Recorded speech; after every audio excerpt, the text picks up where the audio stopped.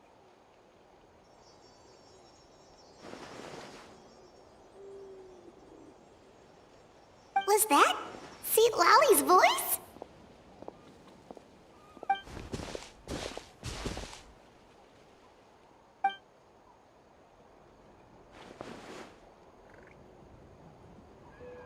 Now that I think about it, it's a good thing I found some helpers this time.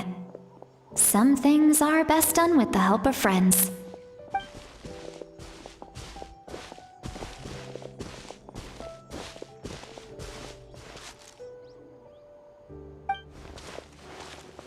Oh? They appear to be feeling quite confident. Looks like our work will go smoothly.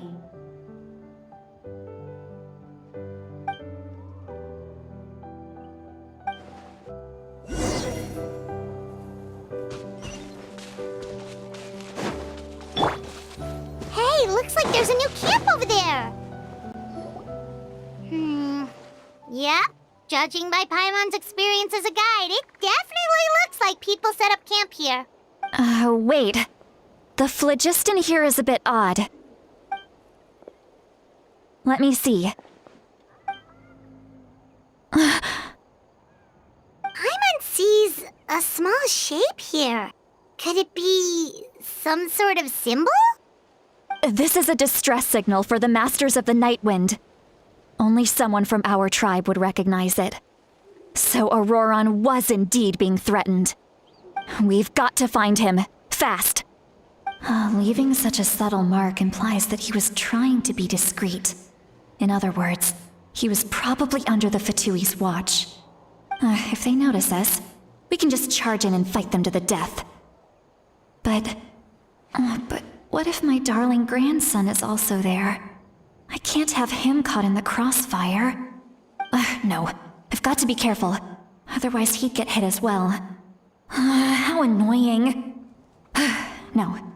No, I've got to stay calm and keep my composure.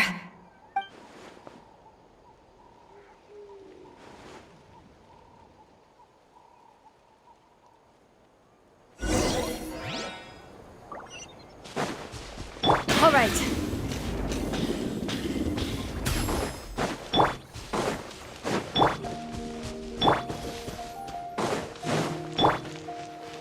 Bring it! There are traces of people staying here too. Wait a second. The phlogiston around here is jumbled up. I can also smell a mix of elements in the air. Pyro, electro, and some other elements as well. Kanich told us that you were super amazing. No wonder you can sense so many more things than us. It's about time that little brat said something nice about me. There are signs of a struggle here. Judging from what's left on the scene, there must have been a fight. But after that, the factions seem to have gone their separate ways. Both the phlogiston and the elemental traces in the air support that. Do you still remember the little mark we found before? Paimon's thinking, what if Auroron wanted to leave another distress signal, but was caught by the Fatui?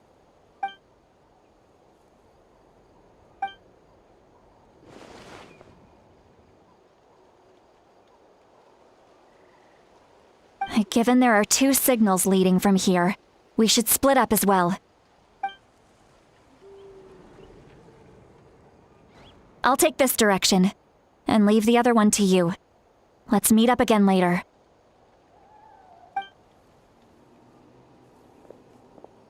Auroron, what the heck were you doing? It's one thing to trouble me, but now I had to bring other people into this as well. You little brat. And off she goes. Traveler, did you hear all of that as well? Once Seat Lolly left, that voice went away as well. Paimon even tried calling her name inside Paimon's head, but there was no response. So you were thinking the same thing. Paimon also thought that if we could hear what she was thinking, then she could probably also hear what we were thinking in our heads. She did say that she was quite adept at this spell, and it doesn't sound like she's had any trouble with it in the past. Maybe we're a special case and can hear her thoughts as a side effect.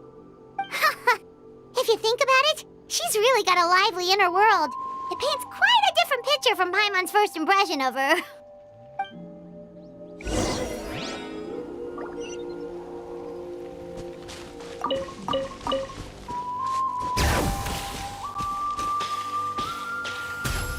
Paimon sees some traces here. Let's follow them and see if we can find anything up ahead.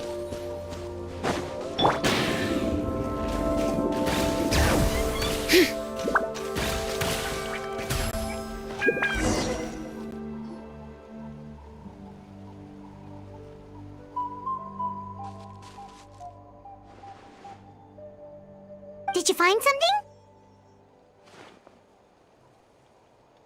Huh. So we can't tell where Auroron might have gone from here. That's weird. The phlogiston trail suddenly stops. We can't make anything of these footprints either. But he can't have just evaporated into thin air, right? We know he wasn't alone. He had all those Fatui with him. So, you can hear the sounds of the wind from beneath the earth.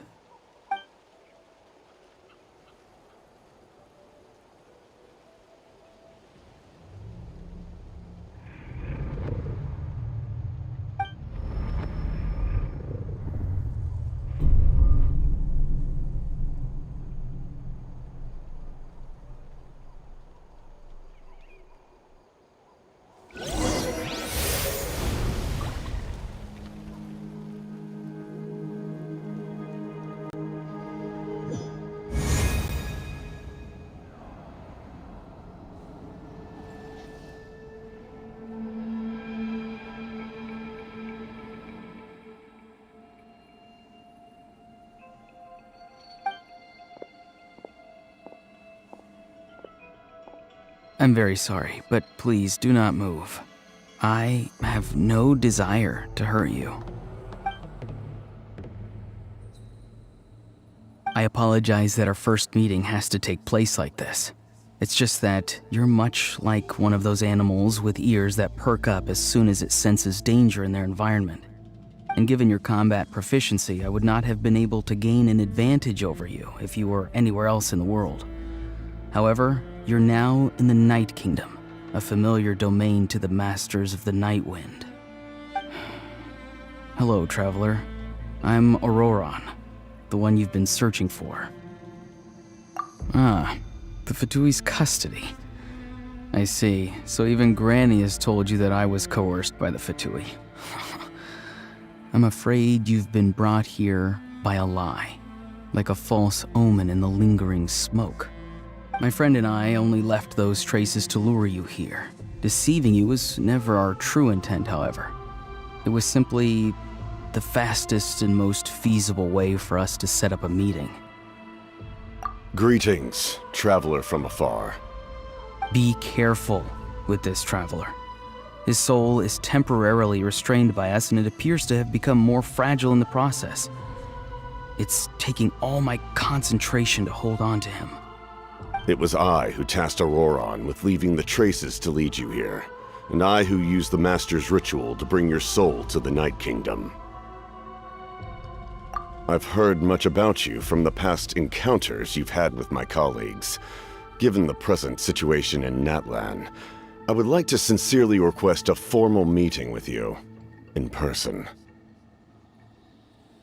I will use the opportunity to explain my goals and motivations to you, as well as why I mistrust Malwika, the Pyro Archon. I believe there is little reason for you to blindly follow her plan. If you would like to hear our intel, then find us to the east of the stadium. But remember, not a word of this to anyone. I would like to avoid any further conflict. You will see me again once you return to reality. No matter what I say, please, help me keep this a secret. This is all to avoid dragging Granny into this conflict.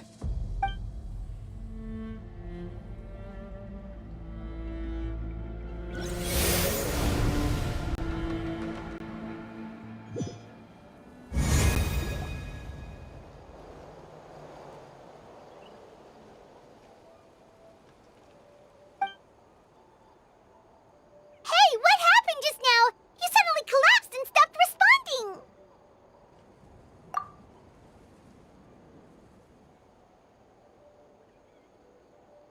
Hey, why are you sitting on the ground? Are you okay? See, Lolly! He froze for a moment and then just collapsed to the ground! Could it have been those leftover remnants from the Night Kingdom? Do you have any itches or pain anywhere? Don't worry. We can take a short break. Sorry, I know I asked for your help. But had I known you were feeling unwell, I wouldn't have taken you on this trip with me.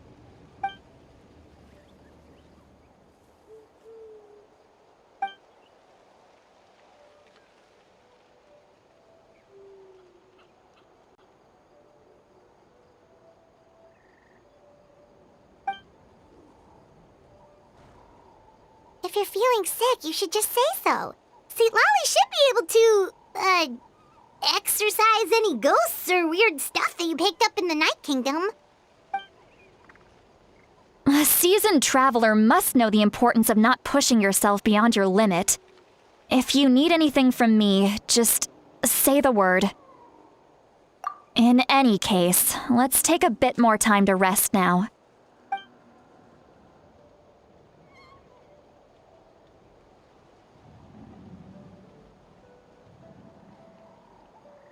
Need to be more careful next time. Feeling better yet, Traveler? All right, let's get ready. I followed my phlogiston trail earlier to a stronghold guarded by soldiers. I have a feeling that Auroron is probably being held inside. Oh, so it's close by. Then let's head over right away. Well, I recruited you to be my helper, which means we're in this together. Like the wind and the clouds. We either move as one or not at all. But if you want to make it up to me, then just be sure to fight extra hard when the time comes.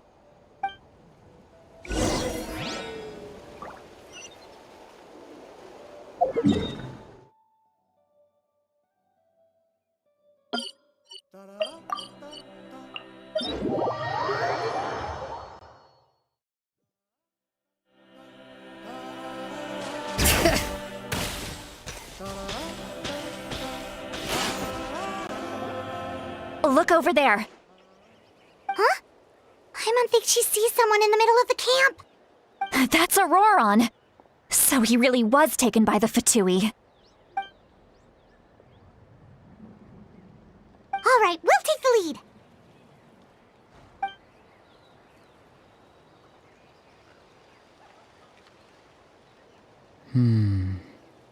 Hey, quit daydreaming.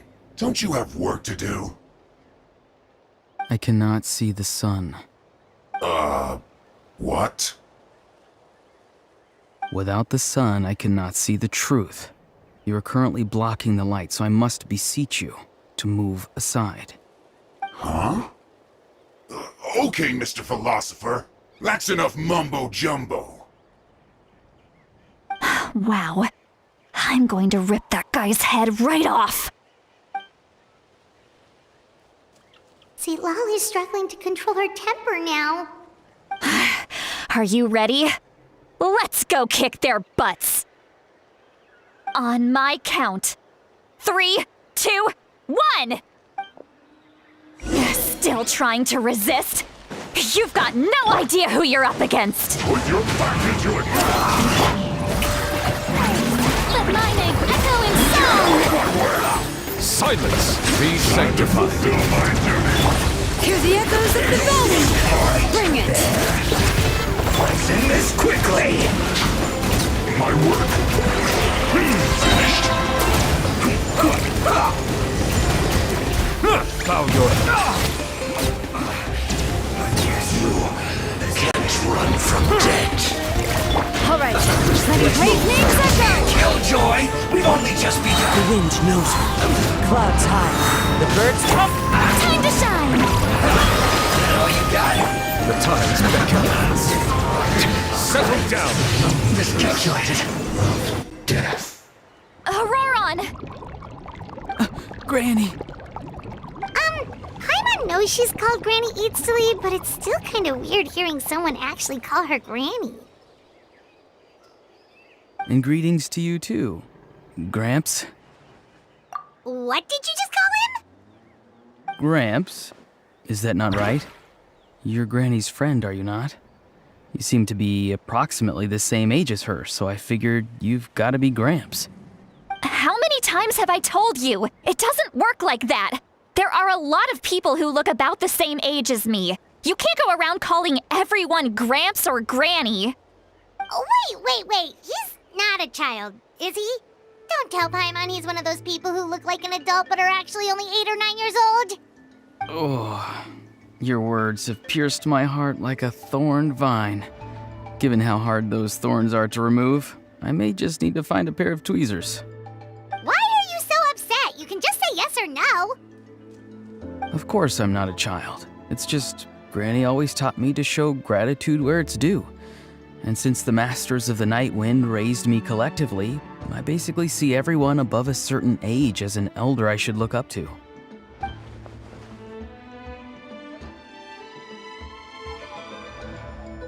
Exactly. But if you keep that up, then everyone's going to be your senior. And do you think saying all of this is gonna save you from a scolding, Auroron? Haven't I told you 100 times since you were a kid? Heed the 3 warnings. Be wary of bees prowling around, scammers looking for their next victim, and strange people who appear out of nowhere. Oh, so you do remember, and you just chose to ignore them. I always knew that living on your own was going to get you into trouble sooner or later. But getting kidnapped? That really takes the cake. You won't always be able to rely on other people coming to your rescue, you know. You're just lucky we got here when we did. Or we might be launching another search and rescue operation to find out where they put your severed head. I'm sorry, Granny. I'll be more careful next time. Next time? Oh, good one. You think there'll be a next time after this? Not a chance. They didn't hurt you, did they? No, they just asked me a lot of questions about Natlan's terrain and made me draw a map of the ley line distribution. Okay, now answer me honestly.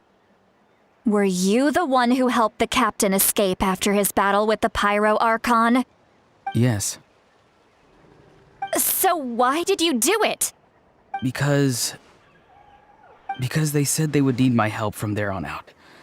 They also said that if I refused, they'd just come to you, Granny, and they'd already figured out a way to make you do their bidding. Hey! I'm no ordinary Granny! Would they really dare to come after me? And you! Did the gods give you a brain just for you to not use it? Did you really believe everything they said at face value and not stop to think?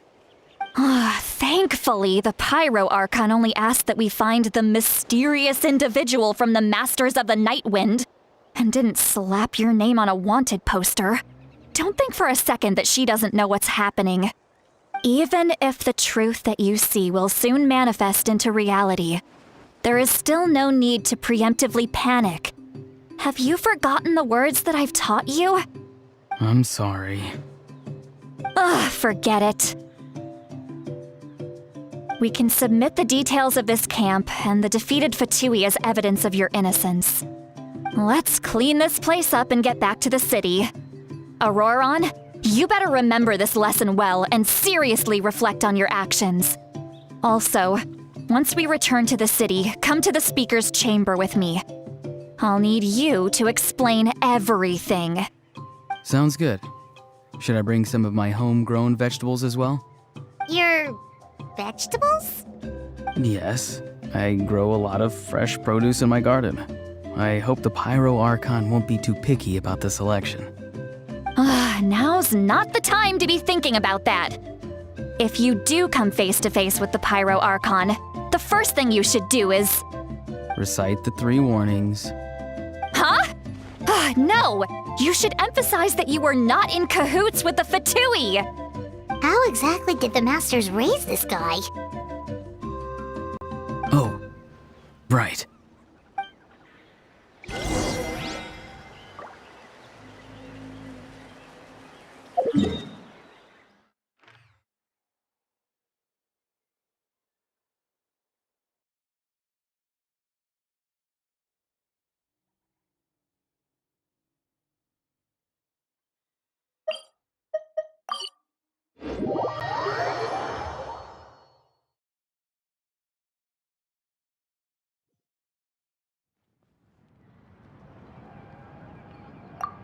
I see. So Auroron came to the captain's rescue because he promised to help him in exchange for Lali's safety. That's right. I'm sorry. Now that you know Auroron was only trying to protect another member of his tribe, could I ask you to petition the Pyro Archon for her forgiveness? We'll give her a full report. We'll let you know once she's reached a decision. Will I need to stay here? Technically, yes. But if Miss Lali is willing to serve as your guarantor, then we can release you from custody. Sure. I'd be happy to do that. I don't have any more time to waste here. I still have other things to do. Understood. Thank you very much. Mr. Auroron, please report back to the Speaker's chamber as soon as you've received notice of the Archon's decision. I understand. Thank you. And thank you too, Granny. Well, at least you won't need to hide your face anymore. Traveler, Paimon, thank you very much for your help. And don't worry, I haven't forgotten about my side of the deal. Once Auroron is settled, I'll go talk to Shilonen and get started on forging an ancient name for you. Oh, thank you. You scratch my back, I scratch yours. It's as good as done. You can just go twiddle your thumbs or something while you wait for the good news. Bye for now. Come with me, Auroron. We've got to find you a place to stay for the night. Goodbye, Gramps.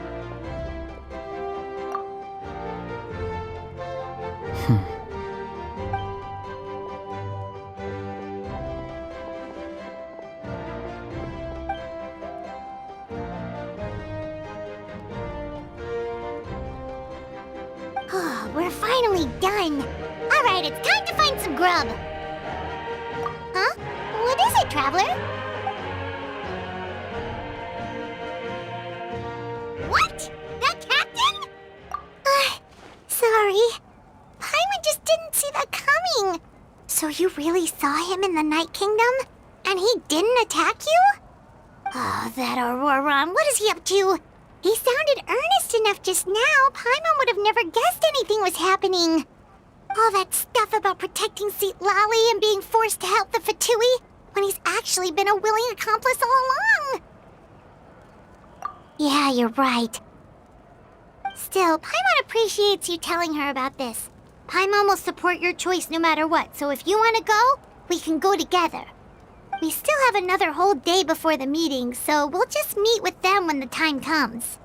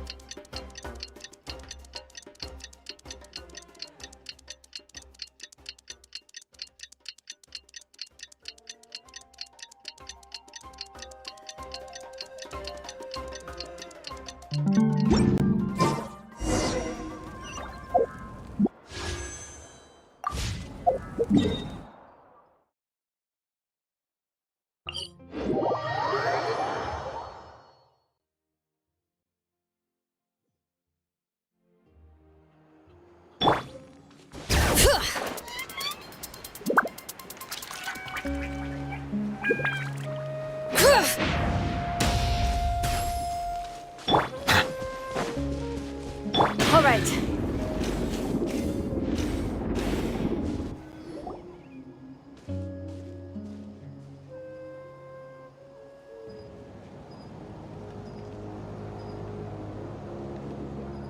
Weird. Paimon doesn't see anyone. Oh, please don't let this be a trap.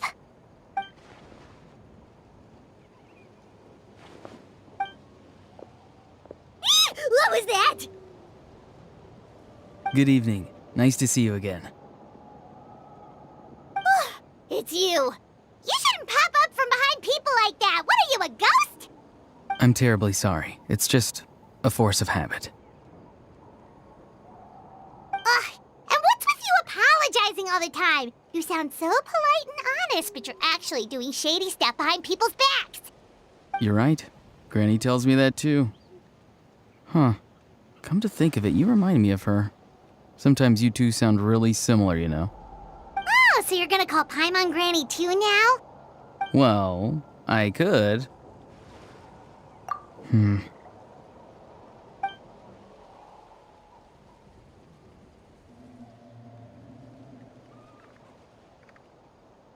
It's all clear. Over to you. Excellent. The fact that you showed up proves that I was right about your character. Yet, there's been a lot of talk about you. Child told me that you're passionate about the unknown and willing to take risks. Rather than facing you as an enemy, I would much prefer to bring you to my side.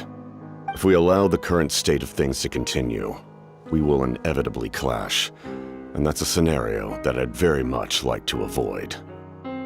I've long heard of your exploits across the nations.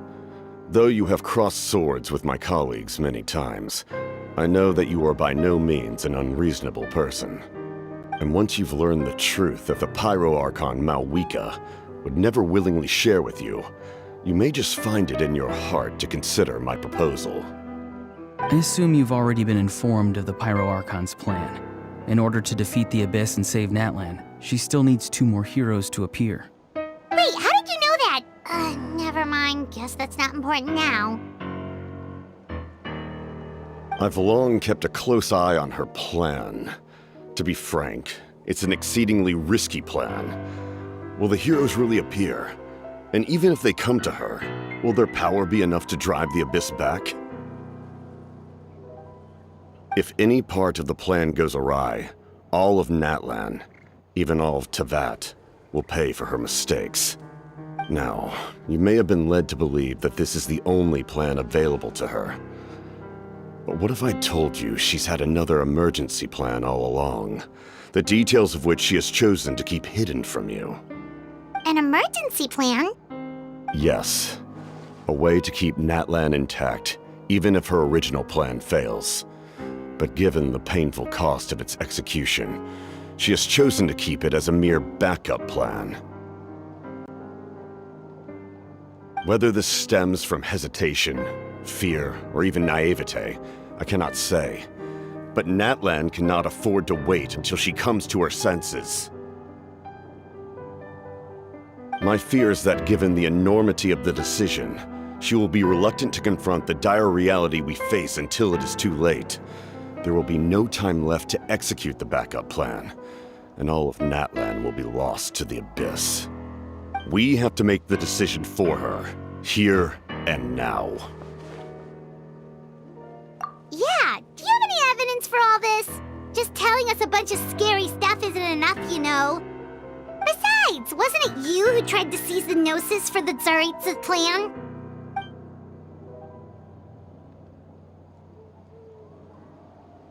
I knew you'd be clever enough to see. That's right. I did not seek the Gnosis for the Tsaritsa. Since I was defeated in battle, I must put to rest my thoughts about the Gnosis. But even so, my desire to save Natlan remains unchanged.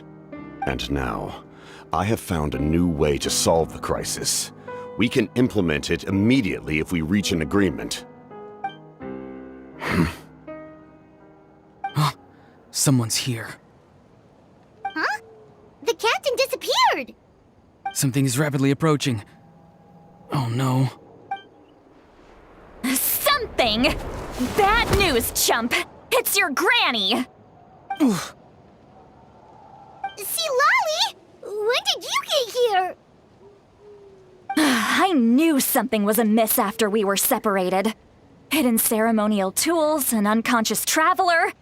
I must say, I'm very curious about what you're up to. How dare you go behind our backs like this, Auroron? Colluding with the Fatui? Really?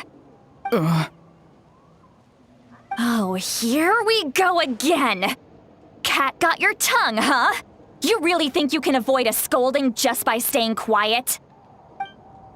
I'm not trying to avoid anything. Oh, and now you're talking back. Well, go on then. Explain yourself. What the heck are you up to? I'm sorry, Granny. I feel so guilty. You! That's it! Where are my tools? I swear if I don't teach you a lesson right here and now, I'll... Wait, Lolly! Please, calm down. We, still learned a lot of info, didn't we? Like the fact that the captain isn't trying to seize the Gnosis anymore. So, maybe just save the scolding for later, okay? Listen well, Auroron. You're only getting out of this now because of the Traveler's plea. This isn't over. You hear me? You're right, Traveler. Let's go. We can discuss this more back in the city. You two keep an eye on Auroron for me, okay?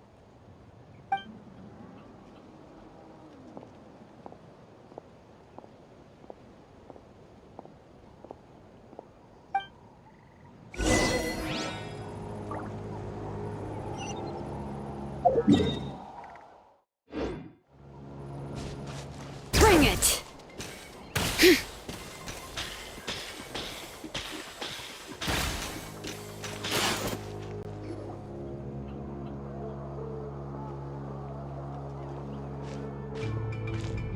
In all my years, I've never had a child cause me so much grief.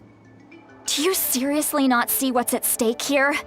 You've got a head on your shoulders, Auroron. Use it! Why did you help the captain? And I want the truth this time. No answer? Think you're being smart? Then let me ask a different question. What does the captain want? What is his purpose in Natlan? Really? You're just going to stonewall me?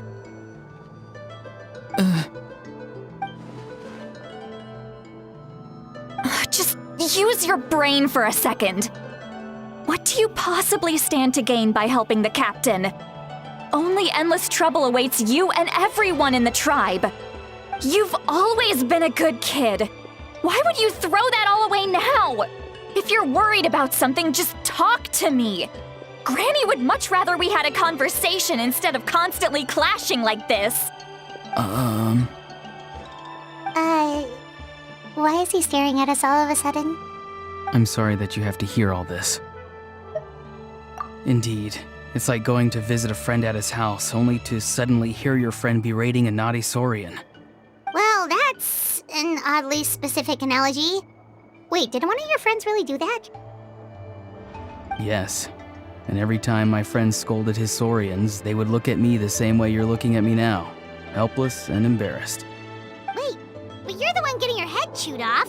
Stop making this about us! Indeed, you've got a point. Then please just hang in there for a little while longer. Granny should be done with her scolding session soon. Oh? You dare gossip between yourselves instead of listening to me? You... Sorry, Granny. Sorry, Granny. Sorry, Granny. You know what? Fine. I'm perfectly aware that everything I say goes in one ear and out the other. You're all grown up now, so why would you listen to an old hag like me? You say all the right things, but then you go and completely ignore me. Well, if that's how you're going to treat me, you can stop sending Aoife over to my place to deliver your stupid vegetables! I don't need anything from you! Who's Aoife? A delivery person? That's irrelevant. The point is, he hangs out with this kid, so he must be no good. You kids get to a certain age and suddenly act like you know it all. There's nothing I can say to get through to you. Auroron, if you're still thinking about that so-called duty, then please, just forget about it. The ley lines did not fall to this state because of you. And we've long closed the book on that incident. Seems they've started talking about some kind of tribal history. Paimon's starting to get lost. That's not it, Granny.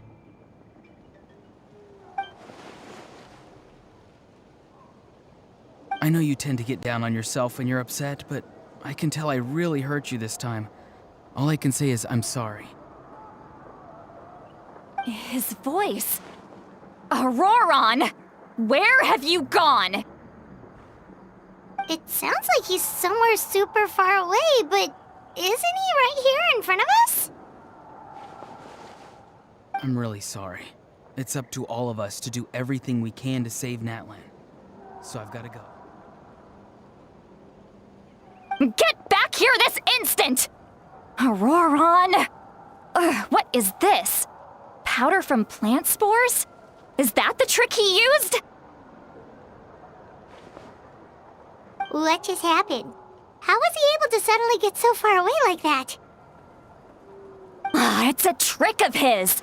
If you grind spores into a powder and spray it in the air, it can be manipulated to create an illusion. He pulled it off flawlessly. He must have put a lot of time into perfecting it. Don't tell me that's how he's been hunting in the fields these days. Couldn't he have picked up something more useful? Little brat.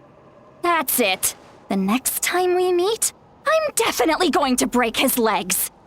Whoa, that's a little extreme. But still, why does he feel like he needs to run from us? If his goal is also to protect Natlan, then can't we work together? I'm sorry for interrupting your conversation with them earlier. But even if you'd been able to hear them out, there's no guarantee you would have gained anything substantial. Auroron probably did everything he could to get away because he knew I'd get the truth out of him sooner or later. That brat. I swear.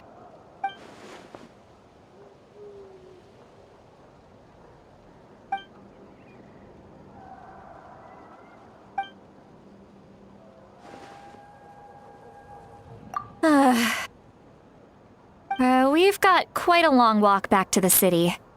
Let's take our time. It'll give me a moment to figure out how to explain all this.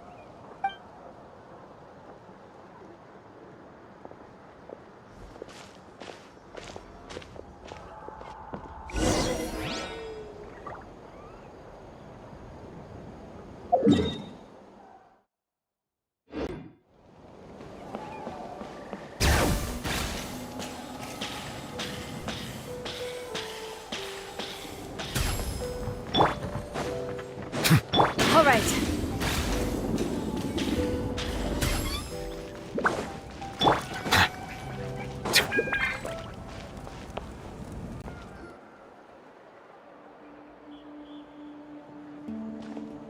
Do you two have some time? Feeling hungry? How about we get something to eat? All right, it's been a while since we last ate.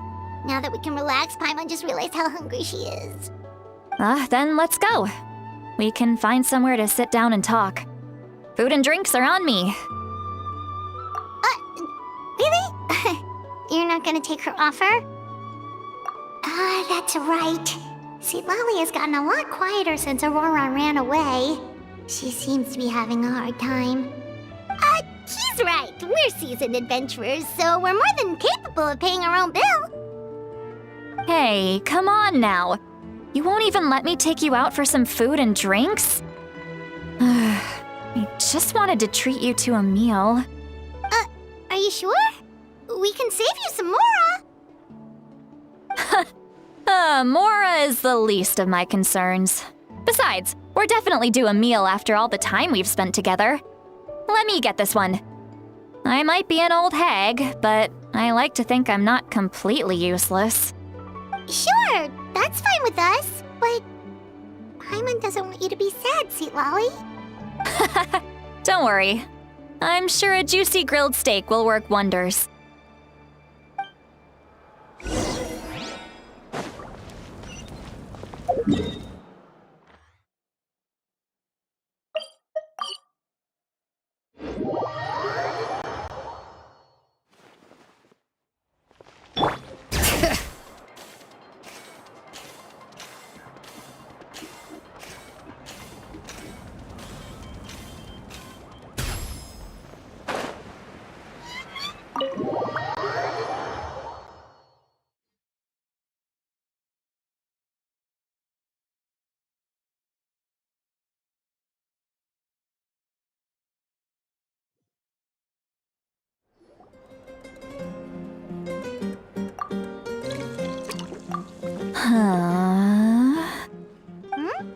What are you looking at? Do you see two people standing by the door?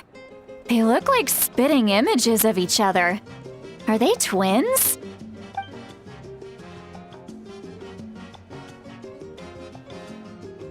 But Paimon only sees one person there. Huh? How could that be? I guess my mind isn't as sharp as it used to be.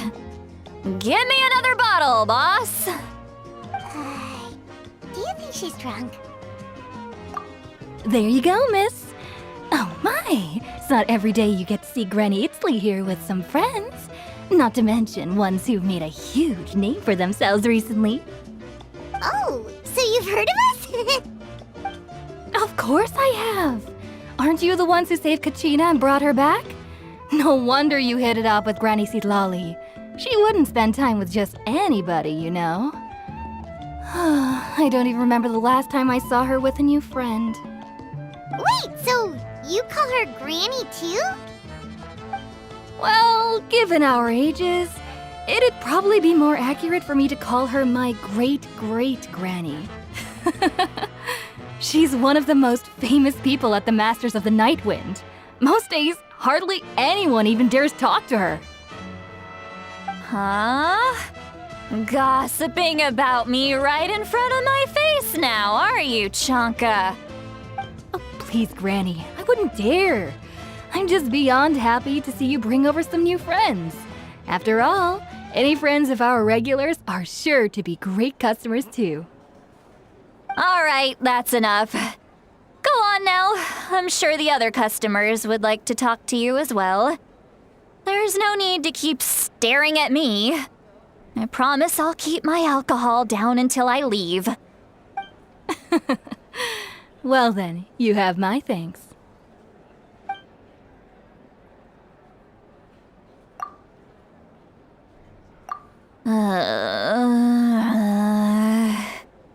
Sitlali? Sitlali? Who's that? You got some gall calling me by my first name. Let me guess. You want to test your skills against Granny Eatsley, don't ya? Are you still with us, Sitlali?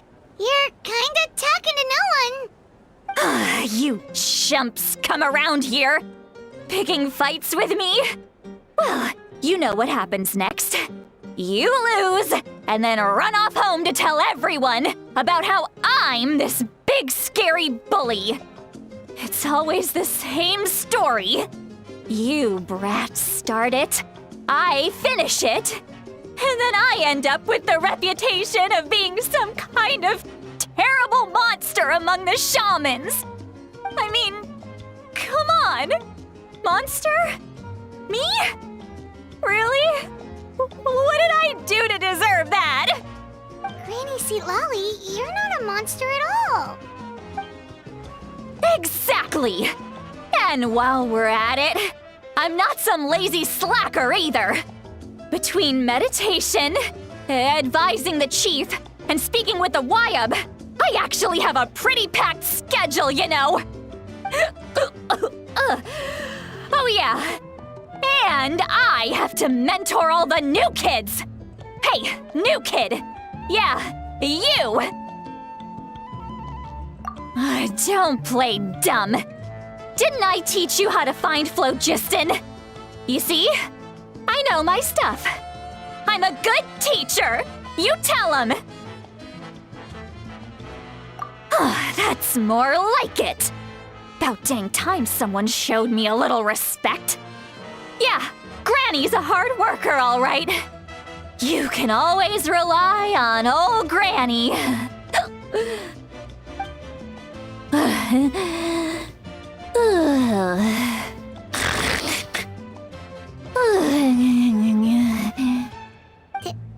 Did she just fall asleep with her eyes open? Oh, jeez.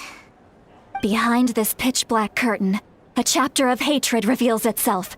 Behind the smoke, the lingering smoke. She's meditating again. She does this whenever she's had a few too many drinks. Her mind's actually racing at this point. It's quite the opposite of sleep. Is this another specialty of the Masters of the Nightwind? No, I'd say it's an ability that's unique to Citlali herself. While she can easily pick up everyone else's skills and tricks, few have been able to master hers. Warning, warning. Red, the color of danger, has now arisen within that pair of eyes. Huh? Traveler? Paimon? What's wrong? I'm gonna hurl. Hang on, just keep it in.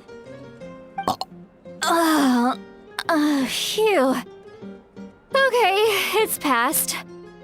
That was a close one. You had Paimon worried. Paimon really thought you were about to barf all over the table just now.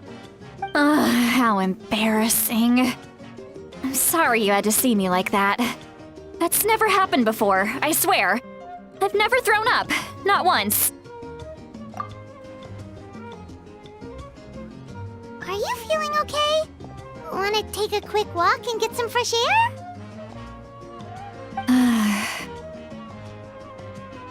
There's so much that I want to say, but I can't. Why not? Of course you can. Just say whatever's on your mind. Please, Paimon, it's not as simple as you think. We've only known each other for a few days, right? What would you think of me if I were to start dumping all of my complaints on you after we've only just met? Oh, Paimon gets it. You're hoping that we wouldn't think less of you no matter what you're about to say. No, that wasn't my point at all! Seriously, don't you youngsters know anything about shame? I'm talking about shame! I've lived all these years and still can't get rid of it! Surely, you know the feeling too? Actually, about that. Huh? Tell me what? Yeah, this is as good a time as any.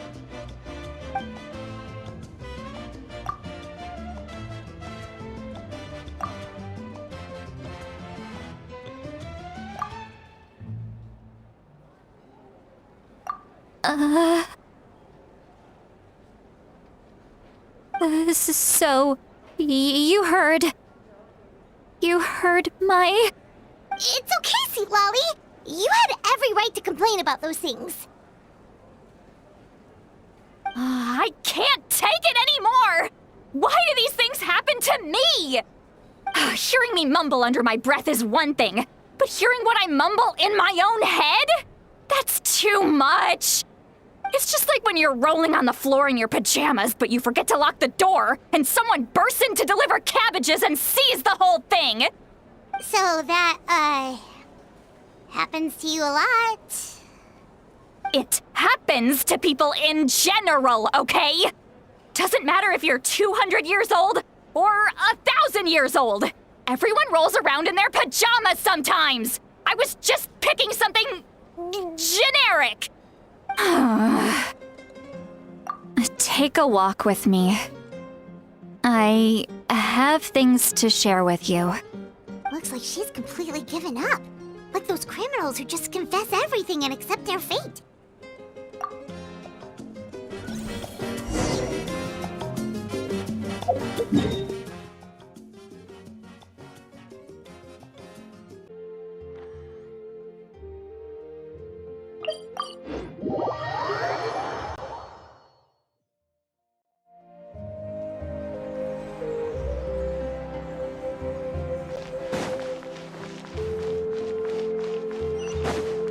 Bring it!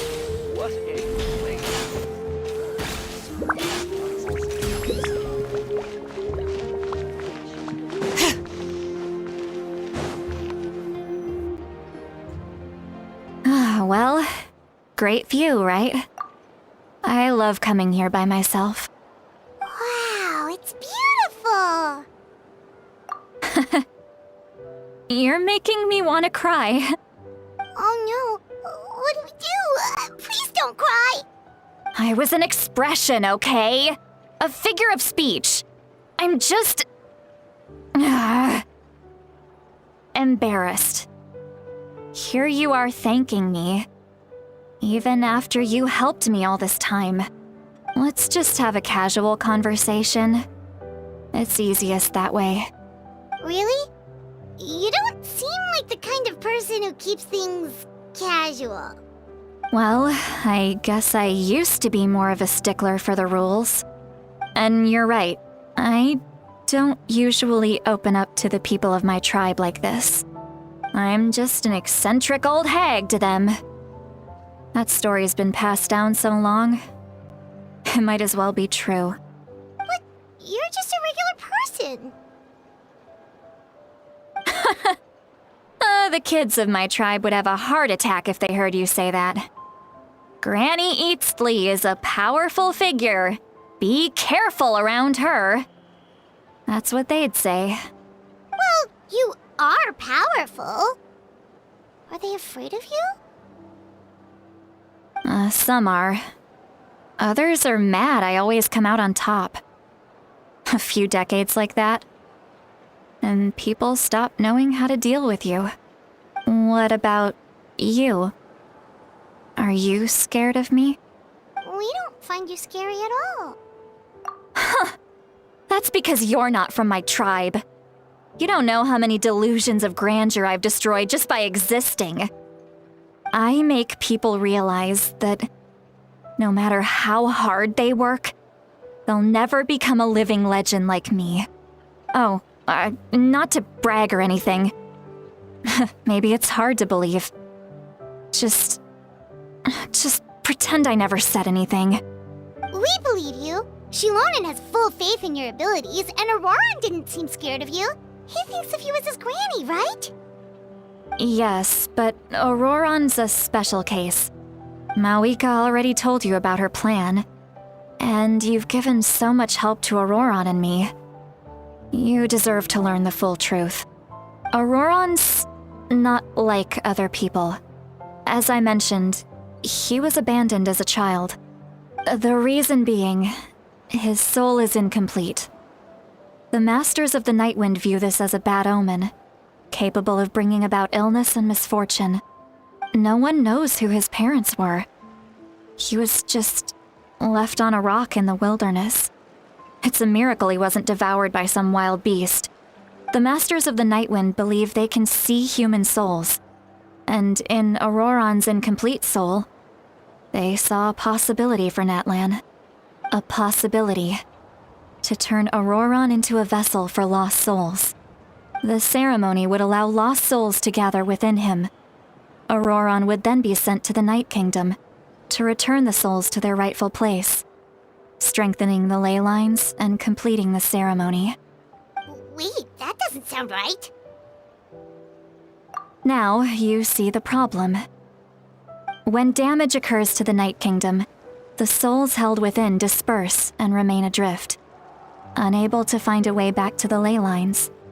This loss of souls damages the Night Kingdom even further.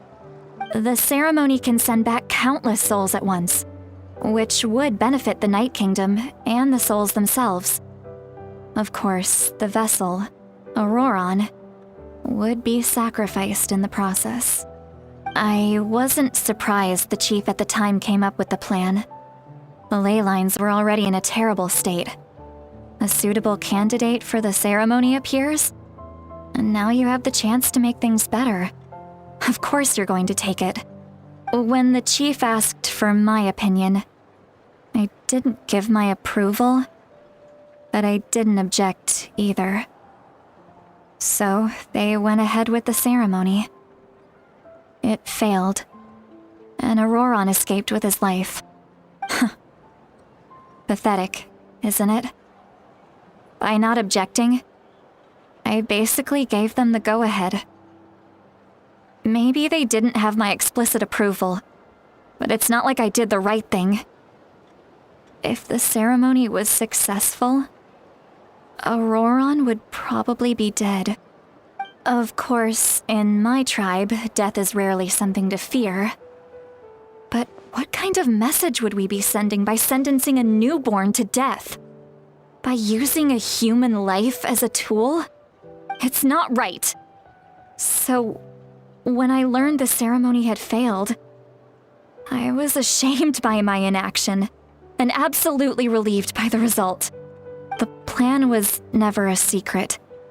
Or, I guess I should say, there was no point to keeping it a secret.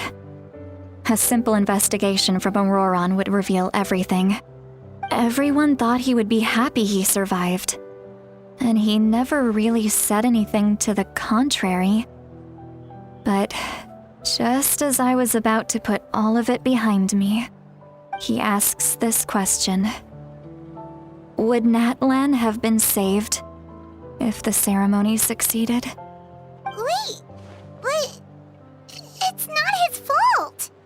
He knows that, but he still feels guilty. Auroron has a strong ability to perceive souls, more than any of us.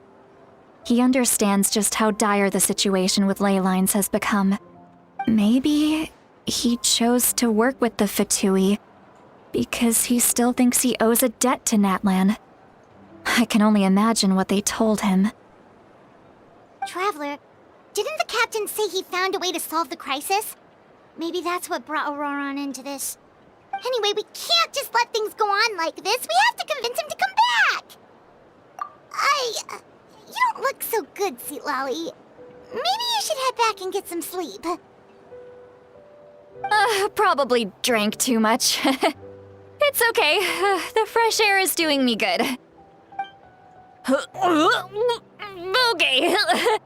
Forget that. I need to go home. You've helped me so much already. How do I even begin to thank you? Hey, we're friends, aren't we? Besides, you already said you owe us a favor, so you don't need to worry about us. Good point.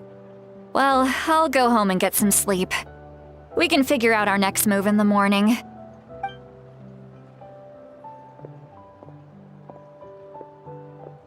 Friends. I like the sound of that. Auroron's probably back with the captain, don't you think? You mean about the backup plan? Do you really believe what the captain told us? Yeah, you're right. We should just go to her directly. But she's probably asleep. We can find her first thing in the morning. For now, let's... go to bed.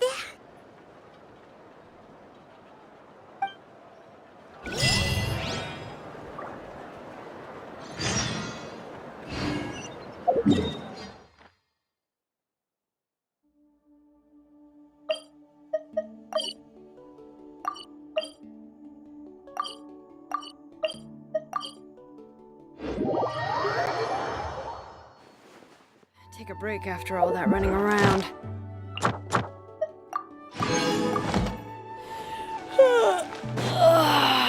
Yeah, let's rest here for a bit. Ad Astra Abyss. Thank you for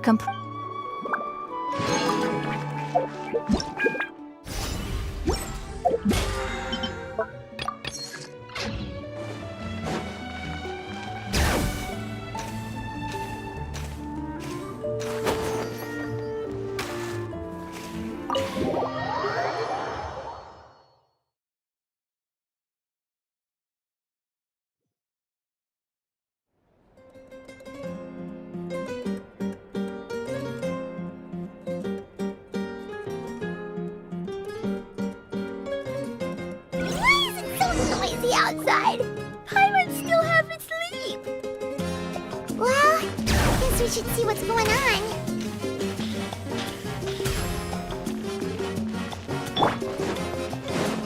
All right.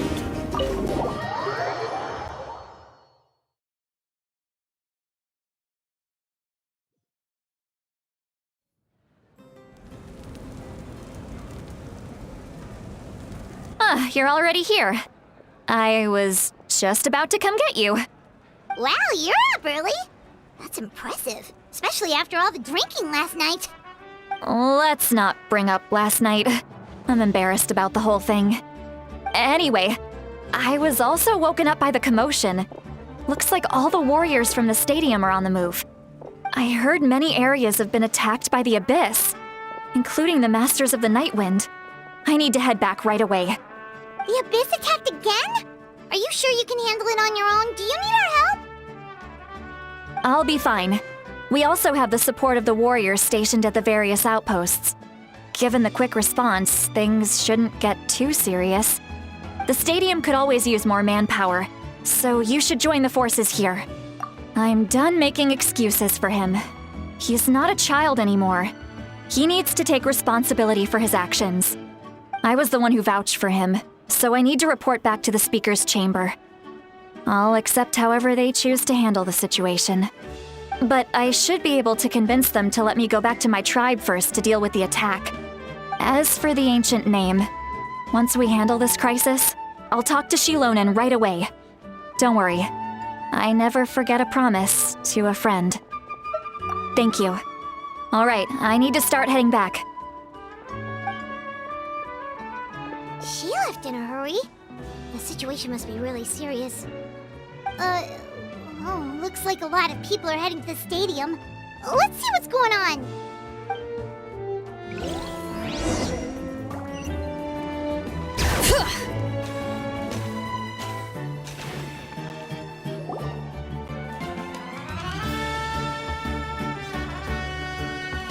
Traveler, over here! Perfect. Our star Outlander has appeared. Oh, you're all here! But, what's with the whole Star Outlander thing? Just my way of saying how awesome you are. We've got a real emergency on our hands, so this is the perfect time for you to show off your skills. Alright, but can we get a quick rundown of the situation first? The Abyss suddenly attacked the Collective of Plenty, the Masters of the Nightwind, the Children of Echoes, and a number of our camps and outposts in the wild. Yes, and the attacks are increasing in frequency. The tribes have plenty of defenses, so they're safe for now, but I can't say the same for the adventurers and merchants stuck in the wild. Chaska and I have been searching for survivors and treating the wounded. We just got back, but we need to head out again soon. I plan on heading back to the Collective of Plenty, just in case my tribe needs me.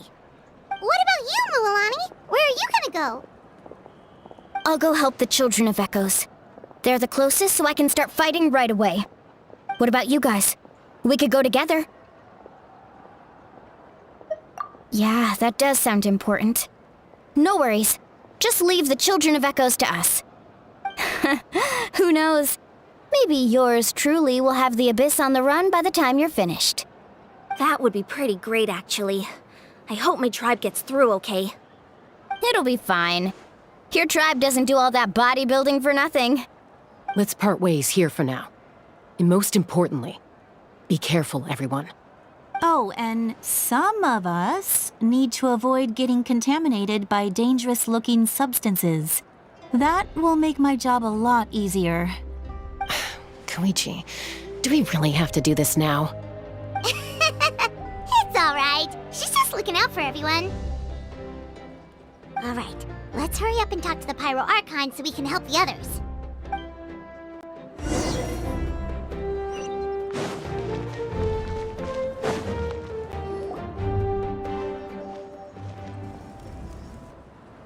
Oh, it's you two. As you can see, things are not looking good right now. People across Natlan are in danger. Look, I'm very interested in your recent adventures, but this is not a good time. So we'll have to keep our conversation short. That's alright, we're also in a hurry. We're gonna go help the Children of Echoes after this. What?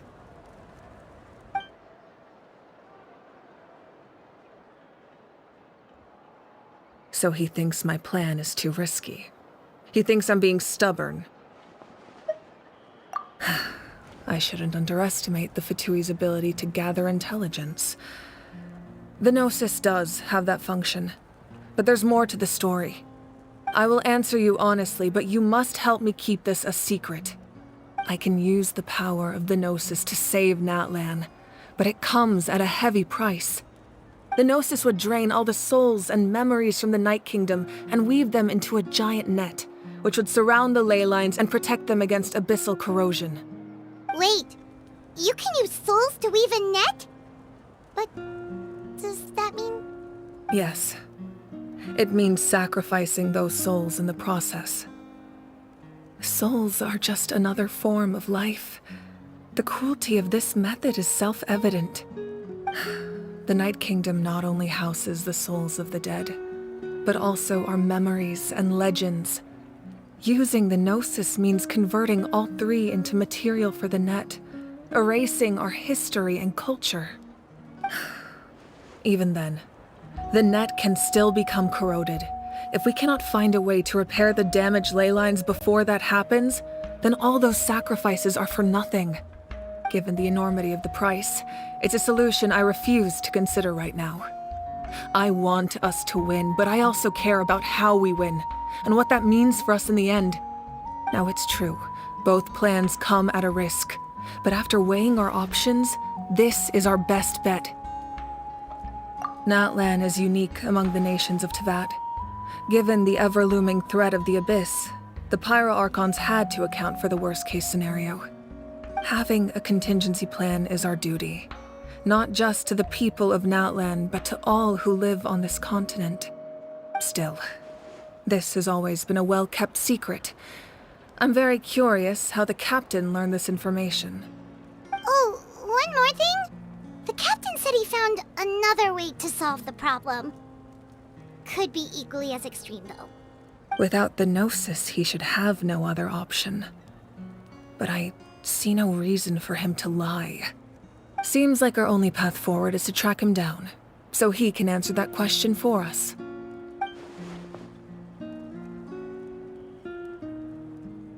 Judging by your expression, you must have doubted me, even if just for a second. Not even a little! We would never... Wait, what are you talking about, Traveler? Just as expected. I appreciate your sincerity. Maybe it was out of caution, anxiety, or simple curiosity, but know this. No matter what, our goal remains the same. We both want to save the people of this land. So now that you have your answer, do you still doubt me? You scared, Paimon. You've really got a lot of guts, Traveler. That's a good thing. Oh, and feel free to call me Mawika. It's what all my friends call me, and I like it that way. As for the captain, the intelligence officers we assigned to the Fatui should be back soon. We'll get our answer then. That's great! Sounds like we just have to wait a little longer. Not just yet. Even though the Abyss is attacking several locations at once, I'm confident the warriors stationed in those areas can handle it. Don't worry. I just need to finish coordinating our available manpower, then I'll take a small team to handle the difficult locations. Wait, you're going to fight in person? Didn't you give up your power? That's true. I'm far less powerful than a god in my current state. But don't forget, I was an experienced and powerful warrior before I ever became the Pyro Archon. No matter how you look at it, my duty is on the front lines. I just think there's strength in numbers. If the people feel emboldened, that's just a bonus. Anyway, even if we respond to these threats in time, it's not a permanent solution in the long run. I've considered moving my people to other nations, but given their close connection to the Night Kingdom, a forced evacuation would have devastating consequences. I've told the chiefs of each tribe to strengthen their defenses and advise people against leaving their settlements. Now, I just need to find the right time to disclose the true nature of the crisis to the people of Natlan. Paimon's a little worried about how people will react. Yes, but that won't be the only response. In any case, that's for me to worry about. I'll let you know when we have more information on the captain. All right, we should head out. Maybe we can join up with Moani. She can't be too far ahead. No need to worry about me.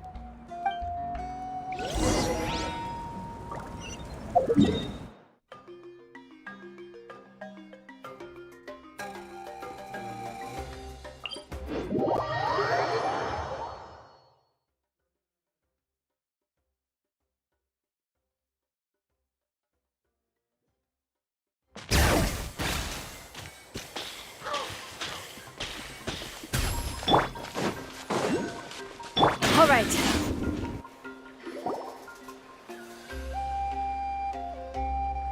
Quick, over here! To safety!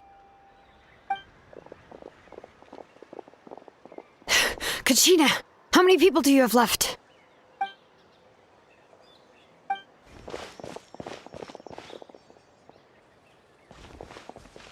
What's the situation? There's a trapped caravan that needs our help. We need to rescue them as soon as possible. We'll go together.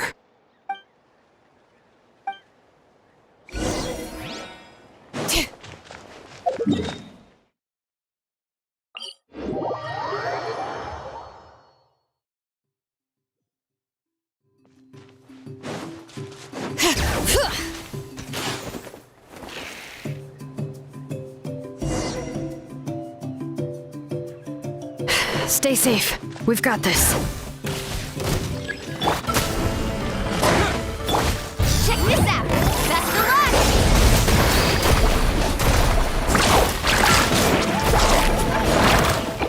All right. Hear the echoes of the valley. Get back!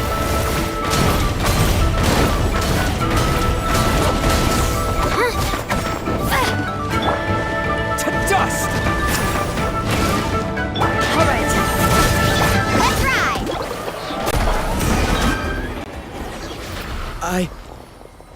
I really thought I was done for. I can't thank you enough. Don't worry about it. We're just glad you're okay. Let's see. Your goods look fine too. Guess the Abyss isn't after Mora. That should be the last abyssal pylon near the Children of Echoes.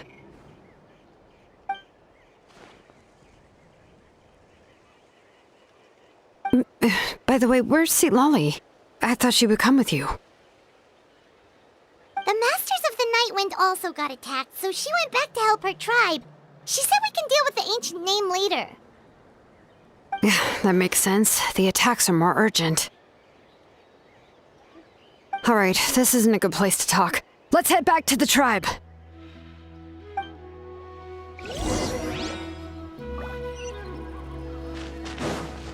All right.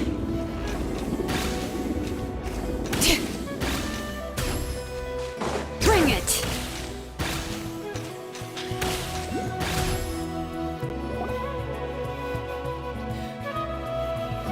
Looks like a few people were hurt after all. Oh, I should have got here sooner.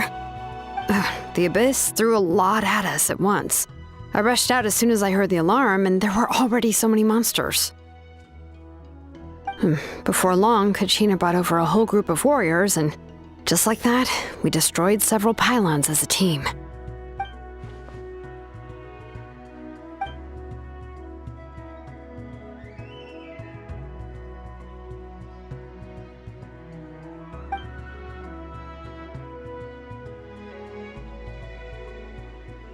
You mean the situation in the Night Kingdom, right? Yeah, I feel the same way. We've managed to keep it a secret all this time, but more and more people are realizing something's wrong. It's impossible not to feel anxious when things are getting worse by the second, and all we can do is wait. That just means we need to buy the Pyro Archon more time. Keep pushing, everyone. Every battle is worth something. You really are an eternal optimist, Mualani. You always find a way to cheer people up. Why, thank you. I guess it's one of my better qualities.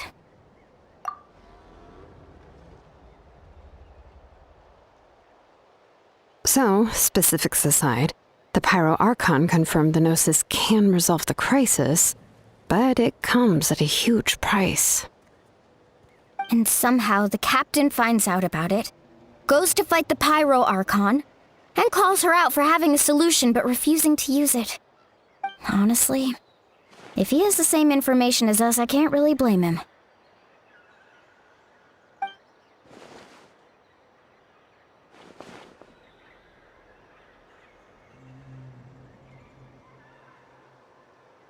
We talked to Moika before we left the stadium. According to her, the cost of the captain's plan is too high. And, well, it makes sense. If that was truly the better choice, she would have picked it. Yeah, I trust the Pyro Archon. When I was upset about Kachina's disappearance, she was really sincere and patient with me. Plus, she burned down all those precious mementos for Kachina. She's already proven how much she values even a single person's life. When it comes to Natlan's survival, there's no way she would hold back. I agree. Maybe the captain weighed the costs and came to his own conclusion, but I'm sure we have different priorities. Life is important, but so are history and memory. As the Archon, she can't tell us everything, but it seemed like she wasn't holding anything back this time. The next question is, if the captain found a new way to save Natlan, how come the Pyro Archon has never heard of it?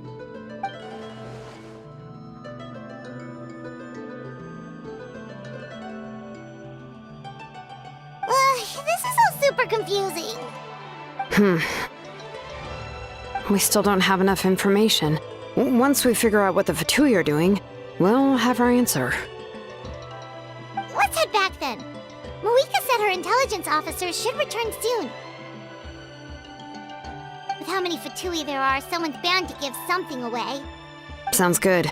I have a few theories of my own. With a bit more information, we just might get to the bottom of the whole thing.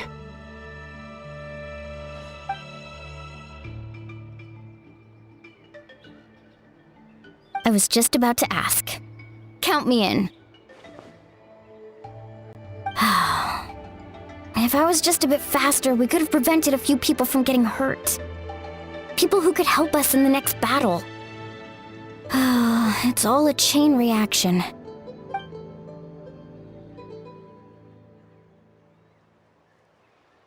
Register? Nah. I'll just follow you around. You know, go where you go, do what you do.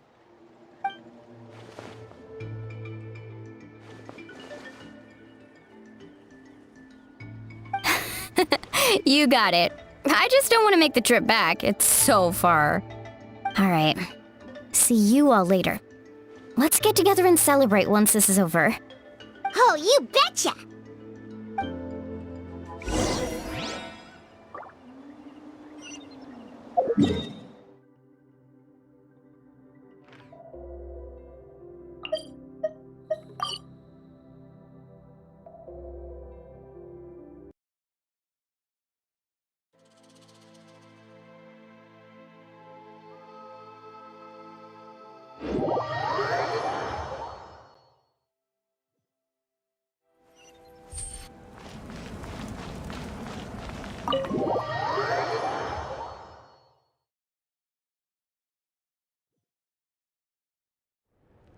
Moika! Oh, Chaska and Koichi are here!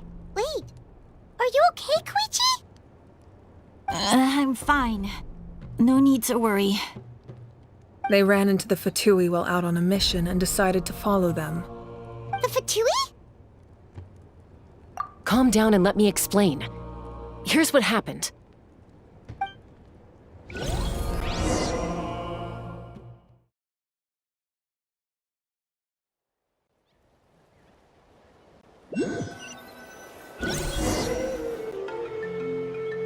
Watch out. It's the Fatui. Were they attacked by the Abyss? No, wait. It looks like they're protecting a group of travelers. Over there. Do you see? You're right. That's a traveling group from Natlan. Could they be trading for something? Let's keep observing for now. We're glad you're okay. Given the appearance of abyss monsters all over Natlan, you should cancel your journey and seek shelter at the stadium or one of the tribes. Thank you so much. I wish there was something we could give you. We don't expect anything in return. We were out on a mission and saw you being attacked. It was our decision to help. If you truly wish to repay the favor, you can keep this a secret. If anyone asks, just say you were saved by warriors from Natlan. Oh, okay. We can do that. But... We're not asking you to cover up our activities. We haven't done anything illegal. Our captain simply wishes to remain undisturbed. Nonetheless, The decision remains yours. If we wanted to keep you quiet, we would have employed a harsher method. Got it. We'll get going now. Did you hear that? They mentioned a captain. Isn't that who the Pyro Archon is looking for? Exactly. We could be onto something big. Still, there was no trade. They were just helping people in need. I didn't sense an ulterior motive. I didn't believe the captain when he said he wanted to save Natlan. But based on what we just saw, it's possible he was telling the truth. Maybe we've been wrong about the Fatui this whole time. It's too early to say. Let's follow them and see what's really going on.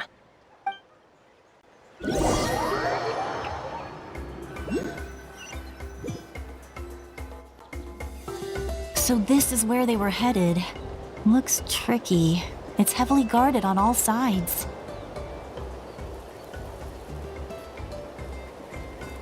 Koichi, wait for me here. I'll go in and check it out. Oh, no you don't. How are you planning to get through all the guards? Look, I can use this terrain to my advantage. With our tribe's special way of getting around, I doubt they'll see me coming. We still can't see anything on the inside. What if you can't find cover? You won't have anyone to watch your back if you go in alone. The more heavily guarded the location, the more valuable the secrets. Even if the captain isn't here, we can still figure out what the Fatui are planning. That intel is worth the risk. Fine. You're not gonna listen to me anyway, so let me come with you. That's even more risky. You've been running around saving people for days. You're already at your limit. I'm confident I can protect myself. I'm not sure you can say the same. At least right now. I can. You really believe that? Fine, don't believe me. But you can't honestly tell me infiltrating a heavily guarded Fatui hideout all on your own sounds more reasonable. You know, growing up, even if I insisted on doing something, it never gave you any trouble. I'm not sure you can say the same. All right. If we start arguing, this will never end. We can't let this opportunity go to waste. Guess that means I win. Don't worry, you're not the only capable young person from our tribe. I can handle this. All right, same plan as usual. We split up, communicate with hand signals, make sure our blind spots are covered, and support each other once we strike. Got your ropes? Yeah, let's go.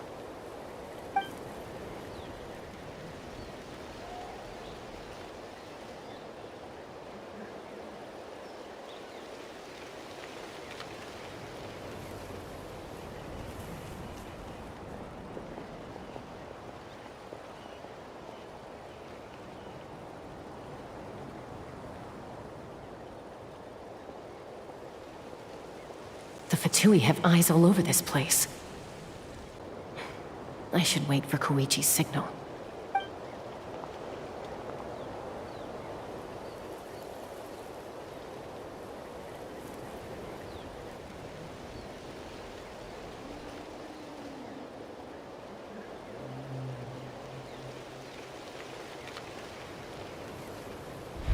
Now.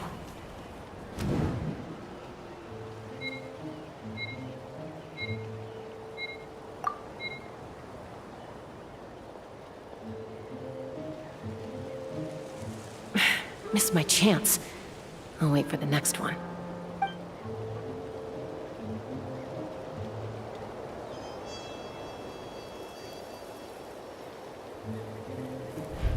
Now.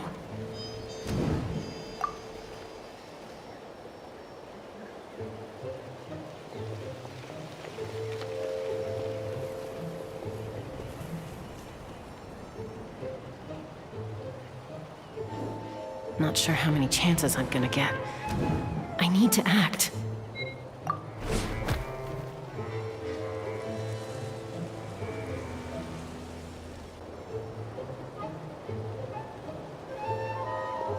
Good. I made it without getting caught. I should get to that platform over there. But it's guarded by the Fatui. Koichi should have line of sight. I'll wait for her signal.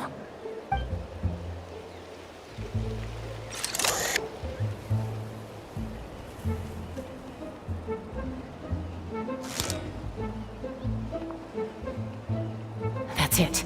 Now's my chance.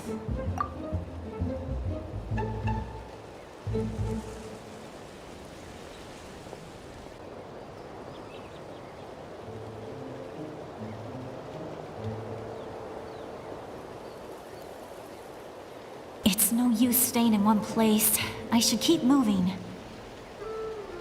Looks like Chaska is helping me by keeping an eye on the Fatui movements. I'll wait for her signal.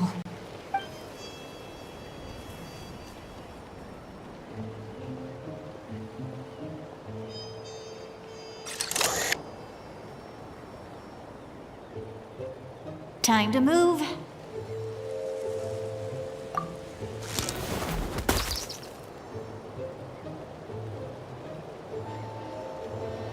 Whew. That was close. Almost got caught. Probably can't make it over in one go. I'll wait for my next chance. Now's my chance.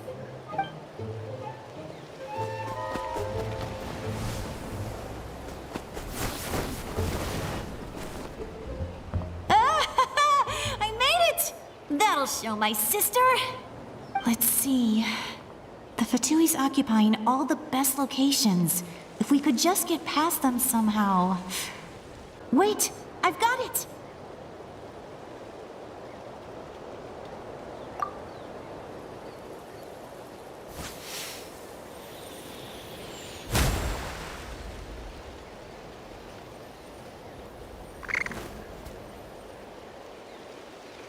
Huh? What's that noise? Did something explode? Oh! It stings! What the heck is that? What do you think you're doing? I could ask you the same thing! Good, they're arguing. Looks like they just needed an excuse. They've probably had enough of this job already. The people on the hill over there left to help their comrades. This is our chance.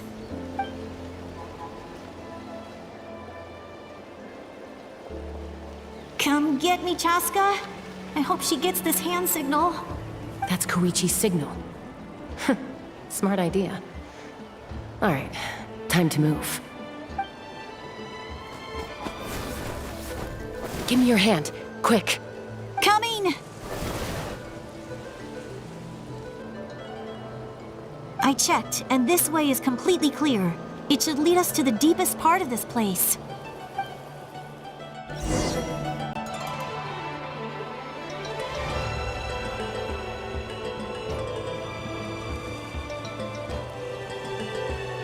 Well, I was pretty helpful, right? You know, everyone usually jumps at the chance to work with me. Not my own sister, though. No, she avoids me like her life depends on it. I was wrong, Koichi. You've done well. Wait, you're just gonna admit it? Now I look like the mean one. Let's focus on the task at hand. We're in the heart of enemy territory. The more time we waste, the more dangerous this becomes. All right. If you're not gonna take the bait, then I'll drop it. Looks like the Fatui are here to dig something up. I'm surprised they mobilized this many people. I doubt it's because they're interested in our culture and history. It seems like they're looking for a dragon relic called the Source Mechanism. The device is ancient. Barely any information survives to this day. And even people from Natlan don't know how to use it. Why would this be the Fatui's target? Not bad. Looks like it's in good shape. This should be what our Lord's looking for. Took us long enough. Come on, let's get this thing back. Back? Back where? Should we keep following? You really want to keep going? Of course. We make a good team, don't you think? No reason to stop now. What was that sound? Uh-oh. We've been spotted. Time to go. Falling rock incoming! Watch out for your gadget! What? You'll regret that! After them!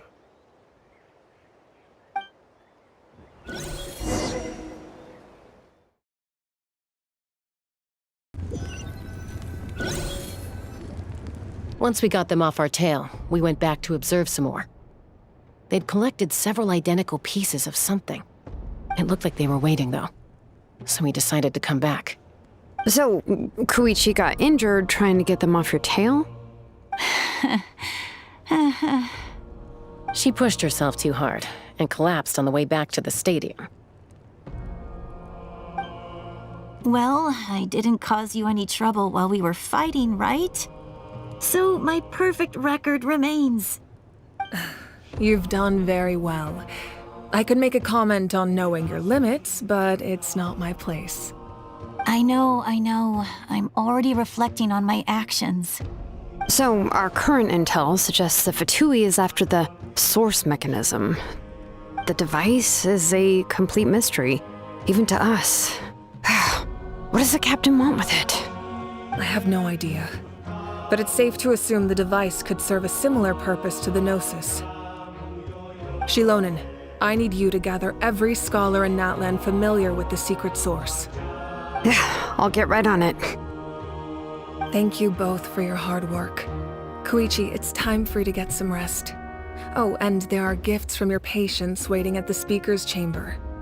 I've prepared a small gift of my own as a token of gratitude.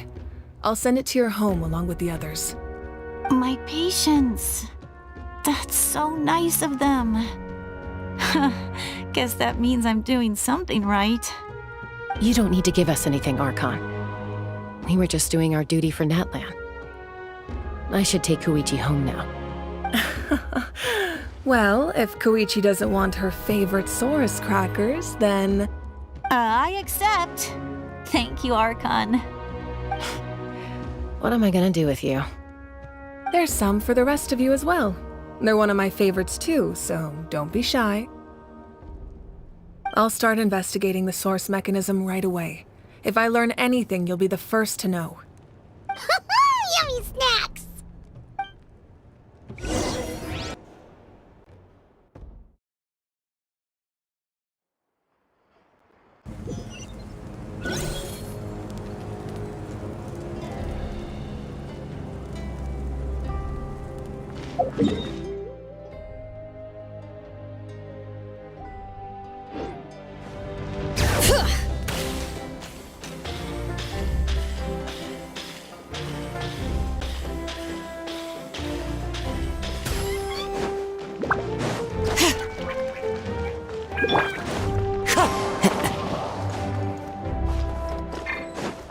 All right.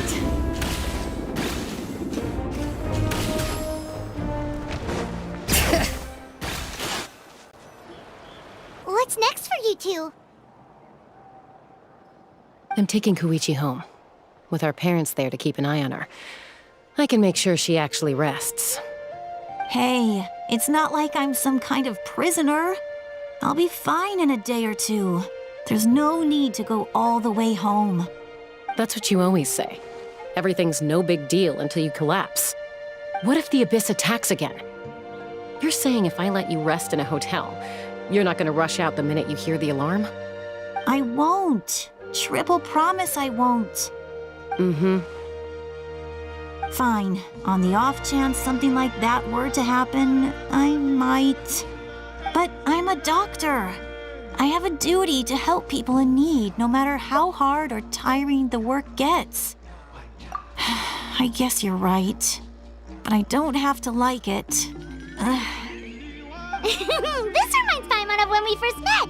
Except you were the one trying to stop Chaska from doing something dangerous. I'd do the same for anyone trying to put their life in danger. As a doctor, I don't want people to get hurt because of a rash decision. Then try to see things from my perspective. You clearly want to protect your patients. So can't you understand why your own sister would feel the same way about you? The two of you are the same, you know? I disagree. I understand the risks and costs of my decisions. Who wants to be like her? Overconfident, always making excuses when things go wrong. That's just not true. You think I don't have proof? Okay, don't get into another fight. Just pretend Paimon never said anything. Don't worry, Paimon. You didn't do anything wrong. Arguing is just how we communicate. Neither of us really takes it to heart. Plus, I guess we are similar in some ways. Maybe I rush into things without thinking, but I learned that from her. We're family. I can't help it if my older sister is a bad influence. Okay, you don't have to put it that way. So, you're all good now? Neither of us are really the type to back down, so we'll always have our differences. But still, we get along in our own way. Plus, I know you'll wake up one day and realize I was right all along. I just need to wait. Be my guest. Come on, let's get you home. See you later, Traveler and Paimon. I'll be back once everything's settled at home. There's no rush. At least grab a nice meal with your family. Bye, you two. Take care of yourselves out there. Those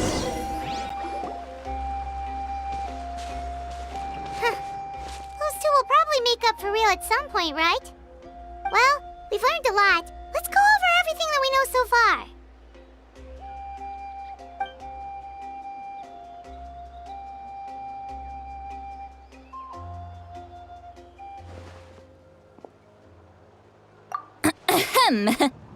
Sorry for popping up out of nowhere. Again.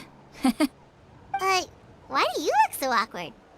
Oh, is there something you need from us? Okay, I won't beat around the bush. Oh, and I'm sorry for interrupting your rest. I'll treat you to some charcoal grilled steak to make up for it. Awesome! Just give us your orders! Hey, friends don't order each other around. I'm just here to share some news. Remember what we talked about before parting ways? Oh yeah, you mentioned how Auroron has always wanted to save Natlan, and something about his soul being fragmented. Paimon and the Traveler discussed it after you left, and we think Auroron is probably back with the captain. What do you think? I agree with your hypothesis. And just now, I confirmed it myself. Auroron came back. He helped the Masters of the Nightwind defend our camp. What? He came back? I told him to give up whatever he's doing, but he refused. He said they're just one step away from success, so there's no way he can back out now.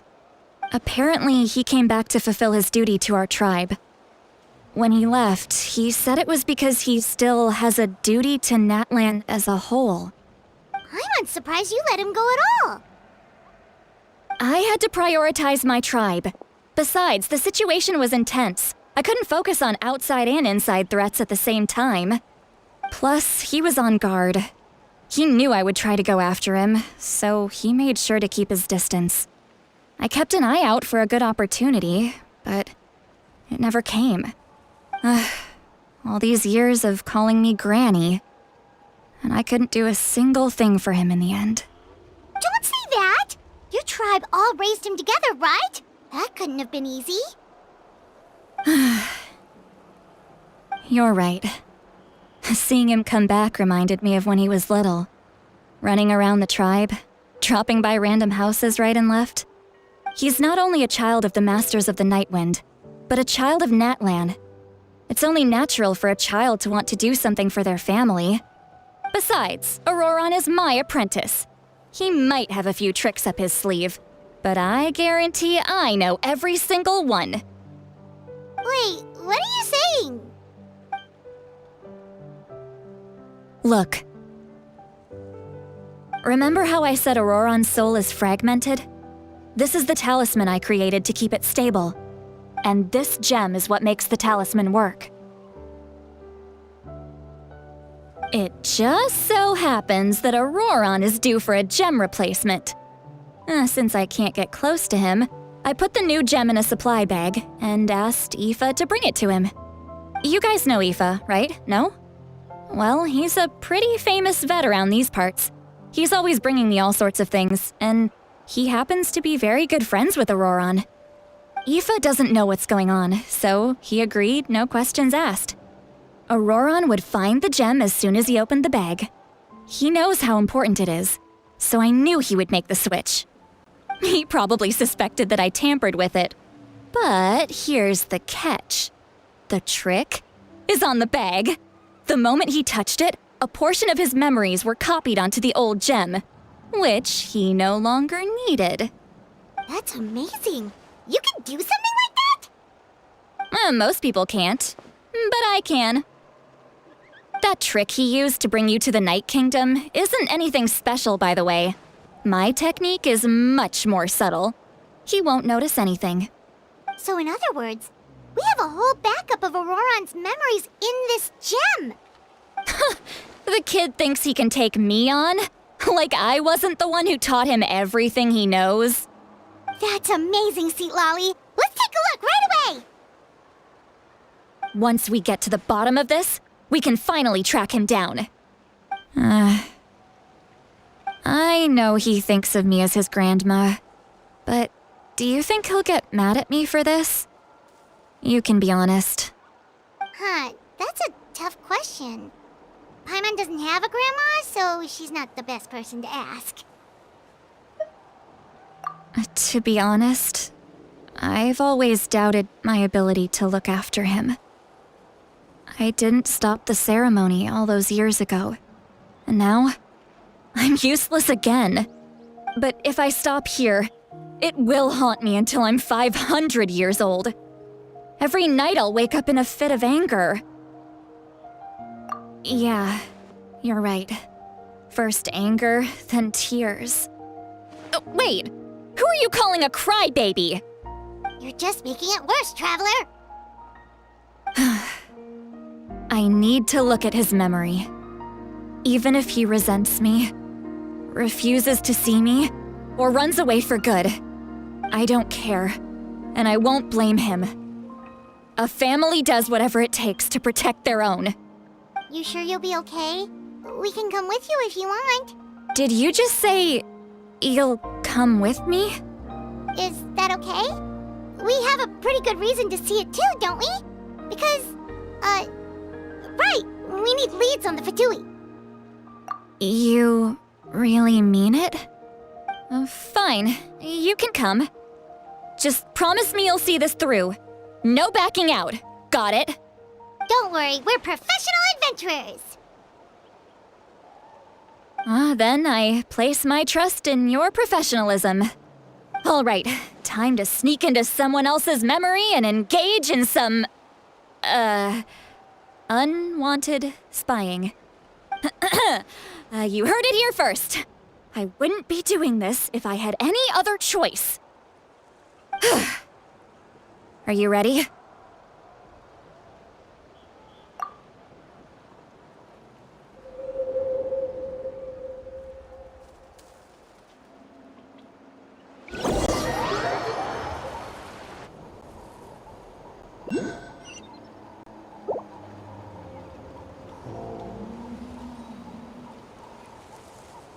Look how good you're doing. You'll grow into nice big radishes in the future. And you? Aoife says you're taking up too much space, but I think you're a good tree. What do you think? Hey! How's it going, Auroron? Good. How are you, Uncle Okanbi? Can't complain. What you up to? Naming your vegetables again? No, just some idle conversation. Sounds fascinating. What did they say? They told me you were coming and that you would take some produce with you. Only if you're offering. By the way, I ran into Aoife yesterday. He told me Chaska's fostering a saurian at his place. Said the thing trampled over a part of your radish garden. I hope you two didn't get into a huge fight. No, don't worry. I'll find a way for him to make it up to me. I've already wrapped your share of the produce. Here you go. You really knew I was coming. That's pretty amazing. Light up the smoke and you can see the path through the shadows. That's what everyone says. Hey, have you seen that strange group of people that just appeared out of nowhere? Appeared out of nowhere? I don't think so. It's the Fatui. Their leader seems like a big deal. He didn't bring many men with him, but they're all elite warriors. It seems like they're looking for someone, but I wouldn't go around asking too many questions. If you run into them, be careful.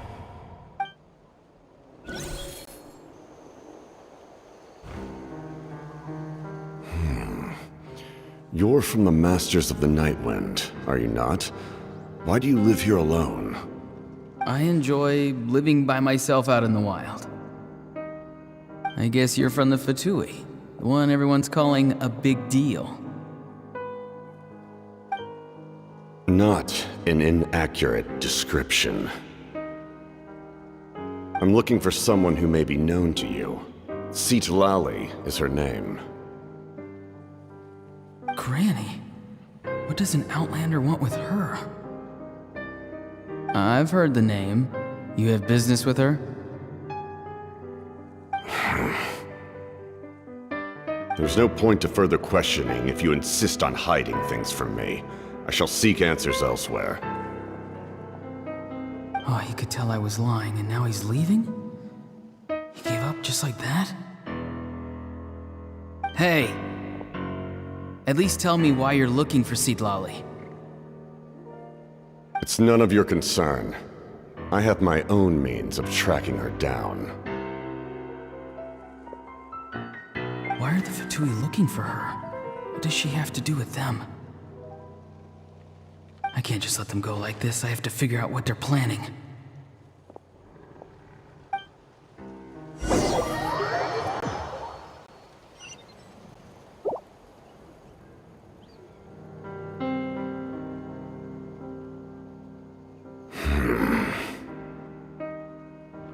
They've just been studying the ley lines and asking for leads on Granny. I can definitely rule out some sort of invasion. The situation has seen no true improvement. The Pyro Archon did not fulfill her promise. My lord! Ignore him. He is no threat. He knows I'm following him, but he doesn't seem to care. He's strong, I can tell.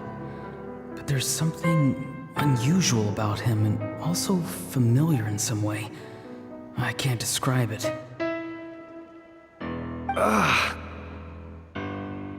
What is it? My lord, I feel dizzy. A ley line disturbance. Certain presences have been forced to wander outside their rightful realm.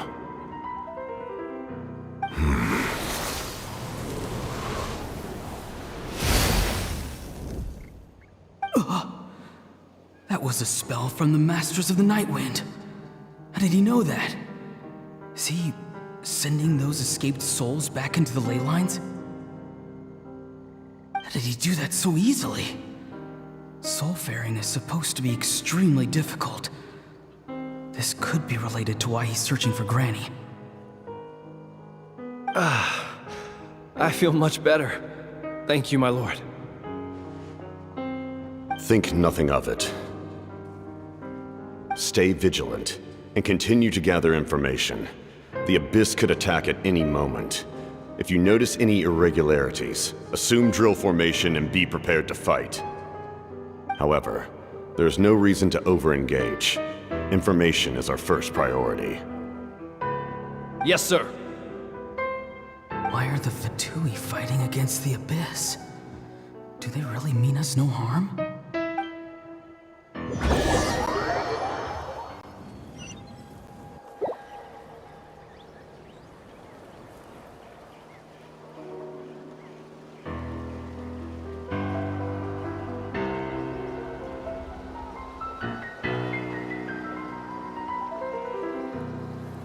been following him this whole time and still they ignore me? Do they really not care? It seems like his subordinates refer to him as the captain. Never heard of him before. And now he's headed to the stadium. That's unusual. Oh, what is he gonna do? You two, with me. Everyone else, wait here as instructed. Send word to the other teams to retreat immediately if this fails. Yes, sir! He's going inside? But the Pyro Archon is in there. What does he want with her? Forgive me, my lord. Allow me to check one more time. Do you truly wish to do this? The time for idle observation is over. It now falls on me to act. This nation is out of time. Yes, sir.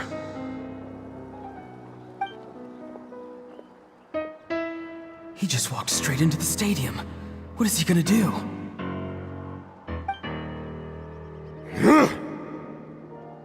They're both incredibly strong. How long will they have to fight until someone comes out on top?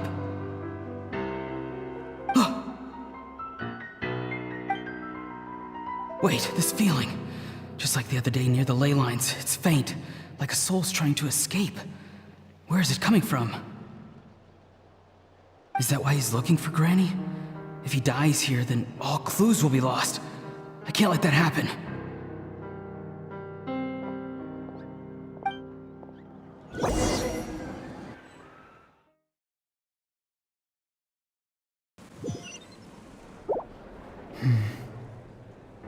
As for you, I must confess, I did not expect that little trick of yours to save the day. No matter how dense the fog, as long as the sun remains, we cannot turn day into night. She could have dispelled it. She simply chose not to. You don't have much time, and you're injured on top of that. What do you plan to do next? I'm beginning to see just how useful you may turn out to be. You heard something from here, didn't you?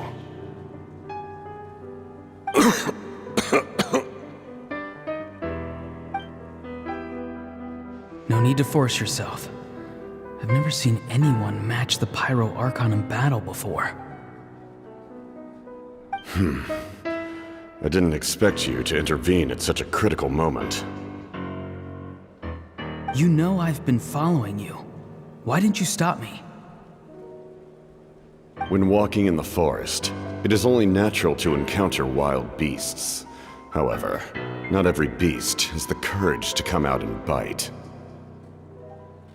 And yet, one of those very beasts saved your life.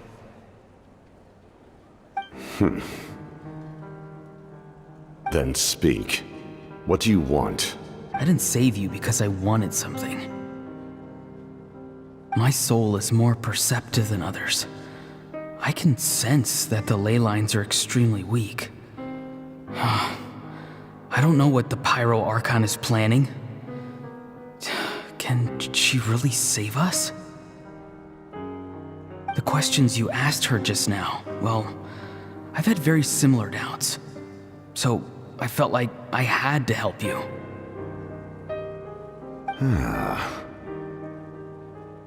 So, you can tell the truth. That was quite a reckless decision to make. I'm not sure you realize that. There's no turning back for me now. What I did back there is going to get me in a lot of trouble. You attacked the Pyro Archon in broad daylight, and I used my spell to save you. A single glance was likely all it took for her to recognize my tribe. So, we're in the same boat.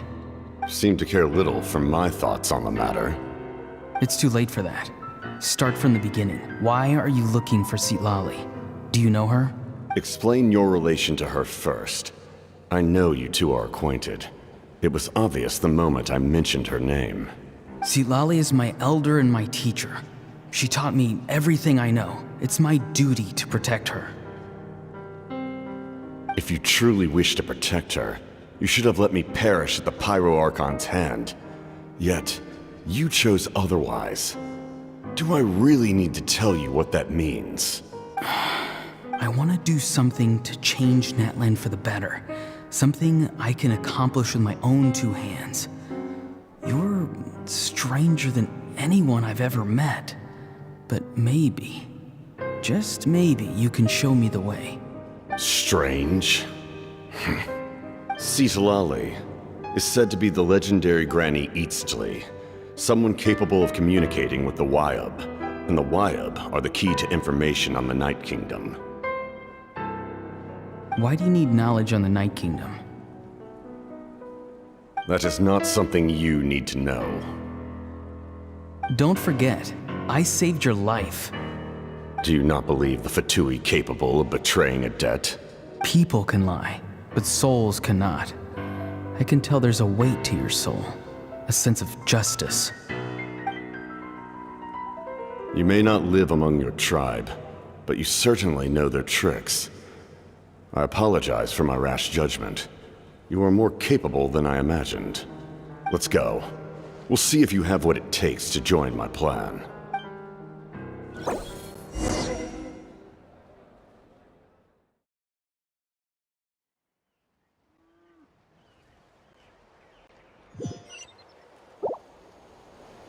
I see. Interesting approach. Worth trying, I think. Rather than weaving a net to protect the ley lines, this method would address the root problem by reconstructing the ley lines themselves.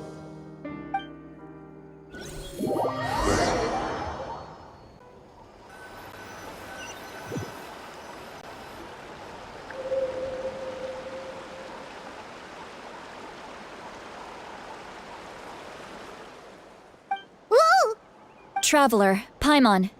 Are you two alright? Paimon's fine, just, a little dizzy. Of course. I'm so mad at him. After everything, he still can't let go of the past. For some reason, he thinks he owes something to the people who cared for him. Stubborn, self-righteous fool. Where's that gonna get him? Now that he's all grown up, he thinks no one can tell him what to do? He thinks he can just run away whenever he wants. I'll show him. If he tries to run one more time, he's got another thing coming. Maybe stubbornness runs in the family. Like grandmother, like grandson, as they say. Is that supposed to be a compliment? That kid's got nothing on me. Anyway, back to what we just saw. I don't even know what to make of it. Yeah, the captain seriously wants to reconstruct the ley lines? What does it even mean? Something like the loom of fate, maybe? But how does it help with the abyss? The loom of fate? Oh, it's kind of hard to explain. Basically, it's a device from Conrio that has unbelievable power. Anyway, if he really wants to manipulate the ley lines, everyone in Natlan will be affected. Oh, this is big. Which means the captain has been honest from the very beginning. Auroron's memory proves that. Why is he so obsessed with saving Natlan? Oh, we've got to tell Moeka about this right away. Yes, she needs to know about this. Now.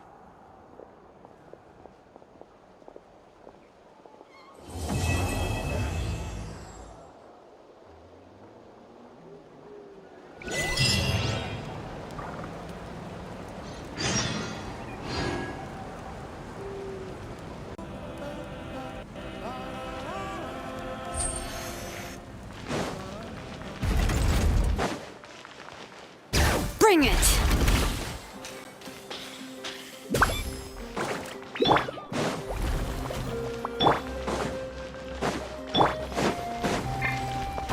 All right.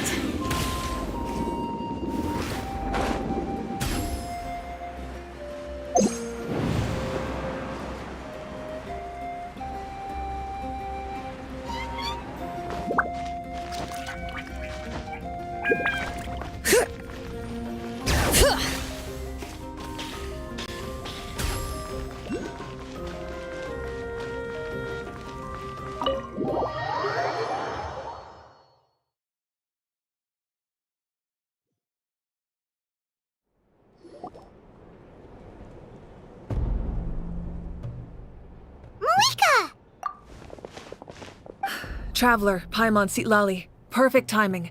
I've located the captain. Oh, really? That's great! We also just took a peek at Auroron's memories and discovered something huge! Oh, all with his granny's permission, of course. Or no, actually it was...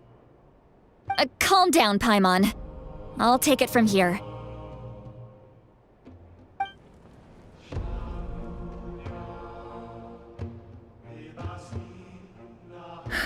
So the captain was searching for the source mechanism to reconstruct the ley lines. If his plan is already in motion, that means he knows exactly how to accomplish his goal. We have to stop him. Is reconstructing the ley lines a bad thing? Yes. It's not a simple fix.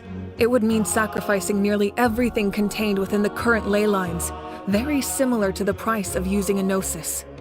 If he activates the mechanism, it's all over. We need to mobilize our forces as soon as possible. But what forces do we have? Kanich, Shilonen, you two, and myself. All other warriors are working to push back the Abyss on the front lines. But that's barely any people! Not to mention you lost your power, and they've got the captain on their side! Oh, maybe we really should get Sitlali to break Auroron's legs. That won't help us with the captain, I'm afraid. In any case, the Masters of the Nightwind are in urgent need of manpower. Sitlali, I was hoping you could head back and help defend the tribe. All right. I understand where I'm needed. I'll head out right away. Don't worry about your grandson. We'll figure something out for sure. I'll leave him to you all then. All right, back to the matter at hand. I don't believe defeating the captain needs to be our ultimate goal. Let me grab Shilonen and Kanich, then I'll tell you my idea.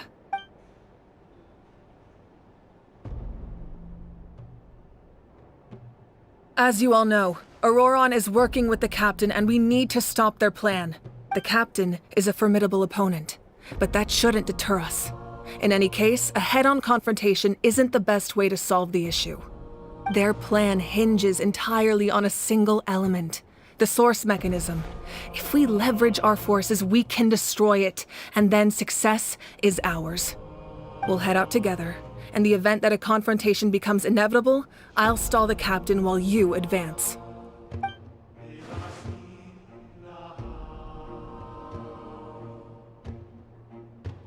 I agree with Kanich. The two of us can handle it.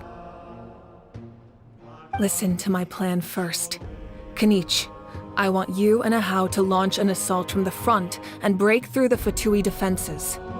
The captain won't be on the front lines. As a seasoned warrior, he'll be stationed in close proximity to the device to ensure its protection. No. The purpose of the frontal assault is to gather the Fatui forces in one place. That way, it's easier for the rest of us to avoid them. Shilonen, I need you to do what your tribe does best, and dig a tunnel from the outskirts of the ruin. Once we get close to the device, we just need to destroy it. Exactly. The Traveler and I will join her as well. No one can create a distraction better than you, Kanich, not even myself. By combining our strengths, we just might manage to break through the captain's defenses. Understood. Then we should head out now. Just promise us you won't do anything reckless. You cannot face the captain straight on unless you have no other choice. You mean everything to us. Losing you would be the worst possible outcome. Thank you, everyone. You have my word. I'll proceed with caution.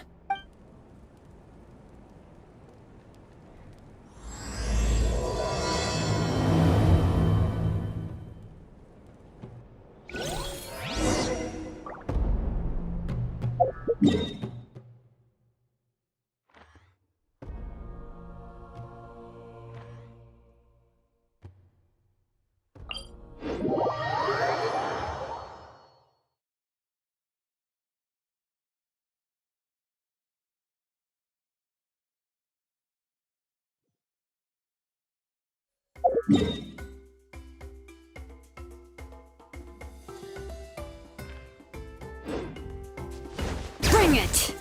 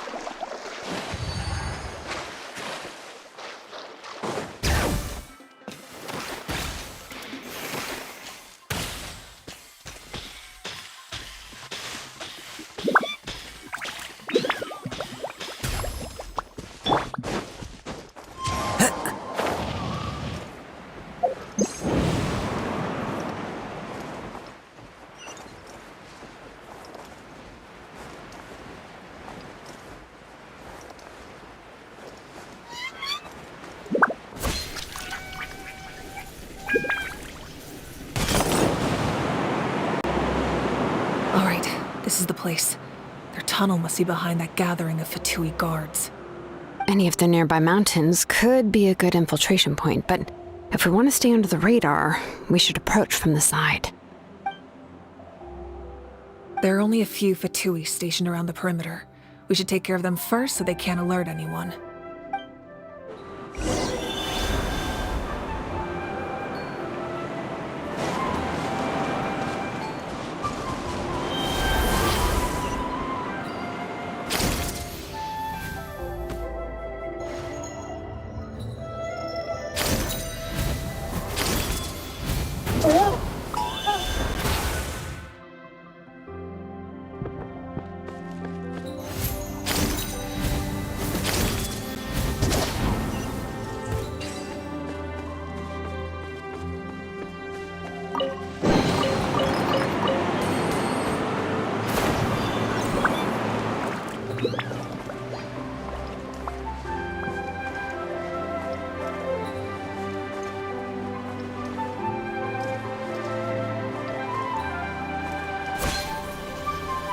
Strike a pose! Time to go. Into the wind. Hear the echoes of the valley! Killjoy! We've only just... All right, that's done. Let's head. What do you think, Shilonen? Is this a good spot? Yeah, looks good. We'll take it from here.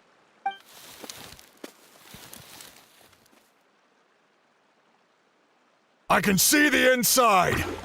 Perfect. We'll keep going. The rest of you should head back. Things are about to get dangerous. All right. Please, take care.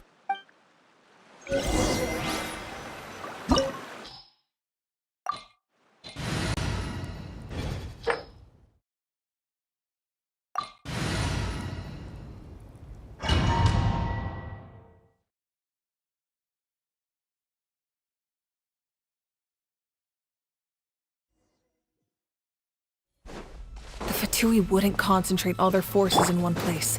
There's sure to be guards on the inside, so stay sharp. Oh, nice job smashing those rocks, Malika! Looks super cool. Ah, that was some expert level rock clearing, even by my tribe standards.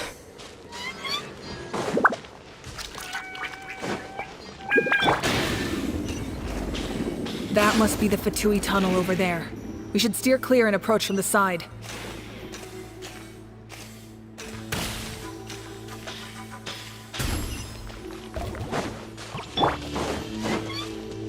All right.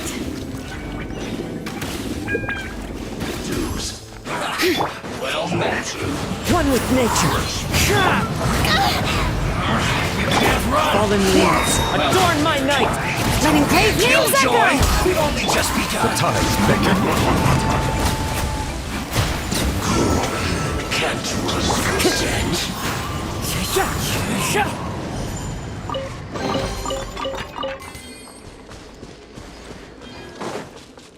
Time to go. This spell is from the Masters of the Night Wind. It's Auroron's doing. They're probably trying to buy time.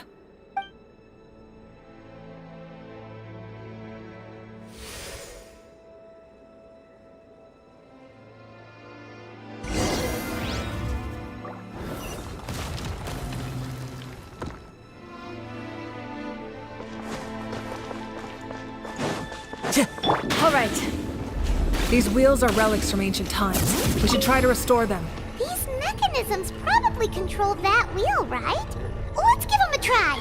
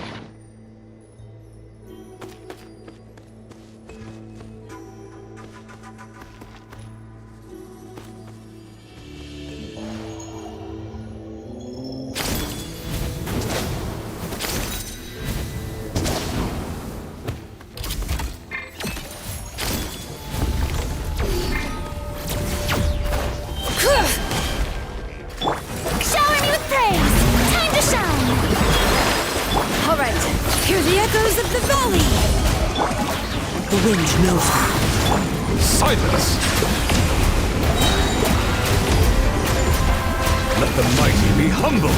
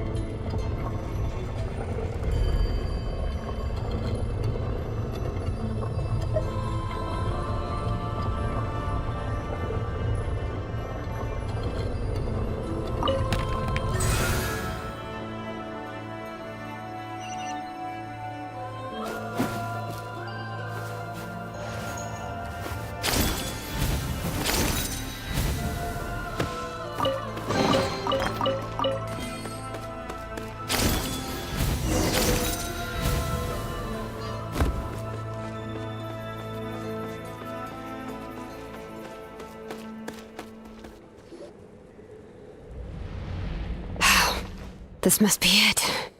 There they are! Oh, the captain's here too. Perfect. Looks like they focused their defenses over there.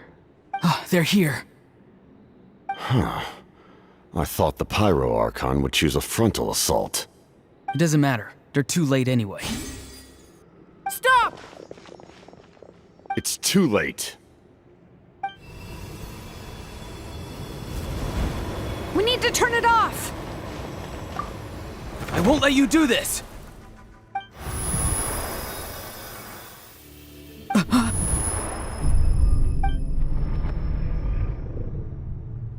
The sound of lament? What was that sound? It was like a piercing cry! Now's our chance to turn off the device.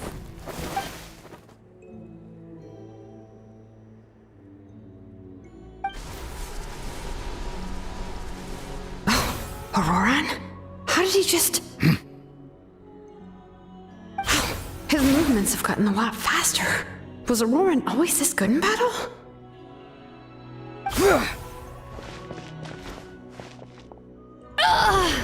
This ends now! Huh? Something's wrong.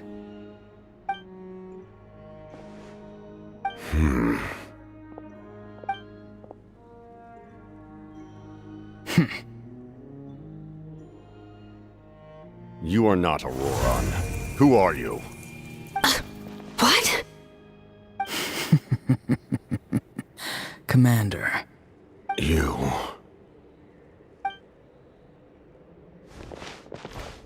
So, you still recognize me, Commander? I'm glad. Although, I believe you have some more pressing concerns at the moment. We did it! You see? You indulge your sense of honor for just a moment, and now you've lost your chance. Even now, you're still the same as ever. His voice is completely different. Is someone inhabiting Auroran's body? Stop worrying about other people's survival, about their losses and sacrifices. You just need to win. That must be why I've returned. For this moment. Please finish what you set out to do, Commander. I didn't expect to see you here. but I have to disagree. Abandoning one's comrades is not the way of a warrior. Why do you care about a doomed man? I know you can see it. He's already close to death. After all, his soul has been incomplete from the start.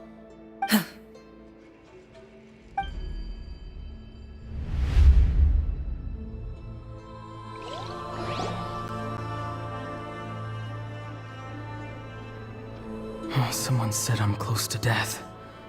Is it because of that noise just now?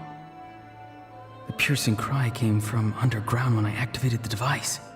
What's down there?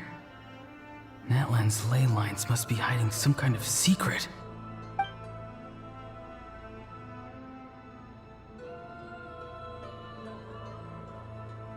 Ugh. Am I dying? Oh, no. It's too soon. Ah, Auroron, it's you. What'll it be today? Oh, why the long face? Don't tell me you still haven't let that go. I knew it was a bad idea to tell you. I heard everyone wanted me to be the savior. Savior? Ha! Sounds nice, doesn't it? But, does such a person truly exist?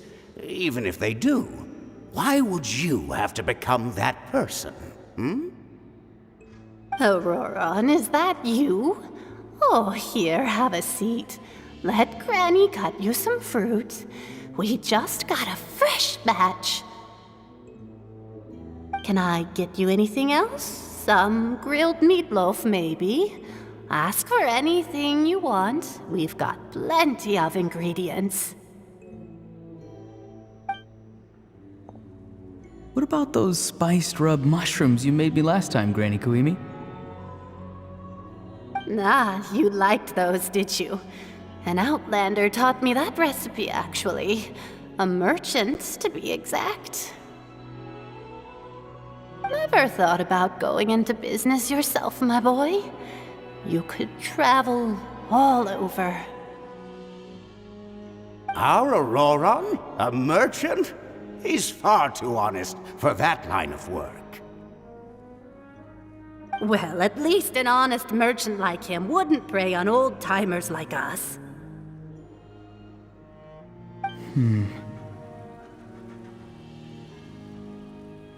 Everyone said a true savior does not really exist, but then why did my birth open the door to the possibility?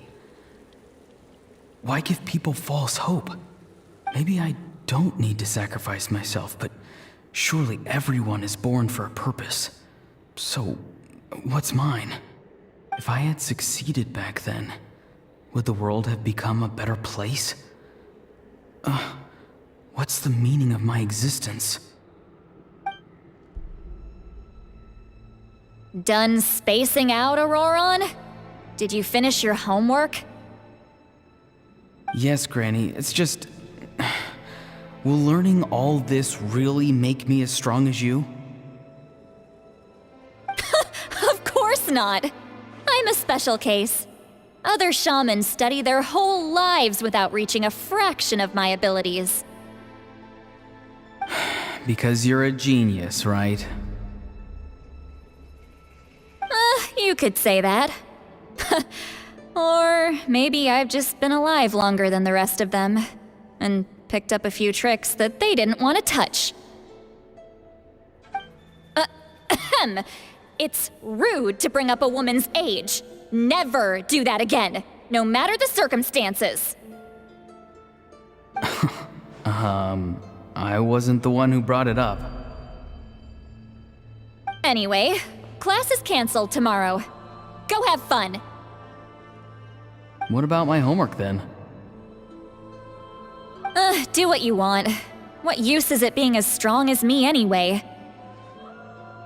You've seen how the tribe treats me. They're all afraid. I try to go about my business, and they practically tremble in fear. Not the most fun way to go about living one's life, I'd say. Take it from me. The happiest people are the ones who do their own thing. So do what you want, Auroron.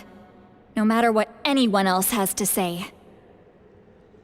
Granny didn't say it outright, but I think she was trying to comfort me. Don't force yourself. Don't beat yourself up over the past. That's what she always says. But I never forced myself. I never even got the chance to try before it was all over. Hey, you zoning out over here again? There's such a thing as overwatering the radishes, you know. I was just looking at the aphids. Something interesting about them today? I noticed some on the ground. Maybe it got too cold yesterday and they couldn't handle it. Bummer. Guess that means less honey this year. Aoife, do you think being a vet is fun? Fun? I'm not sure about that. Do you think planting vegetables is fun? Fun enough, I guess. I don't have anything else to do. Exactly. Most people live like that. No special purpose or calling. That's just how the world works. Oh, jeez. That troublemaker's at it again. Auroron, my man, come inside and give me a hand, would you? Why should I? I thought being a vet was no fun. Well, I guess there is a fun part. Trying to outsmart these rascals. Come on, give me a hand. Maybe Aoife was just too nice to tell me the truth. That attempting something above your capabilities will kill you. My soul is unstable. I only survived because I had people to help keep me in one piece. A part of me has always been missing. That's why the other spirits said I was close to death, but... Why struggle? It's a miracle you were even born. Just close your eyes and wait for death. It was you, the thing that came out of nowhere. Thing? I'm a warrior, far stronger than a weakling like you. I'm not weak. There's just a limit to what I can do. And that's exactly why your fantasy is so ridiculous.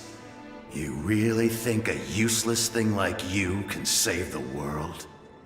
Useless? Savior? Ha! Sounds nice, doesn't it? But, does such a person truly exist? Even if they do, why would you have to become that person? Exactly. Most people live like that. No special purpose or calling. That's just how the world works. Take it from me. The happiest people are the ones who do their own thing. So do what you want, Auroron. No matter what anyone else has to say. But I don't want things to end here. Auroron? It's all right. We'll take things from here. Every time they marched into battle, I had to stay behind. Don't worry. With the Archon on our side, the Abyss doesn't stand a chance. All the best warriors are fighting on the front lines. I want to do my part too. Both of us are bound to disappear. But your end will come sooner than mine, because you've been broken from the start. Once your soul shatters into pieces and dissipates into the wind, I will take temporary control over this body. I will serve my commander until the end. No. No, this isn't right. My life can't end like this. I still haven't done anything important with my life. My end will not come first, and I'm not giving up. I can't die here, no! I won't die here!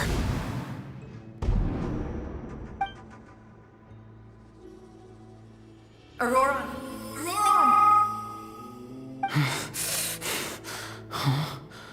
That voice. Control your mind. Feel the ground beneath your feet. This is not your end.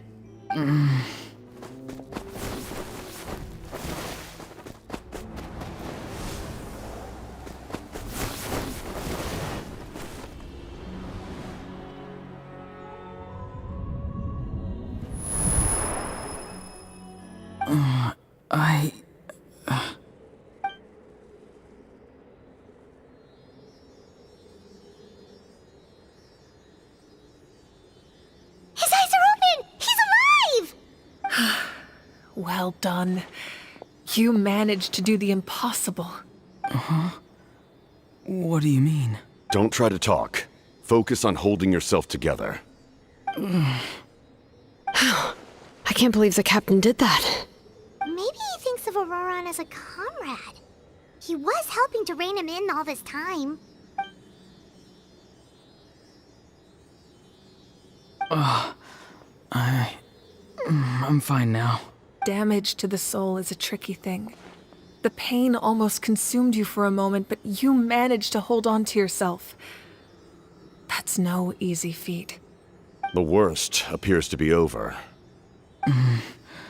I'm sorry for causing so much trouble. We can talk about that later. Our plan, it failed, didn't it? I'm sorry. We were so close. You saved my life, and now the debt is repaid. Auroron, I never thought you actually wanted to sacrifice yourself in that ceremony. But you never gave up. Have you come to a conclusion on what it is that you truly want? I just want an answer. A reason why I exist and why everyone always did so much for me. No one is born a hero. And no one should be treated like one from birth. I had a chance to do something important back then, but I failed. All I want is to find some more ways to make up for that. The answer you seek now lies before you.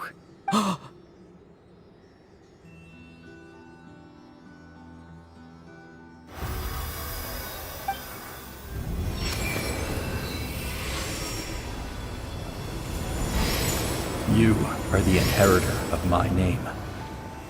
The hero from the Masters of the Nightwind, who shall fight for this generation.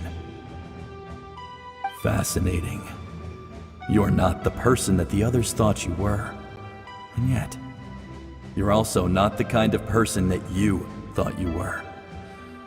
It can take a lifetime to truly discover who we really are. Like you, I never thought I had what it took to be a hero. I was too cunning, too self-absorbed. But in the end, I sacrificed my life for this nation. Now, remember your name. Even if others will see a different meaning, it still symbolizes your nobility and yearning. My ancient name. BD. It means devotion. You will give your all, not for the sake of a heroic death, but to do justice by the answer you found for your life. For that answer, you will offer all of your strength and be born anew. Through your devotion, you will prove your worth. Having foretold his own death, the omniscient man holds a feast in celebration. Let us raise our cups in honor of his heroism and send him off with this final tribute. For at last, his wish is now fulfilled. It's nice to see you again, Sunhudge. With your recognition, we now have the 5th hero of this era.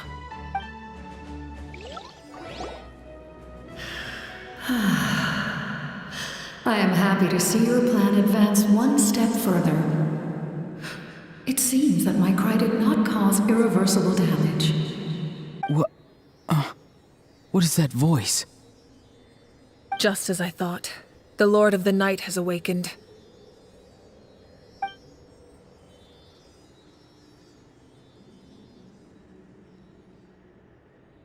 The Lord of the Night? As in the one who rules over the Night Kingdom? I preside over a realm of souls. Due to my limited power, sleep is the only way I can extend my existence. When you activated the device, I awoke and could not hold back my cry. It is a sound that agitates souls. Most of you are unaffected because your souls are intact. But with a damaged soul, the effect on your friend was heightened, and his soul almost shattered as a result.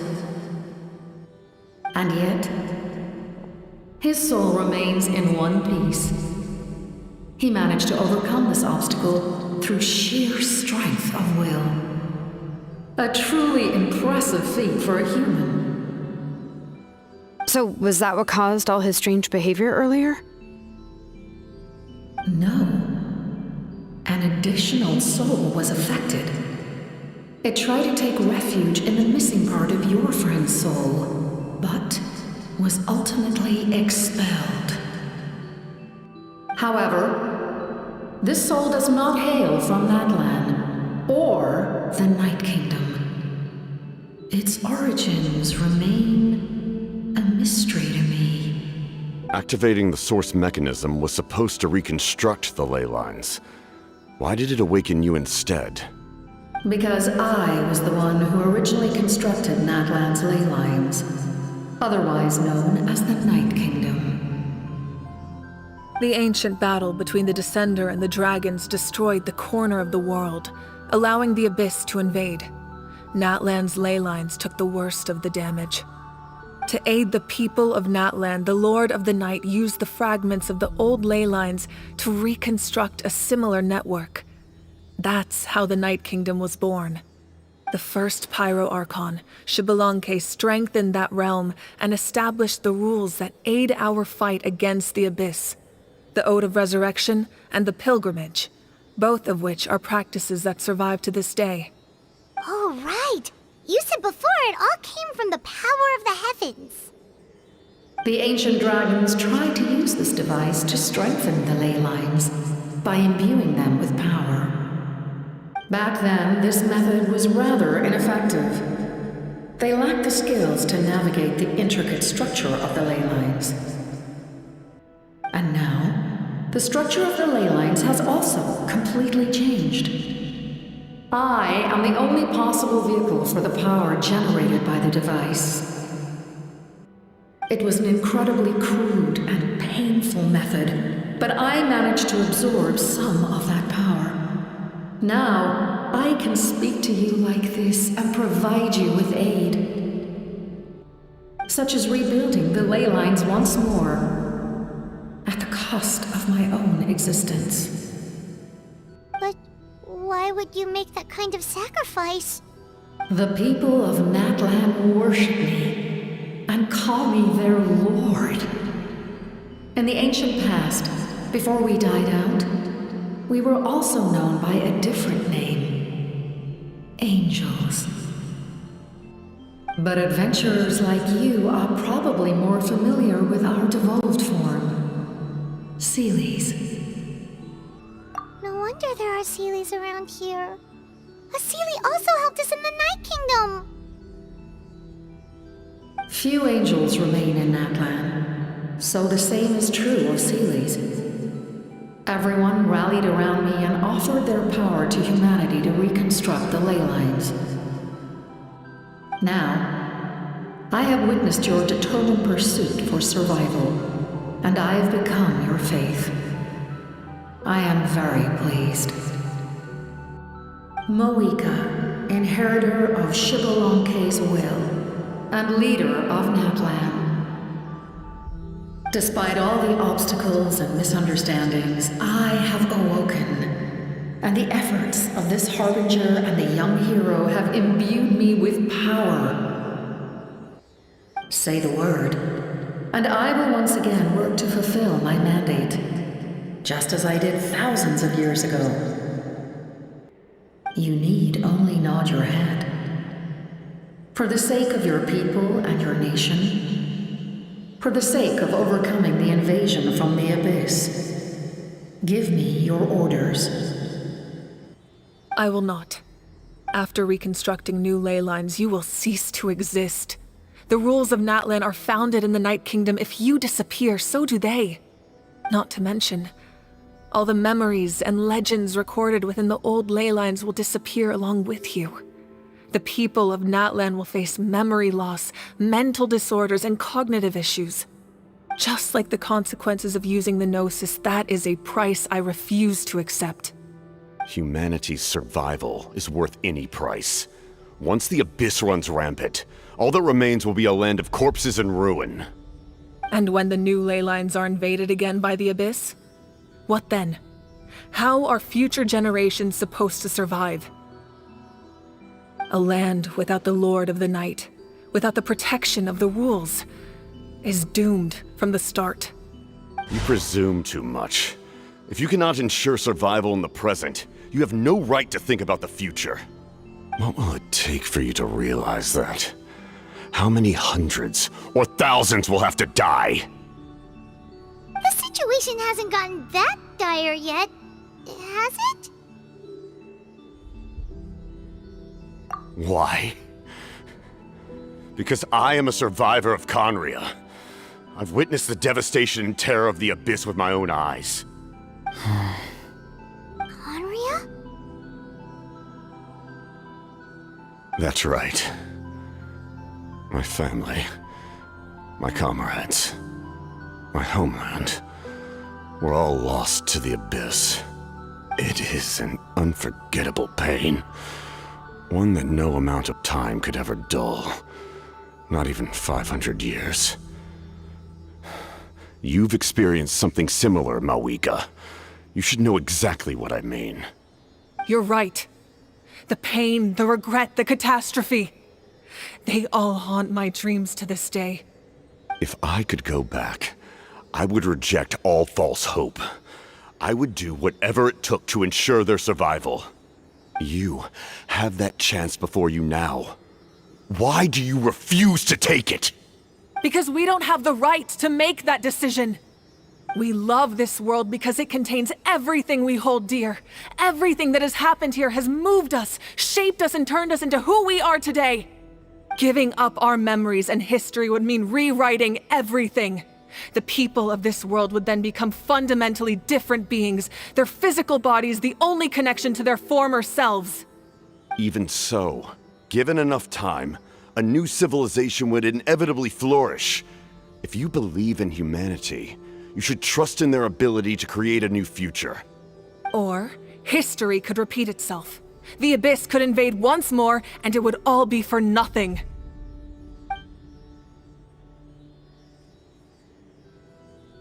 Can I say something? I once carried the hopes of many people, and I was also desperate to save our nation. In the captain's plan, I saw a chance to ensure our survival. But as I was on the brink of death, my wish for life and purpose was rekindled. I've been very fortunate to be well cared for by all the people in my life. I refuse to forget that. My feelings were so strong, they overrode my compulsion to sacrifice myself for their safety. No matter what path lies before us, we still have a destination. If we lose our way now, we will lose the meaning of our existence. That's right. Natlan's heroes gave their lives so we could have this chance against the Abyss. Their sacrifices are our blessings. Not only are their deeds and spirits exceptionally meaningful, they may also well be our path to victory. I don't want to give up just yet. Yeah, we're just one hero short. The power from the device will allow me to remain awake for some time. I stand at the ready should you change your mind. Even if you fail, you need only send someone my way. My offer still stands. Humanity is truly remarkable. Even the gods in the heavens hold you to be special. Even now, you stand before me, dazzling like the sun. You must have a profound connection to this land since you're so determined to save it. But what are you really trying to protect? The land or its people? Pretty sure he wants to hear what you have to say, Traveler. Fine. I suppose we can wait. Now that Auroron has inherited the memories of his forebearer, there's only one hero left. Your plan does have the potential to generate the best outcome. In the meantime, you shall have the aid of all the Fatui under my command. Thank you. Having such a powerful harbinger on my side is a big advantage. I know we may never completely see eye to eye on what it means to protect life, but for now, I'm willing to fight by your side.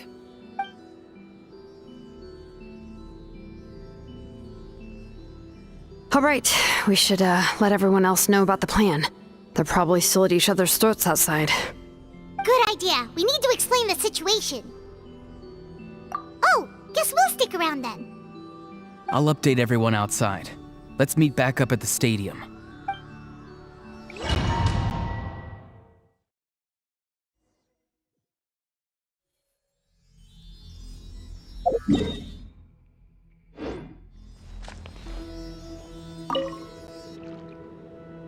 You come to me with many questions, and you should be rewarded for your bravery. And they do not like being mentioned by name by any living being, be it an ordinary human or one of the seven.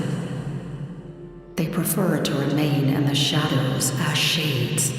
The one you wish to know about? I call her the Ruler of Death. She helped Natlan establish the rules. It was also under her guidance that I created the Night Kingdom. It was an expression of love, as well as an act of reparation. She was seen as having significantly overstepped her authorities as a shade, which quite displeased the almighty heavenly principles. She succumbed to self-pity as a result, and no longer cared if others discussed her identity. Even so, her existence remains unknown to all but a select few. Self-pity? Please don't tell anyone I used that word. I'm just trying to speak plainly to conserve energy. You come to me with many questions. I'm not familiar with that concept. The device is capable of weaving and creating ley lines, you say? Even I cannot create something from nothing. I can only reconstruct the ley lines by reassembling the yet intact components into a new structure. If that power were available to the people of Natlan, they might have a new option against the Abyss. You come to me with many questions. Phlogiston is Teyvat's primordial form of energy. The heavenly principles used phlogiston as a basis for the creation of elemental energy, to develop a power to better counter the Abyss. Have you heard of the concepts of the light realm and the human realm? That explanation might take too long. Light refracts into 7 different colors, which we collectively refer to as a rainbow. Elemental energy is a similar concept. It's essentially the modern counterpart of phlogiston. You come to me with many questions, and you should— yes. The artisan from the Children of Echoes has yet to mention the matter to me. Probably because the young girl from the Masters of the Nightwind is absent. No matter. I'll reach out in a dream and tell them what needs to be done. Young girl? What? Did I say something wrong? You come to me with many questions, and you—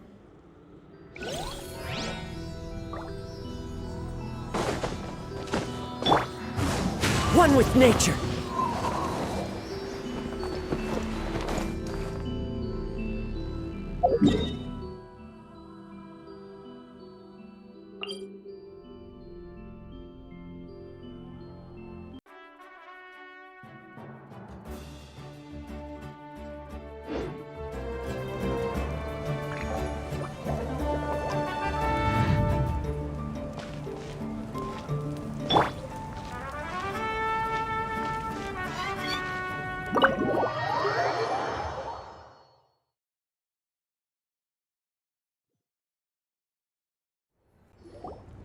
In that case, allow me to formally welcome the Fatui to our cause. We now face a common enemy.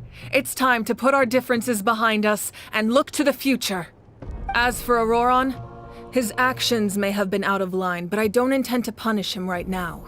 I'd rather give him a chance to prove himself. A magnanimous decision. We're back! Whoa. Seeing the two of you chatting like this, Paimon almost feels like she's dreaming. This may be an unexpected outcome, but a favorable one nonetheless. Now that we're all here, I have some questions of my own. Tell me, how did you discover the source mechanism? We weren't getting any closer to obtaining the Gnosis, so I had my men scour Natlan for a different option. Auroron helped as well.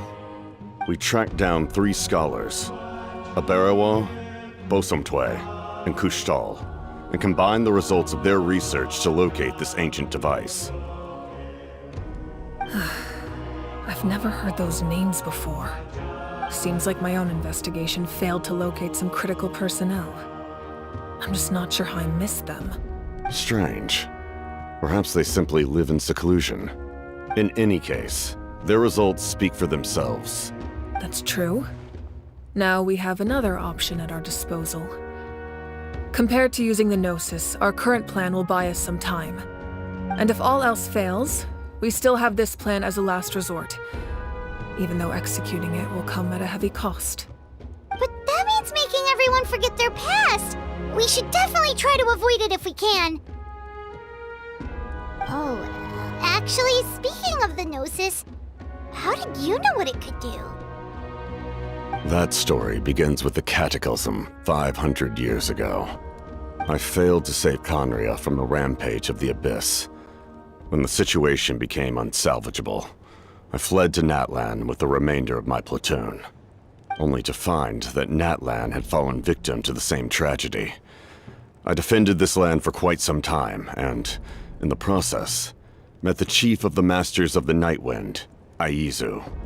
I'm sure many people viewed Conria as the cause of the tragedy, but Aizu was kind to me all the same, and even helped me in my time of need. From that moment, I made it my mission to aid Natlan. In battle, a warrior fights to win. Even though my homeland was lost, I was already committed to this fight. Together, Aizu and I fought many battles and overcame countless hardships. However, he was unable to escape his fate, and, in his final moments, told me the secret of the Gnosis. So it was him. He recommended using the Gnosis on several occasions even before the tragedy, but I turned him down each time. You knew him, and you fought for Natlan all those years ago. Why don't I recognize you? It must be the mask.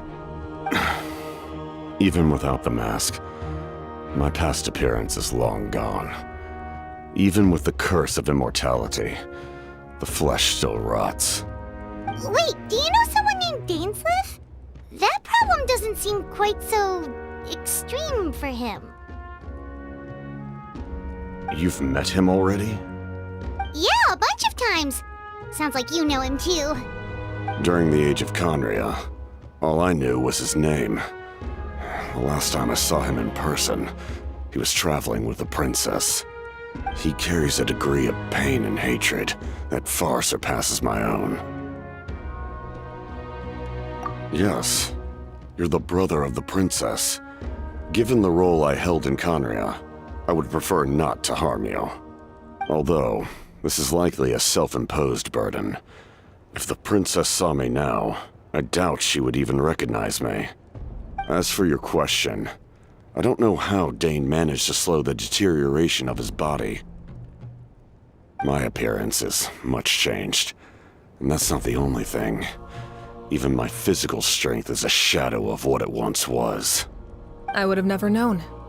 During our battle, it felt like I was fighting against the pinnacle of human strength. And I still lost. I deserve no praise for that outcome. Still, it's a shame we never faced off 500 years ago. You could have seen what I was truly capable of. I agree. Had we fought then, I'd also have been more motivated to go all out. So, all that commotion back at the stadium, and you're saying neither of you were using your full strength? I'd say we're evenly matched. If we face off again, victory will come down to who wants it more. I imagine you held back since there were spectators around that could have gotten hurt. But capitalizing on that situation would have only led to a hollow victory. It would have been no different than taking hostages. My goal was the Gnosis, and I failed to obtain it. That means I lost, plain and simple. Her Majesty the Tsaritsa allows every Harbinger the freedom to pursue the meaning of their existence. When the time comes, that freedom can take precedence over her orders. That's why our methods can be so radically different, despite sharing the same goal and the same sovereign. I needed the Gnosis because I came here to save Natlan. That was my primary motive. Once Natlan is saved, if the Gnosis still remained in my possession, I could bring it back to Snezhnaya. My decision regarding the Gnosis will not change. So let's focus on the Abyss for now. Right! What happens when all 6 heroes are together? We will unleash a great power that can be used to thwart the Abyss. But only once. It's a power that Xbalanque gained from Renova. Renova is a god whose existence predates any Archon. You can think of her like an emissary of the heavenly principles. She controls the power of death. Wait, is that why you have the Ode of Resurrection? Yes. Renova also orchestrated Natlan's rules. As for the Divine Throne, like I said before, when a human ascends to the Divine Throne, their inner flame will awaken. The size of the flame depends on the person's potential. The same principle applies to the ruler of Death's power, with one notable distinction. The amount of power inherited will not change depending on your ability to tolerate it. In other words, it's a kind of power that not everyone can withstand. But if you survive the trial, you will gain unprecedented strength and the ability to harness powers more formidable than any Archon. That still sounds really risky. We cannot walk this path without accepting risk. Mualani charged into the Night Kingdom despite the abyssal contamination. Auroron fought back from the brink of death. In the face of their bravery, I must respond in kind. That is my duty. Spoken like a true leader. All right, that's enough for one day. You should head back and get some rest. I'm sure you're exhausted. The Abyss will likely sense the change in Auroron. It's possible the frequency of the attacks will increase. There are many challenges to come, so we need to be prepared. When you put it that way, Paimon feels even more exhausted. All right, let's head back.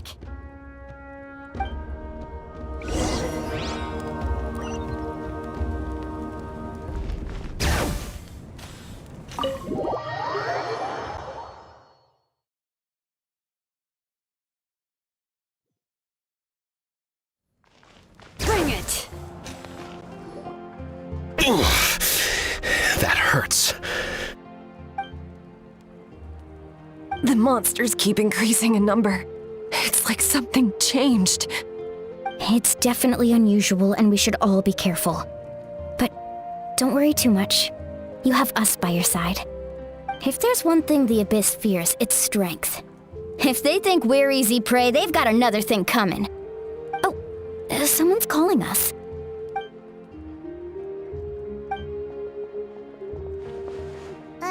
Something wrong, Traveler?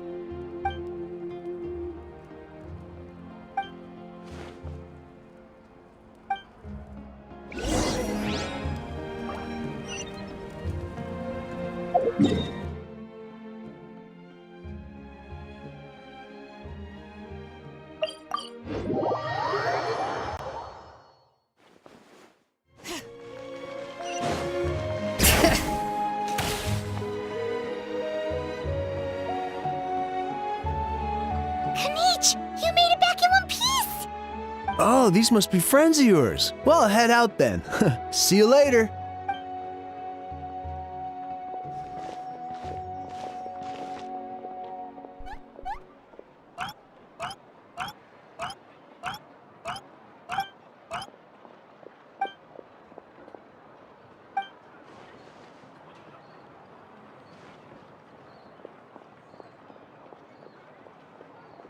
Yeah, a lot happened while we were in the ruin. We'll tell you about it some other time.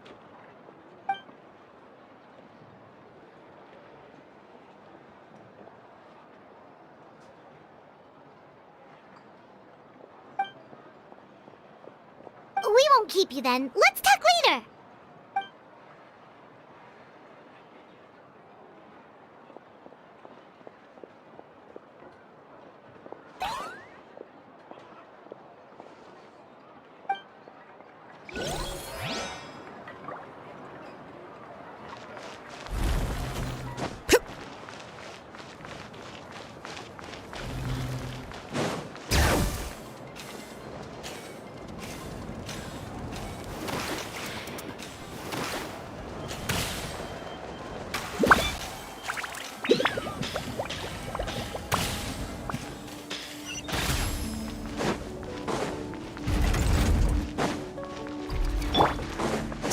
All right.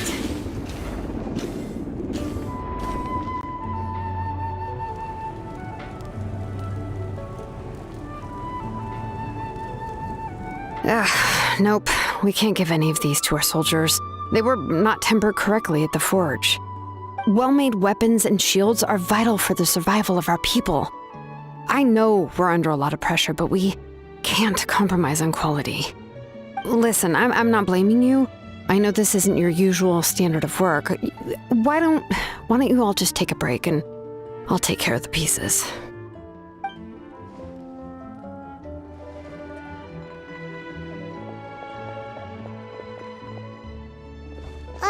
Hey, Shilonen?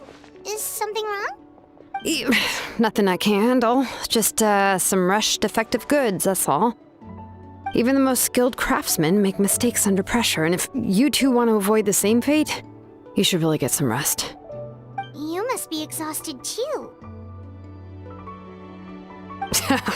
Don't worry. I like it that way.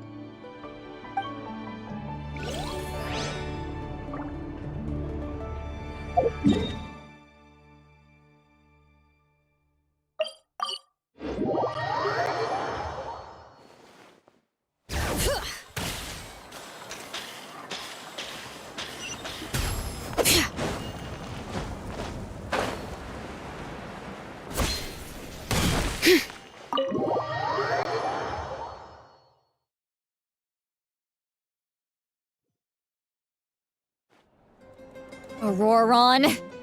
Granny? What's wrong, Granny?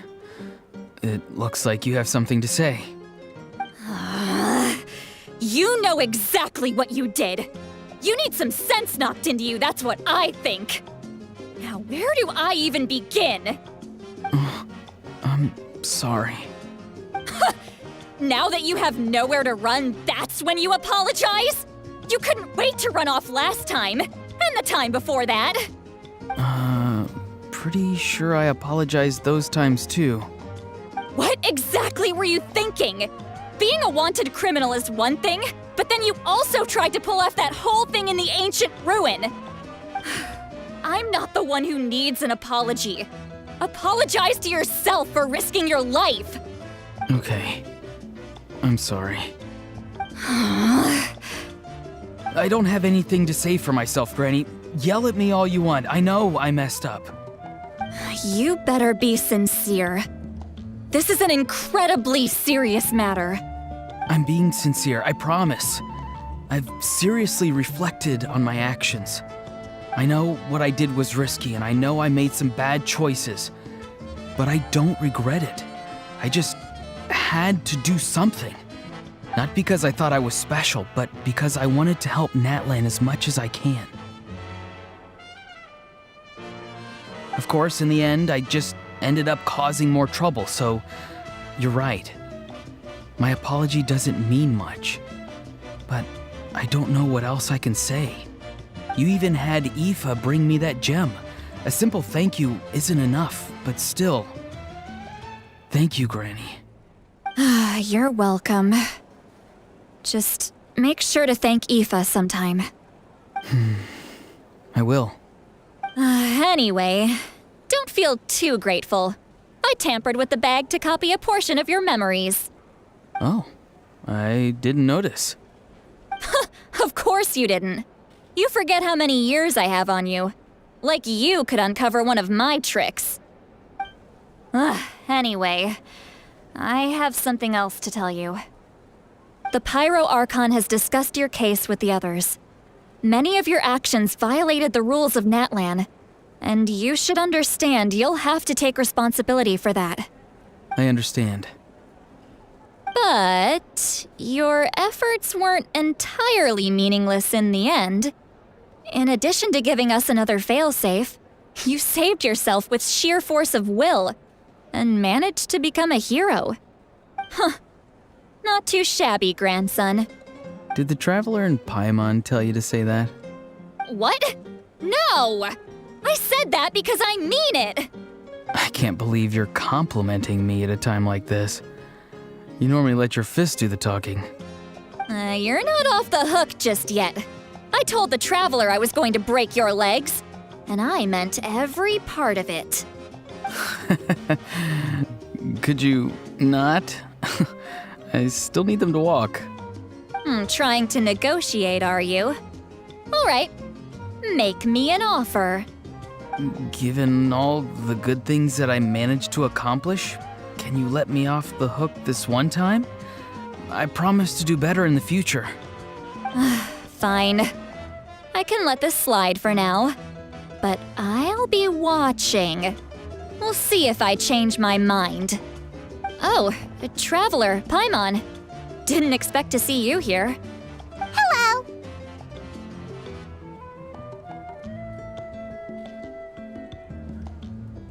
Yes.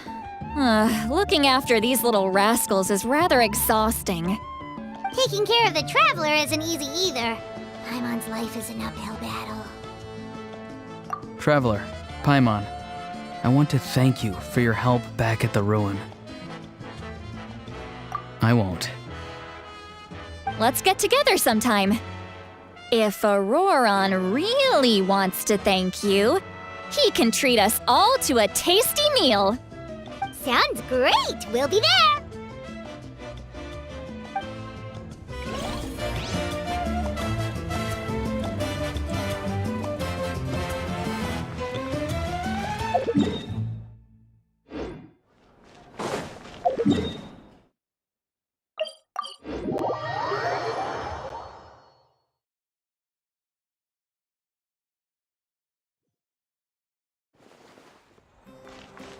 Bring it!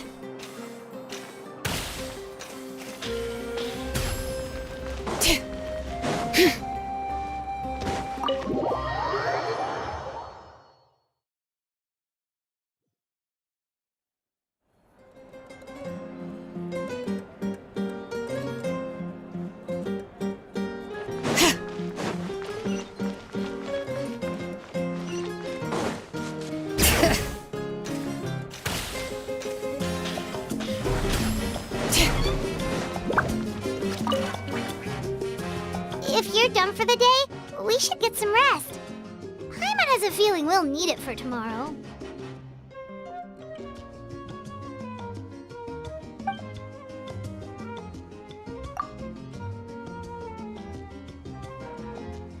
You ready? Yep. Let's go meet the Lord of the Night.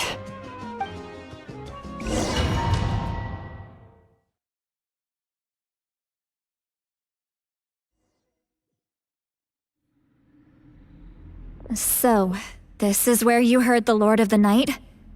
Guess that means she really has awakened. Hopefully we made it before she falls asleep again. Fret not. I'm still here. For a weak life form, falling asleep is no less taxing an exercise than staying awake. I'm sorry for disturbing your rest, but there's something we didn't have the chance to ask you earlier. We need to forge a new ancient name for the Traveler. But we ran into a problem. He's not from Natlan, so there are no records of him in the Night Kingdom. I see. Malwika must hold him in high regard. It would seem the two of you are not simply here on her orders. So, What say you? Do you believe this traveler to be deserving? Speak your mind. There are no others here.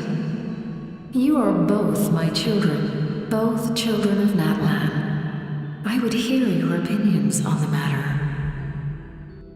He is special. He saved Kachina and devoted himself to helping us avert this disaster. Natlan owes him a debt. But that debt has not been repaid, and with an ancient name, we can at least guarantee his safety. Even though that guarantee will come at the cost of your own life? Yes. So, it's true. Forging an ancient name consumes the life of the craftsman. Forging an ancient name is an act of creation. It involves taking disparate concepts throughout the Night Kingdom and condensing them into a heroic epic. But it takes time for the new concept to be integrated into that realm. If the ancient name is like a seed, then the life of the craftsman is the outer shell, serving as its protection. Once that process is complete, the seed will sprout, and having served its purpose, the outer shell will gradually disappear. Forging an ancient name is no easy task, and creating one for an outlander makes it even more challenging. Still, if you're here, that means your mind is set. Yes, because I believe forging this name will be well worth it. We don't know how long we'll be able to hold back the Abyss or what the final price of averting this disaster will be. If giving up my life means that all the people of Natlan can have a future, then the sacrifice is practically negligible. Even when I'm staring death in the face, I don't think I'll regret this decision. I bear the name Baraka. This is a part of my duty. I understand. The chance may be exceedingly slim, but you still want to seize it because this could be the final step to victory. And you, Siglali, the anxiety you feel, it's because you saw something, yes? Something you were not meant to see. So, you know about that too? What is she talking about? I've had concerns for a long time. Malika's plan needs too much time, and too many things can go wrong. The Masters of the Night Wind have a ceremony that can be used to glimpse the future. It's just... using this power on the Pyro Archon has always been seen as a taboo. And you did it anyway? What did you see? Death. How? A key part of Malika's plan is using the 6 heroes to release the power Xbalanque obtained from the ruler of death. Considering its origins, the price of using that power is death. You're saying Malika is going to die in this war against the Abyss? Yes. I can't just ignore what I saw. That's why I need the Traveler's power. I need the power of a Descender. Don't forget, Siglali. Even if it may seem like someone is fated to die, the nature of death and fate are different. Fate indicates what will happen in the future. The time, manner, and place are all predetermined. But death is different. Death is a rule. The ruler of Death's power will allow Malika to triumph over the Abyss, but she must offer her own life in the process. The ruler of Death cares little for the time and manner of a death. She simply guarantees that it will occur. Fate may be able to influence the timing, but that is all the Traveler can change. Wait, you're saying we might be able to change when she dies, but not the outcome? I cannot help you with this, I'm afraid. It's beyond my capabilities. Malwika knows about all this, doesn't she? Yes. I imagine she has long accepted this eventuality. Well, I can't. She's so strong. She never gives up, never rests until a problem is solved. She's not the type of person to just quietly accept her death. The Traveler shares that quality. That's why I think this gamble is worth it. Together, I know they can overcome the impossible. Be it fate or death. We shall have to wait and see, but I will curb my expectations. My time is running out. It is my honor to witness humanity in this moment of absolute determination. We won't forget your contributions. Once we deal with the Abyss, we'll find a way to keep you alive. Thank you for saying that, but there is nothing you can do. How many years of life are enough? 10? 100? 1,000? 10,000? The Night Kingdom will disappear. The humans will continue to fight against the Abyss, and in the end, all will cease to exist. When you consider all of that, extending my life is meaningless. That's what makes us different. Even if our end comes tomorrow, humanity will still do whatever it takes to survive today. Exactly. Times like these always fill me with admiration and reinforce my commitment to the mandate I shoulder. My Creator was right in esteeming you as special above others. Here. This is my gift to you and an extension of my will. It can record the Traveler's experiences in this land, whether from the past or the future. With it, you can forge the ancient name you desire, and the Traveler will also become a hero forever recorded in the memory of Natlan. Thank you. We're sorry to ask this of you when your strength is already all but spent. Really. Thank you so much. Your thanks are unnecessary. This is the least that an angel can do. Time for you to leave. It's getting dark.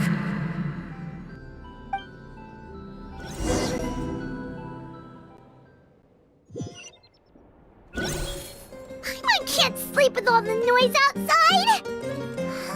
Forget it, let's go check it out.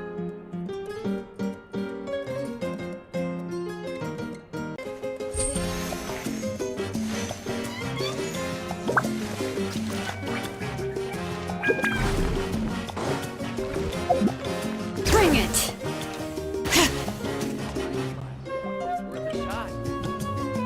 Shilon and Sitlali, is there a reason you're up so early? We went to see the Lord of the Night, and she gave us this. Like I said before, I couldn't forge your ancient name because there was no record of you in the Night Kingdom. But with this, we can finally record your deeds.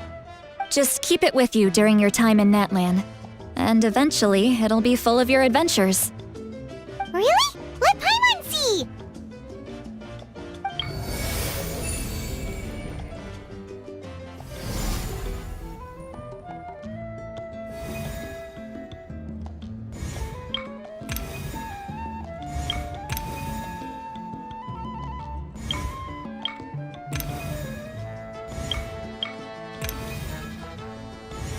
Whoa, it's the two of us! And a sun in the middle! Oh, and that must be... Kachina? It's not a concrete medium.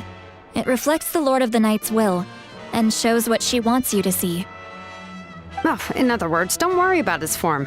When you want to check the contents, just take it out and have a look. Sounds convenient! It's also super light and doesn't take up too much space. This is a really awesome gift. Oh, yeah. We'd feel bad accepting something like that. Oh, yeah, don't worry, you two. It's You know, like you saw yesterday, aiding humanity is the Lord of the Night's mandate.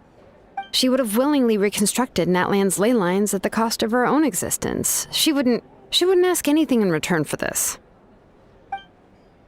Exactly. Just take it. Well, if you say so.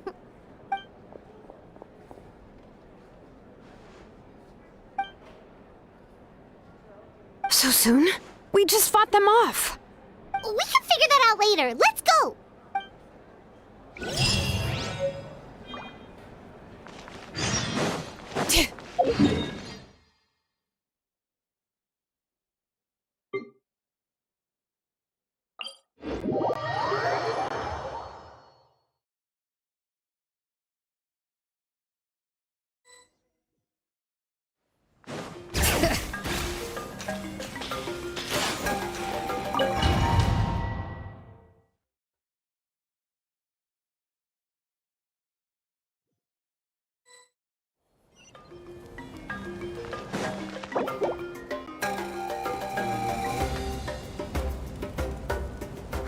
I see.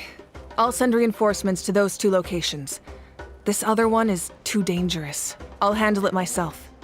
The remaining locations are remote with no inhabitants. Let's bring our warriors back and make sure they're careful on the retreat.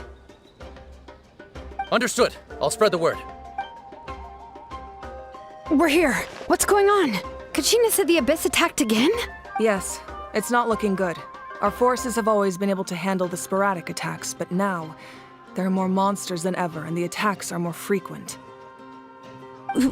What about the scale? What areas are they targeting?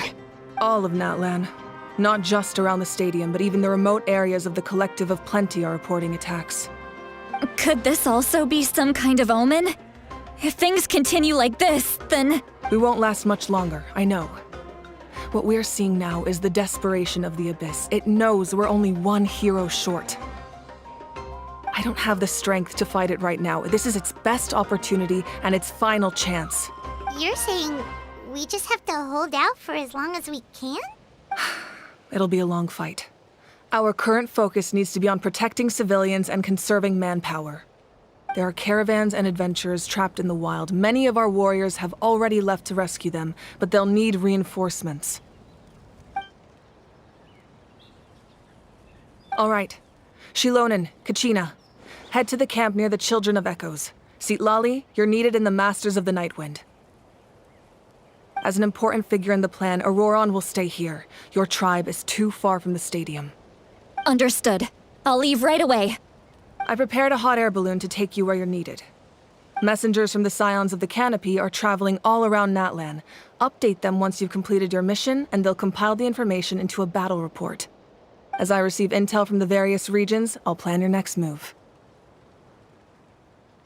All right, no time to lose. Let's go!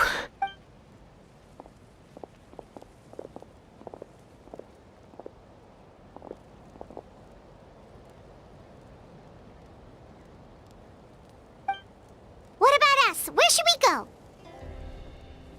I received word that a small team escorting civilians back to the stadium was attacked. They won't be able to hold out for long. Can I leave them to you? Thank you. The hot air balloon is over there.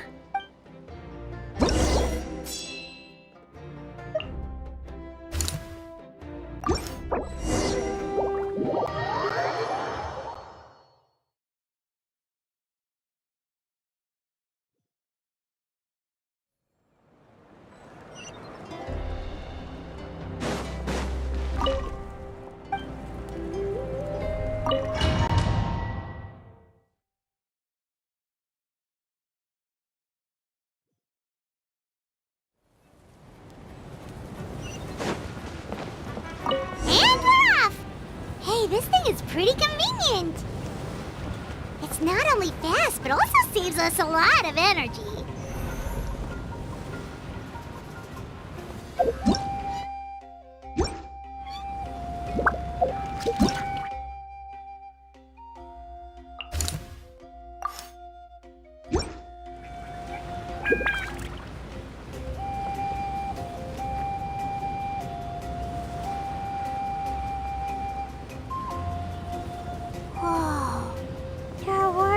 fighting everywhere.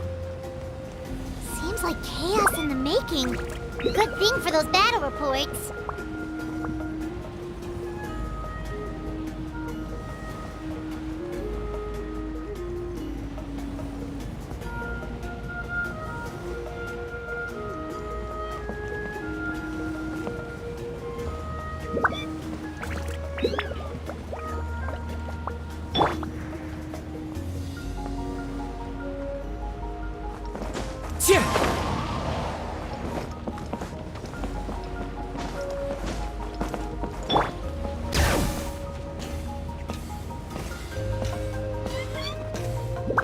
Look, they must be trapped. Let's go help.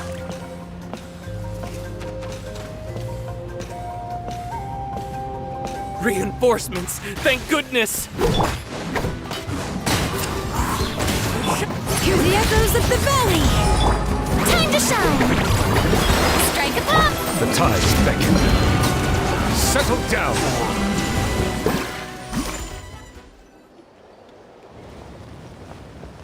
Thank you for coming.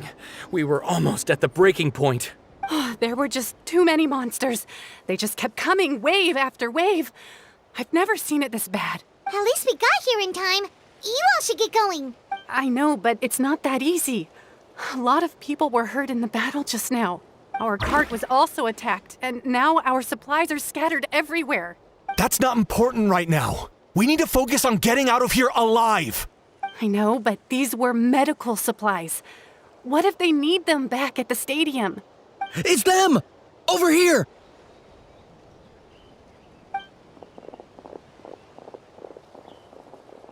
We came to help, but looks like you don't need it. Nice job making it through. Now we can head straight to the next location. What other areas need help? Here, take a look at the latest battle report. Messengers from the Scions of the Canopy are traveling all around Natlan to pass along the latest intel. If you see a messenger from the Scions of the Canopy, feel free to ask them about the latest battle situation.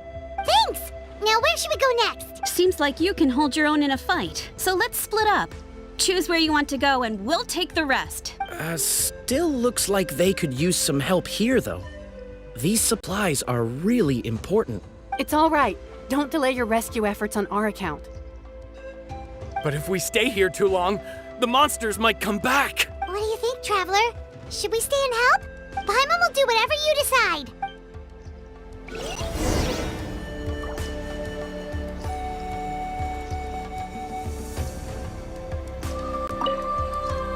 Let's take a moment to regroup. Who knows when the monsters will show up again?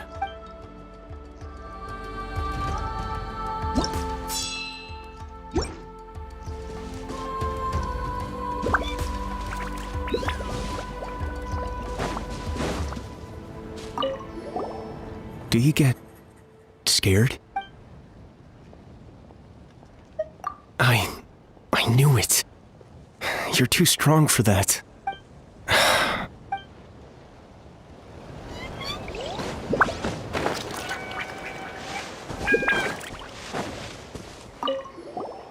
Traveler, can I ask you a favor? My mother's a doctor. When she heard about the attacks in the wilderness, she rushed out to help, and I haven't heard from her since. I'm worried. She's not a fighter, and I can't leave to check on her. I want her to stay out of this. So if you see her, can you please tell her to take shelter? Of course. We've got this. Thank you. Oh, that makes it easier to focus on the current battle.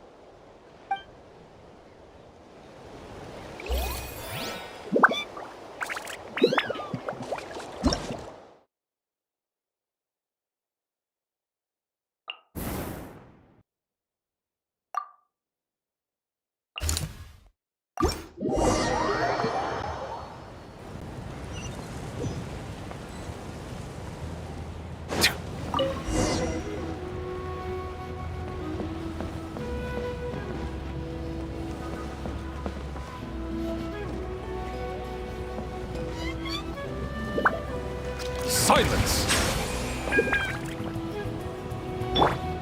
Bring it!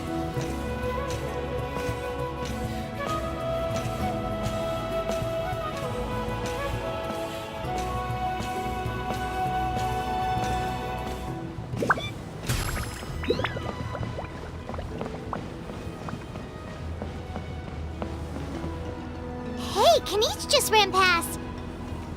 He must be busy delivering messages. At least he didn't look hurt.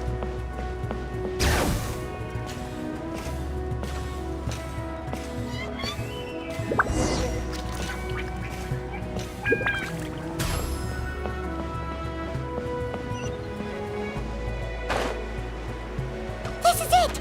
Looks like a battle is in progress. Let's go help them! How much longer are these things gonna keep coming? We're reaching the breaking point!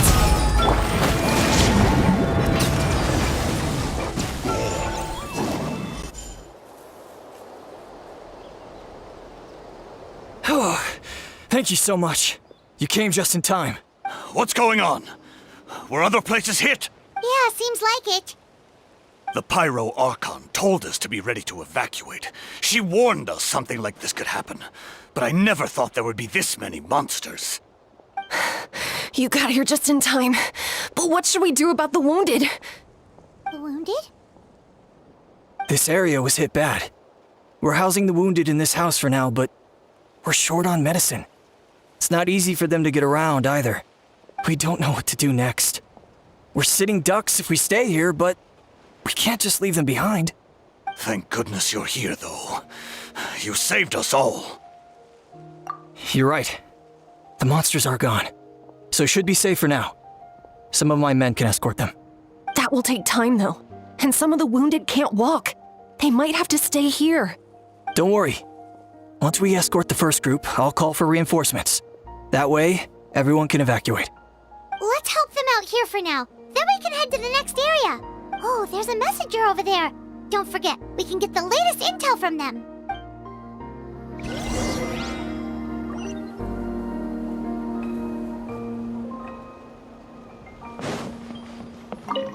Thanks for your help. I've updated the intel on this area. I'll start spreading the word. Hang in there, you two. A lot of places still need your help.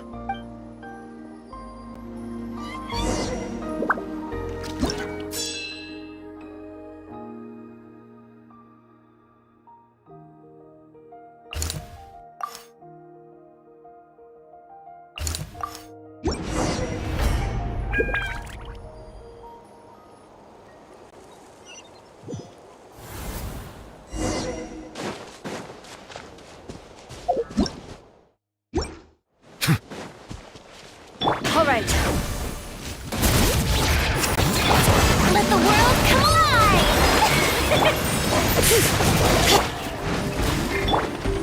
Into the wind.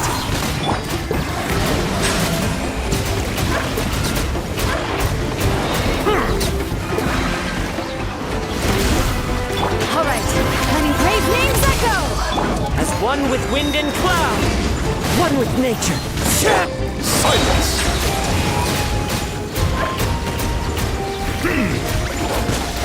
Be sanctified.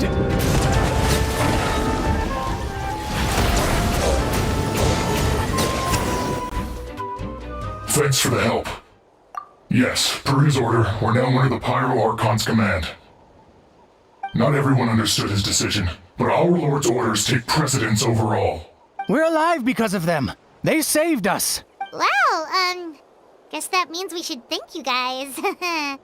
This feels so weird. Agreed. Where are you headed? The people of the Springs? That was the plan, but I don't know if it's safe anymore. I suggest heading to the stadium. Most of the manpower will be focused there, so it'll be safer than staying with the tribes. Once we take care of these monsters, some of our soldiers will escort you. Thank you so much. Guess a little extra help never hurts. People from all over Natlan are heading to the stadium. That area needs to be the center of our defensive efforts. If your other tasks are complete, I'm sure the people there could use your aid. Hearing those words from you also feels quite strange for me, but I can only accept the situation at hand.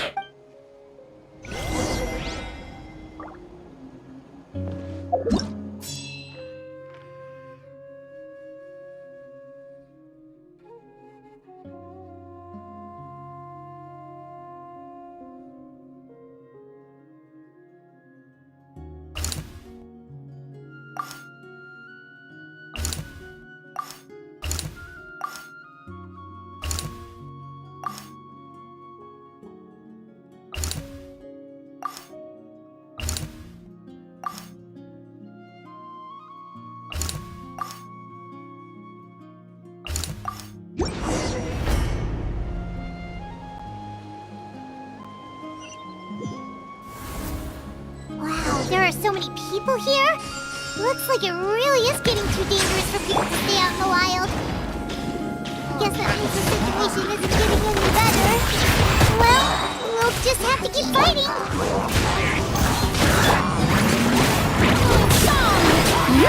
Let the mountain's veins boil!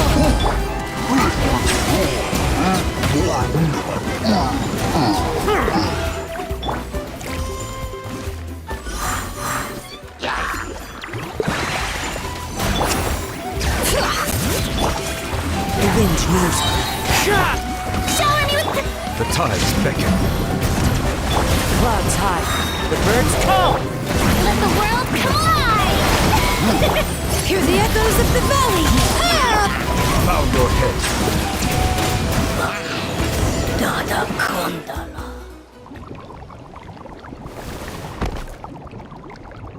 Oh, Kenichi, you're back!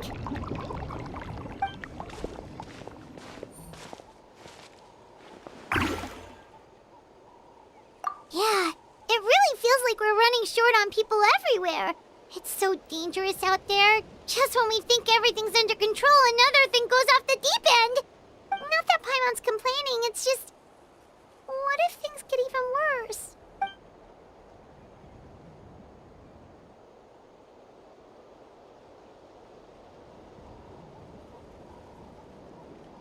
Okay, that's enough out of you!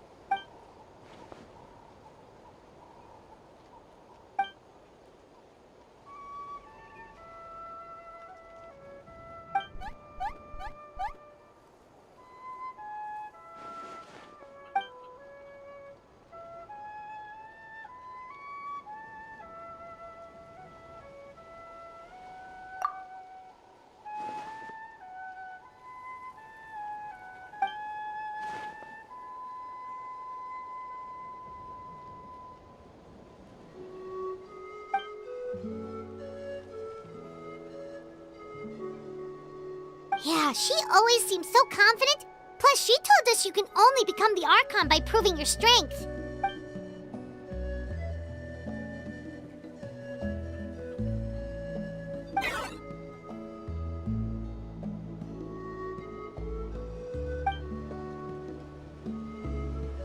Good idea! Maybe we can see if the people around here need anything in the meantime.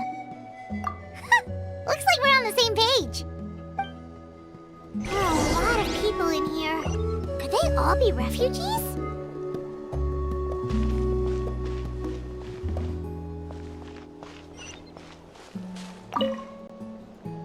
Oh, it's you two! Oh, I'm so glad you're all right. Hey, you made it back! Sure did. Dargo made sure we got back safely before rushing out again. Plus, we managed to deliver the medical supplies to the stadium. I really can't thank you enough for your help.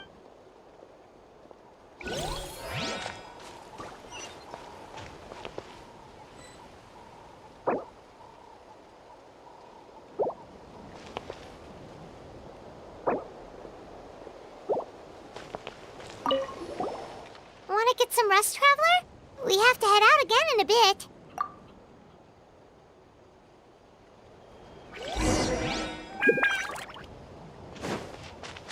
All right.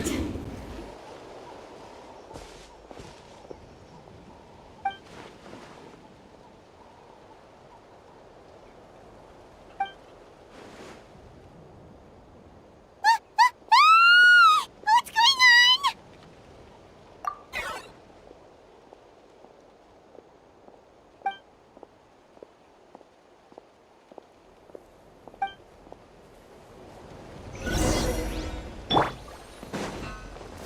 Settle down.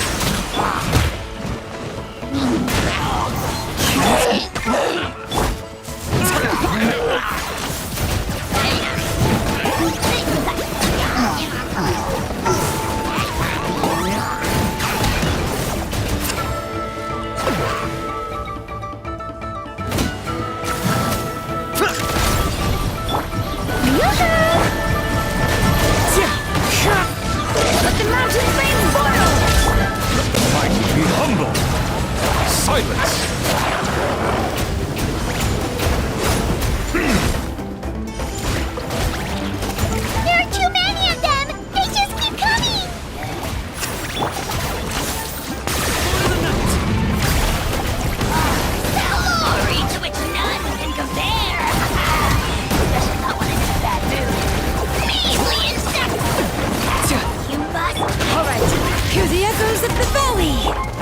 with wind and cloud!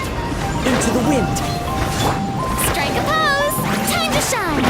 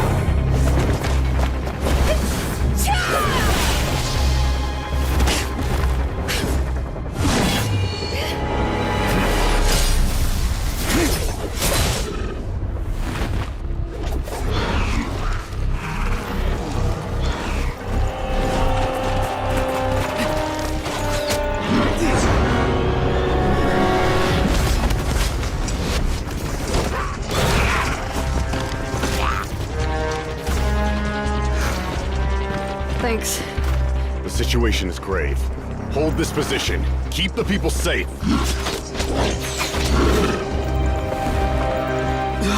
Chaos and emptiness. So that's the abyss. And it knows that now is its best chance.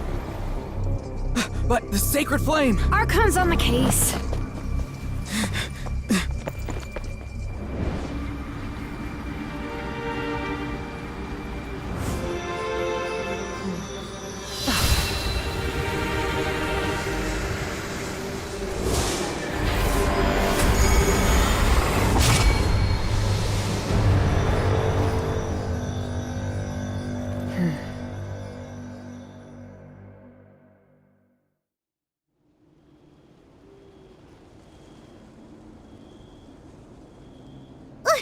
What was that?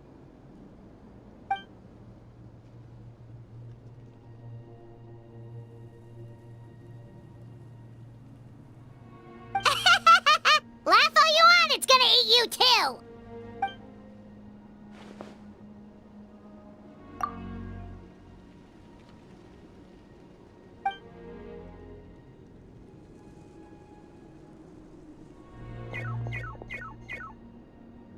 The fact that Deadpan Kanich is this nervous just goes to show how serious this really is. Oh, let's go. The disaster's really happening.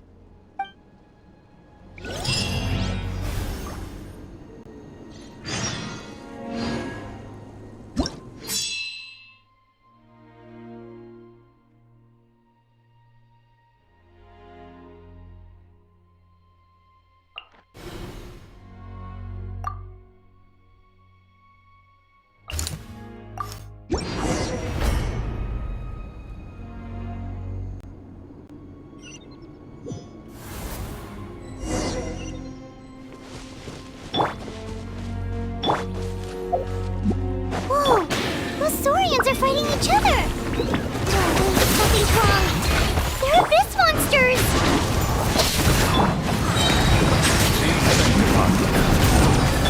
Let the mountain's veins boil!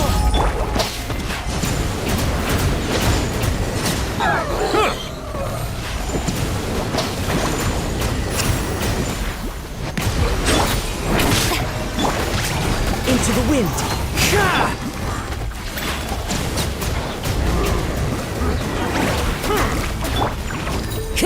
All right. The wind knows me.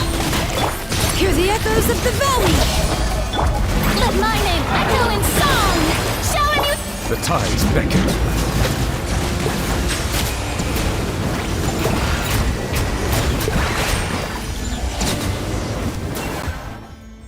Over here! Come on, quick! Hey, wake up! And you, wake up! They're all dead. Oh no! We were on our way to the stadium with our Saurians when that dark entity emerged in the sky. Seconds later, the abyss monsters appeared and changed into Saurian form. They fought till the end to protect us. And now... Right. You need to get to the stadium. Come on, we'll take you. I guess. Thank you. Oh, I'm so sorry. Truly, I am. May the Wyab watch over your souls, now and forever. Huh? Yeah. Paimon knows, it's just...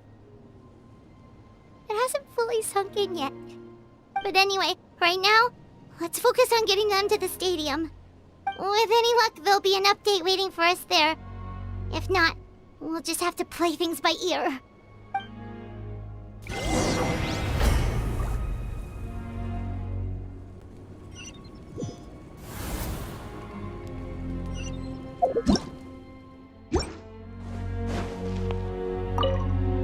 Need the latest battle report? We don't have too much information since so few messengers are making it back here. But as I understand, the folks at the Scions of the Canopy outpost suffered a large-scale abyss attack as they were trying to evacuate civilians to the stadium. If you're free, please head there immediately.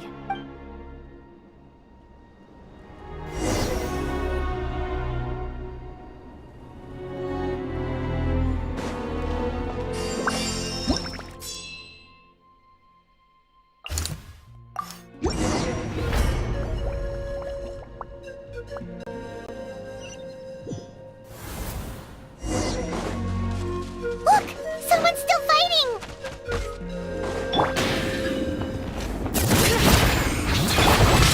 Into the wind.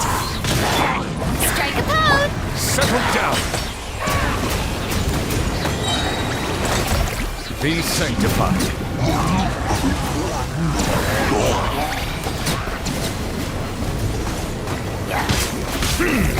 Letting brave names echo.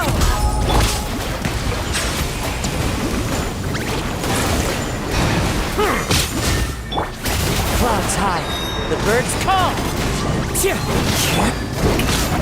Let the world come alive!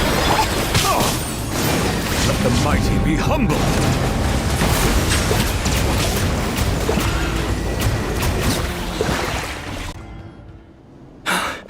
It's you.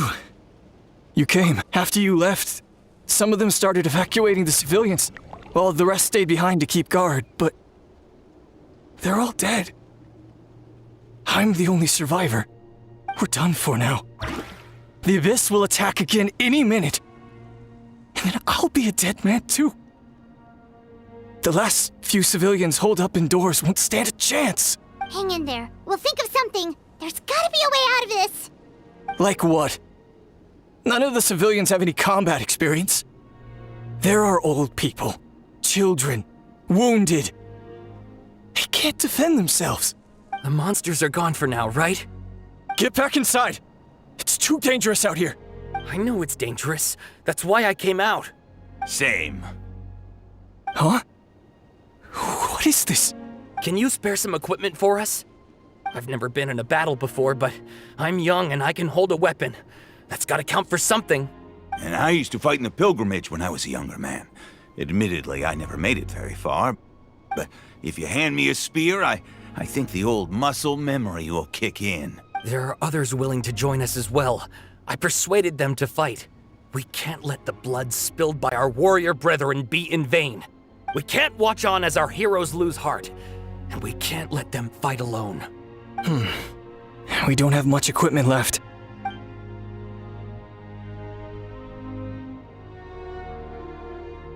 Okay, take these. With a few extra fighters, we should just about be able to hold our own. It'll be a slow advance, but that's better than being stuck here. Everyone who's fighting, be prepared to follow my orders to the letter. Yes, sir! Got it. Take our hot air balloon. You can use it to get to the stadium. No need. You'll have other people to save. We're taking up arms so that you can focus on more important things. You're the heroes, after all. Okay, well, try going that way. That's the route we came from, and there weren't too many monsters. Thank you, both. You've been a huge help. I am devastated by the deaths of my brothers in arms. But if their sacrifice means anything, I have to live on. We're not going down without a fight. Thanks. We will. Now, go. There are other people to save out there.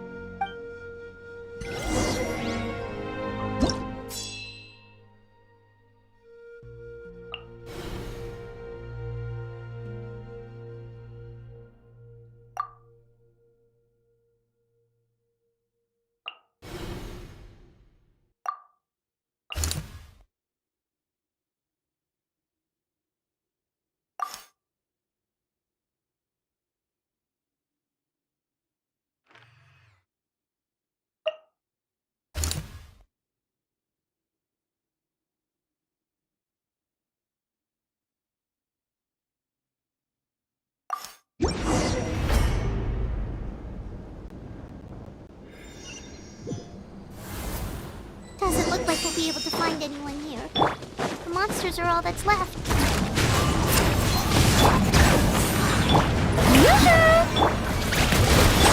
Hear the echoes of the valley!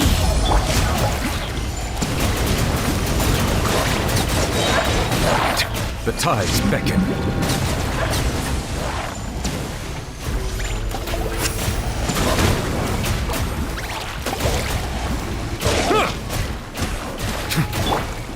Into the wind. Nope. Nobody here. The latest intel said the Children of Echoes need support too. Let's head over.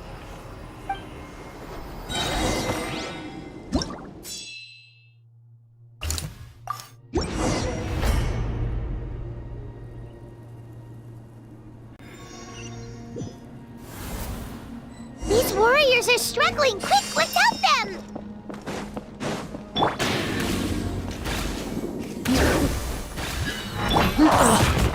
That hurt! Fallen leaves, adorn my night, one with nature. Strange pose, but my name echo in song. Letting brave names echo. Bow your head. Be sanctified. Nada Kondala.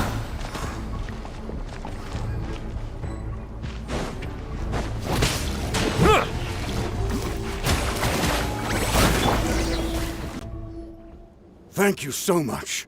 You saved the day. The enemy attacks grow stronger with each wave. We're nearly at breaking point. Given how few of us are left, I think it's time we cut our losses. This base is as good as gone. Yeah, everyone needs to stick together. Best to regroup somewhere else. Better late than never. Time to evacuate. Warriors, gather round.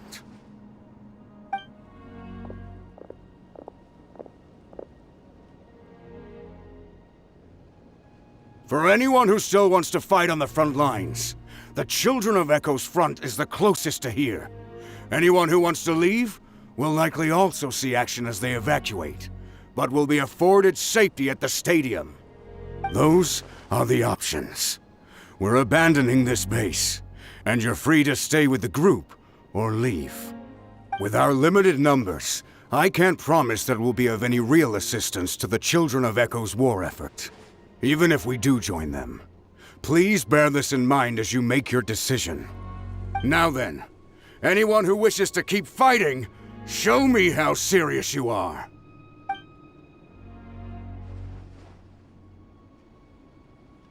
Really?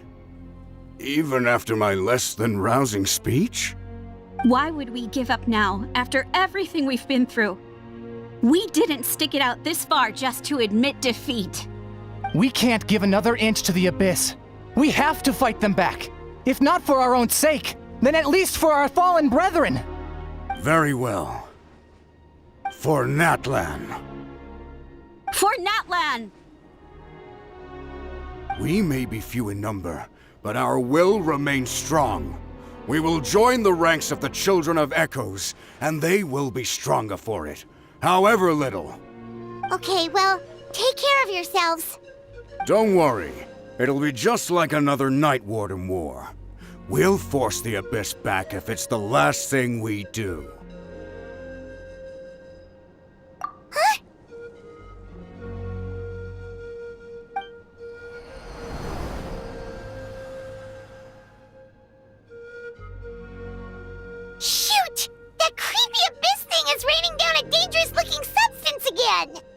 That's over towards people of the Springs territory. From what I've heard, their defenses have been substantially weakened by the Abyss invasion. Then let's head over and check on them!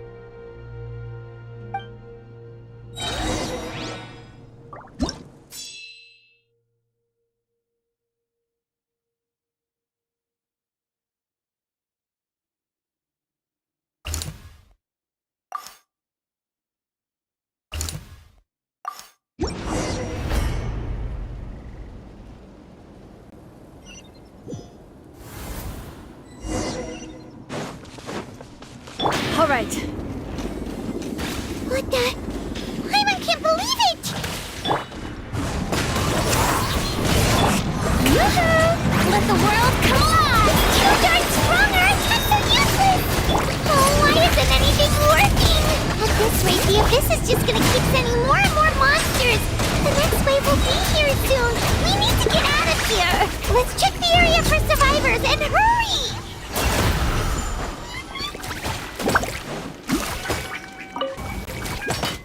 There's just one battle report left, and it gives a long list of places where the dangerous substance has been dropping. This is the first report we've had in ages, which means the messenger's job has become all but impossible.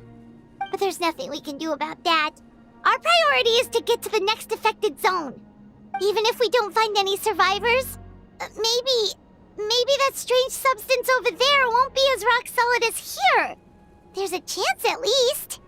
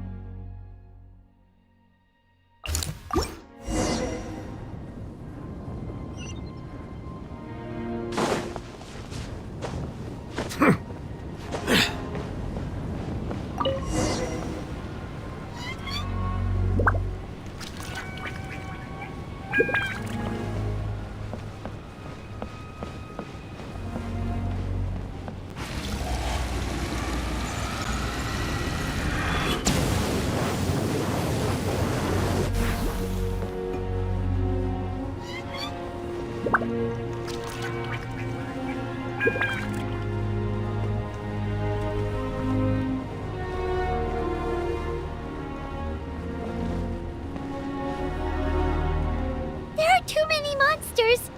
There are just too many. It's beyond anything we've seen before.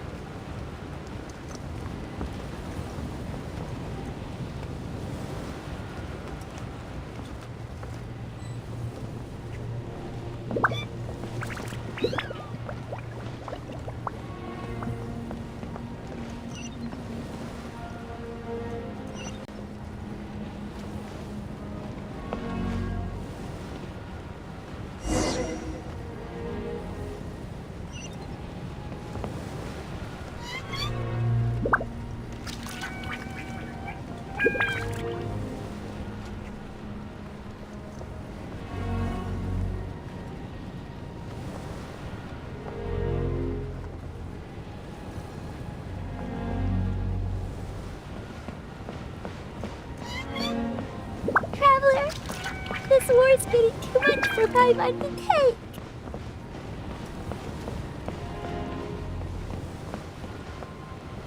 Okay, let's do this!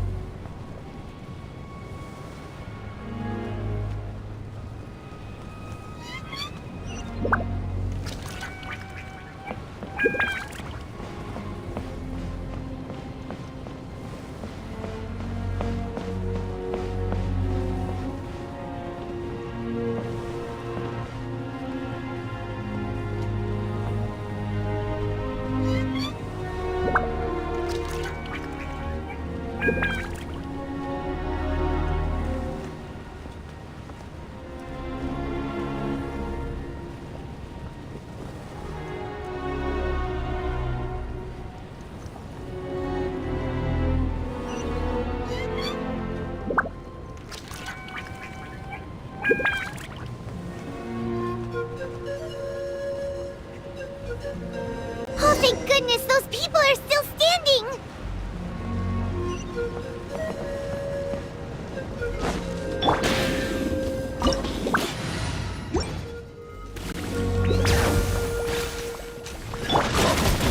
The wind knows me. The tides beckon. Letting grave names echo!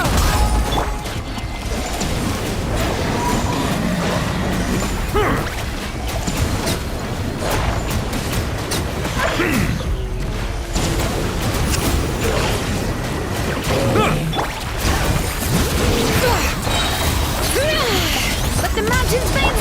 Shower me with praise! Time to shine!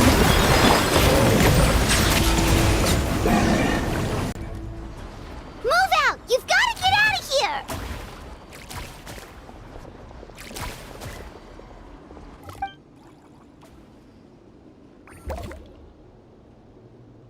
Still no luck, huh? What on earth are these things? How are they invulnerable to attack? Yeah, at least with regular abyssal pylons, anyone with a vision can destroy them. But this thing, no one's seen anything like it before. It's like a part of that sky demon's body or something. Whatever it is, it seems like it can spawn abyssal pylons, and with them, a never-ending stream of abyss monsters. We're just no match for it.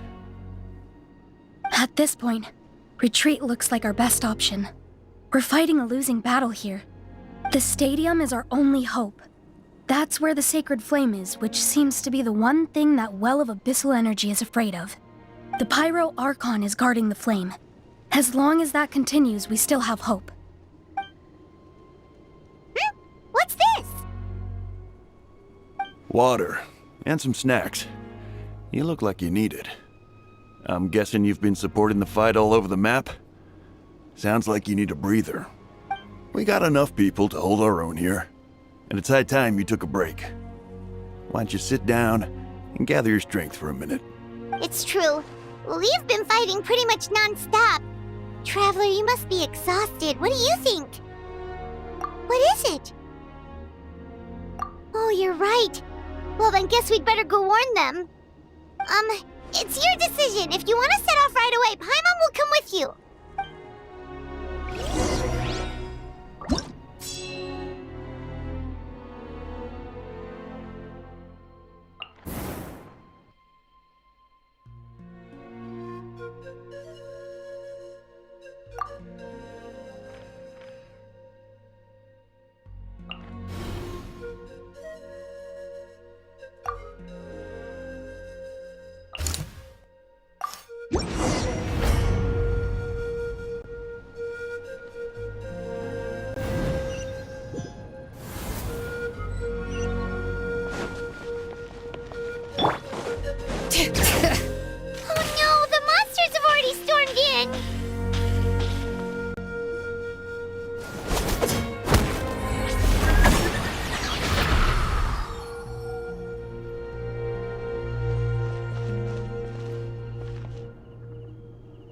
It's you guys. Things are bad here. Something fell out of the sky that's impervious to our attacks. It's a good thing you did, otherwise we might not have made it in time. Kachina, he and I can deal with the remaining monsters and abyssal pylons. You should go catch up with the rest of the group. before your parents start worrying about you. Stay safe, Kachina. Come on, let's get this done.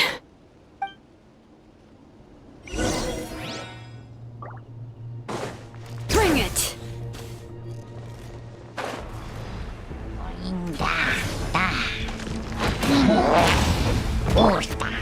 One with nature. Be sanctified.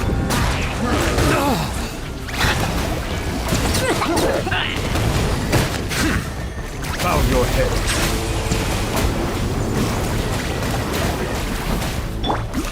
The wind knows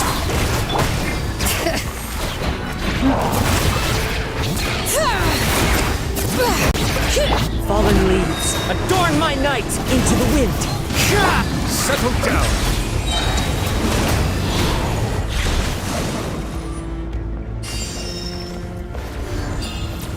All right.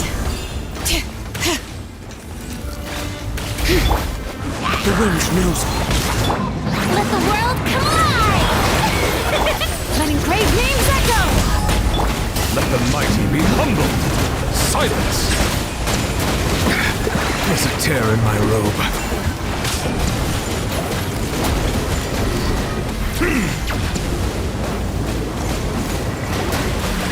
Bow your head.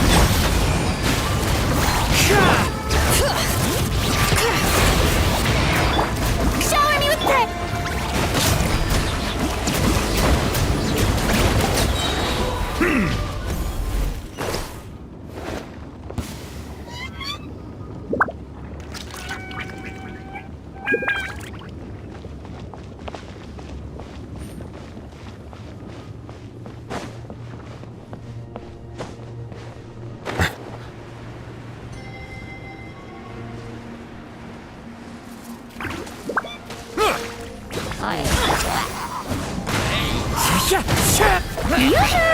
Let my name echo in song! as one with wind and cloud. All right, let the mountain's veins boil! The tides beckon.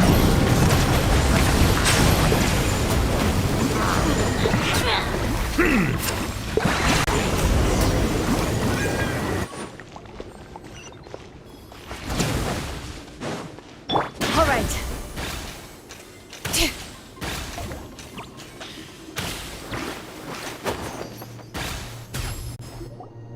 Yep, that's everyone. And no more casualties by the look of things. Yeah, this is, good. We can evacuate shortly. I appreciate your help. How are things out there? Pretty dire, I bet. Some of the things I've seen, I don't know if I'll ever be able to get them out of my mind. Are we in Natlan doomed to this fate? I've never witnessed a full-scale abyss invasion before. I mean, I'd heard stories about the sky being painted black, but I always thought that was an exaggeration. Mawika has witnessed this all before, so she knew better than anyone the terror and despair an abyss invasion would bring. Yeah, and despite that, she's still facing it head-on. We've had to abandon our homes and chase the dying light of day. And maybe the only time we'll see the dawn again is in our dreams.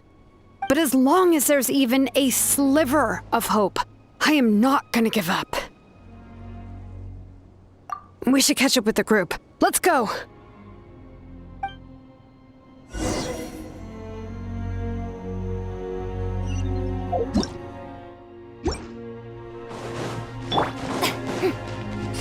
All right.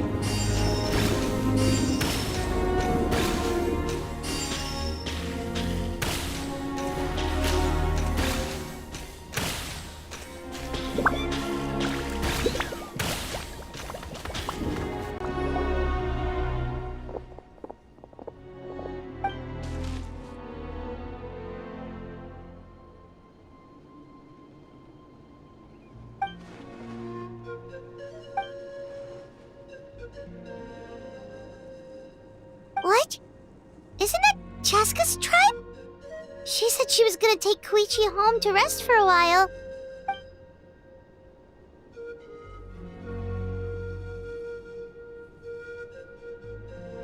But how, right?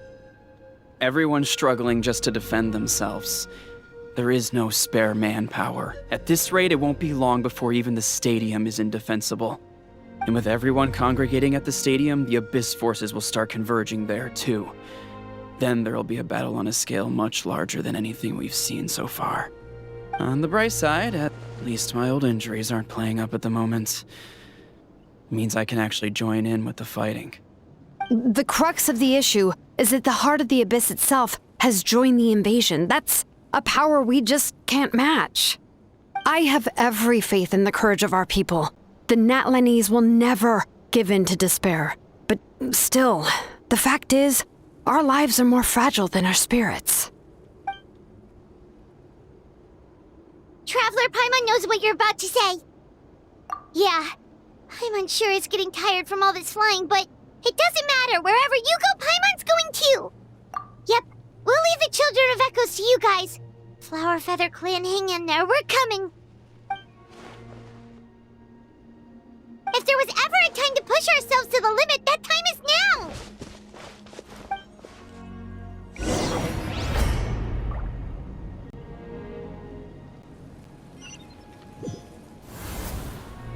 Wait! Over there! It's Cheska and Koichi! Traveler! Over here! Hurry!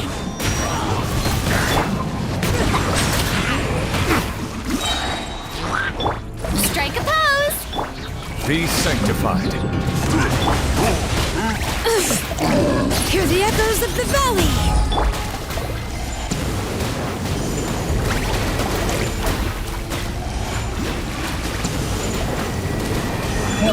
Silence!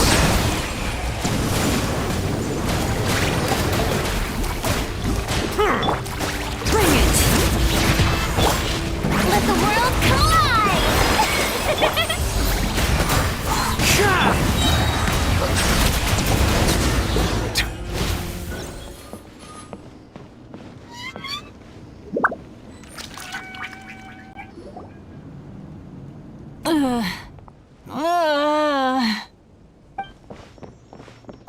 What happened to her? She's covered in abyssal energy!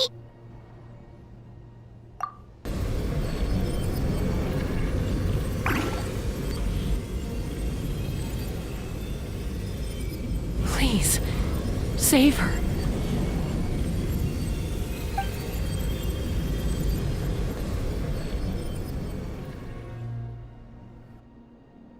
How's that, Koichi? Any better now? Koichi! Koichi! Cheska, I used to think Mom and Dad were crazy for adopting you. I was the younger sibling, but I always felt like it was my job to help Mom and Dad take care of you. I thought I could set you free from the abyssal energy you struggled with. I guess I was pretty full of myself, huh? Thinking I could fix you when... well, we were always the same. Hush, Koichi. Put those thoughts right out of your mind. We'll be at the stadium in no time, okay? I'll carry you there. The abyssal contamination is gone now.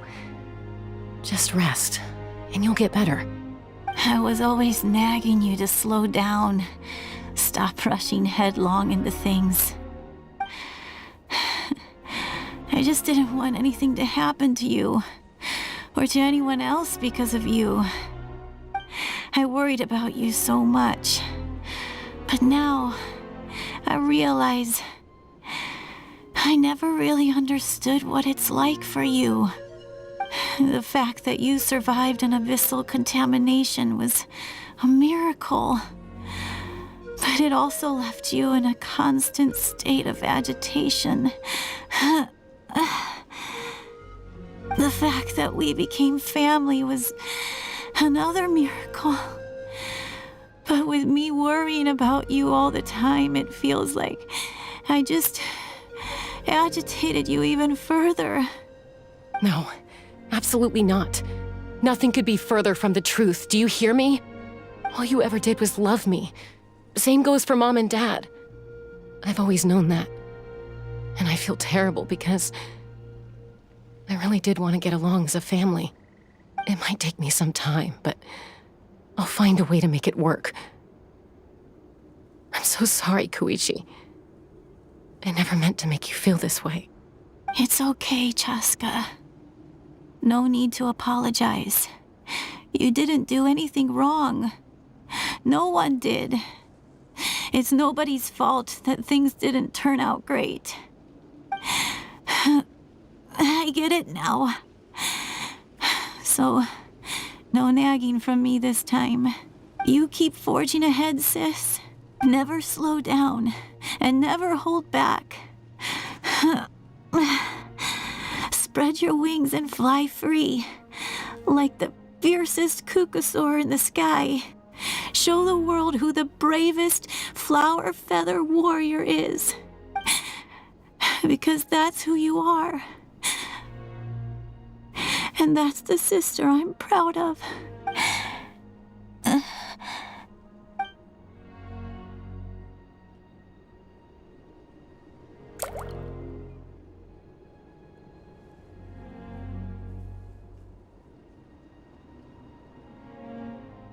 Koichi! Koichi! Koichi?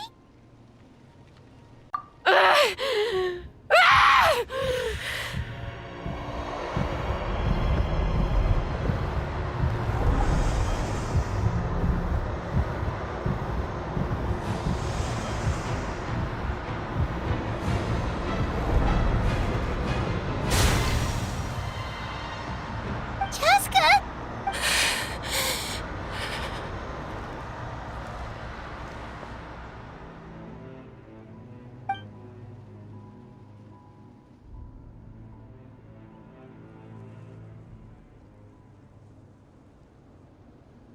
What happened?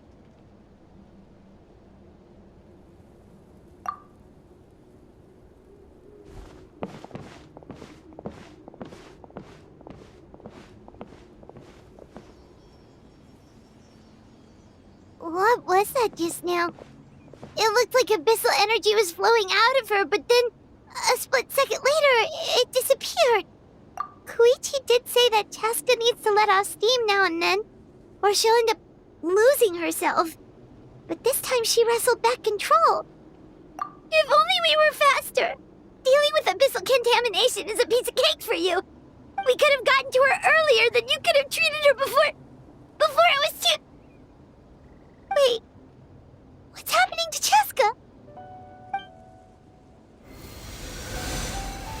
How unfair life can be. She's had the odds stacked against her from the very beginning, and each step forward has been an agonizing one. Maybe she would have been better off embracing her pain. But her journey goes on, and one question looms large in her mind. If she could rise above the layers of pain and ascend over the dark clouds of her mind, what then would she find? Maybe the glorious light of the sun, or maybe a dark, empty void. There is only one way to find out. She needs to spread her wings and soar to new heights. That is the true meaning of life. My life's suffering shall be my epitaph. To remember the pain I endured, and finally transcended. Let's take Koichi somewhere safer.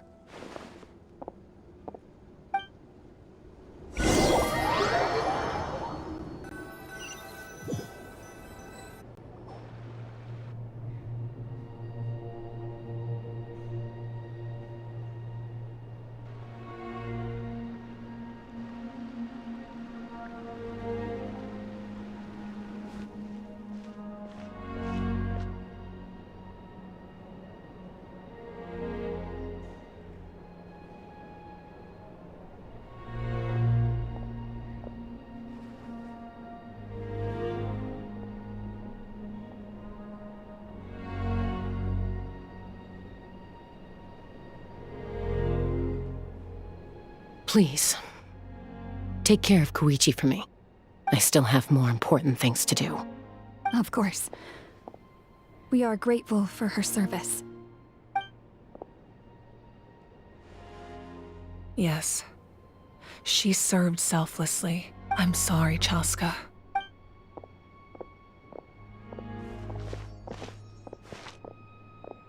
It's all right.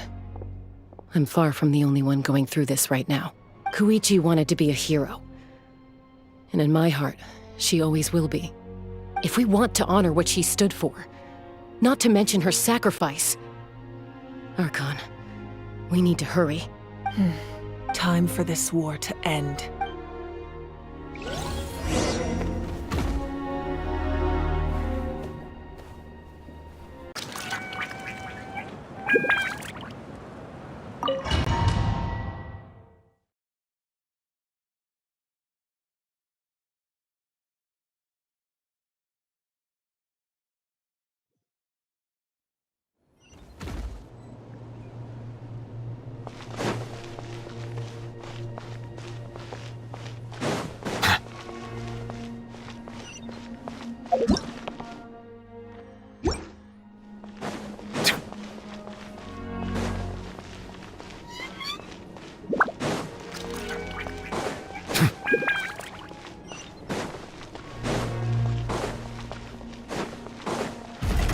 All right.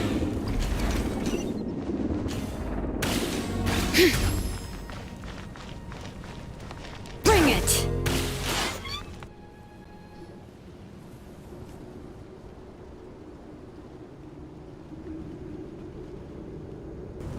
Everyone, are you ready? A bitter war lies ahead. Our victory begins in each of your minds. So ignite the spirit of victory for me. May no further lives be lost, and no one else may to suffer the loss of their loved ones. As long as blood still runs through your veins, even the tiniest spark of steel against stone can ignite a flame.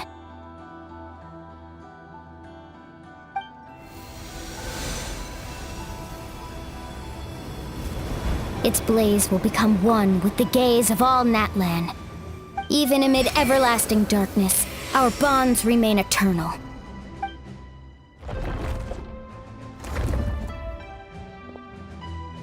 Stone engraved in echoing peaks. Converge, disperse, in ashes be reborn. For flames born anew, and the blazing dawn. A hero scaled the volcano to seize the sun. Anointed with flames, she shone with the light of 1,000 stars. Now, guide me in my first step. Having foretold his own death, the omniscient man holds a feast in celebration.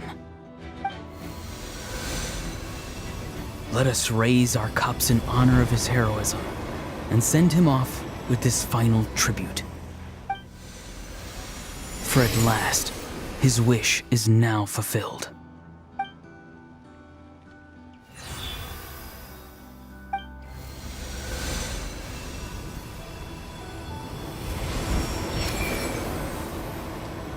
My life's suffering shall be my epitaph. To remember the pain I endured, and finally, transcend it. Heroes of the ages! Our moment has finally come!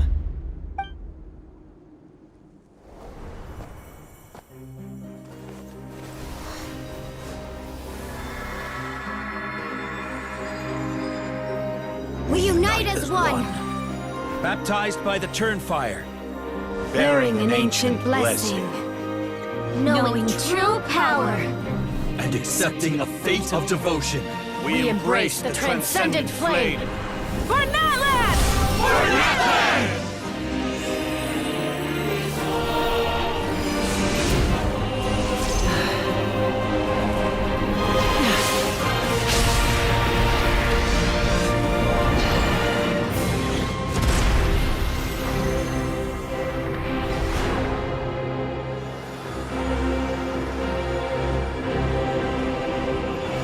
the name of the Pyro Archon Halloran, I declare the Night Wars underway!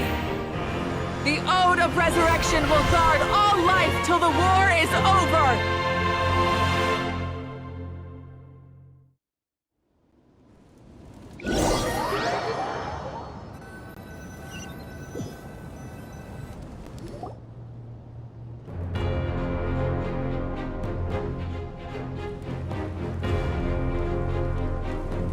That is an outright scary level of power.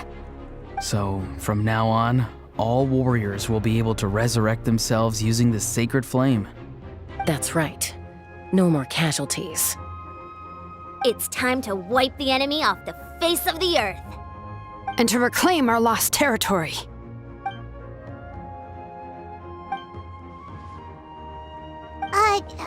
We'll come with you. Paimon, traveler. I'm so grateful you got to us when you did. You gave Koichi the chance to say those words to me before the end. If I'd lost control out there in the wild, this counterattack might never have been possible. Probably best not to think about that. More importantly, how are you feeling now? Any better? Not really. But now's not the time to deal with it. In the spirit of VUCA, I have to rise above it. The conflict and suffering in me are there to test my character. My struggle will make me stronger, and make me the person Koichi believed I can be. Alright, let's go show the Abyss what human beings are made of. They'll be sorry they messed with Natlan after we're through with them.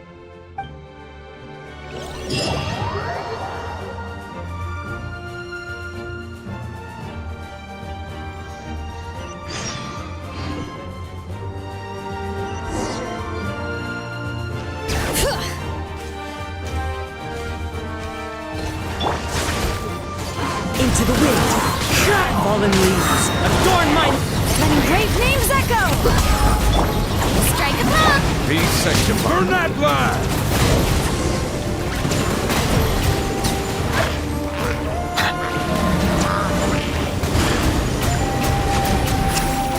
Bow your head.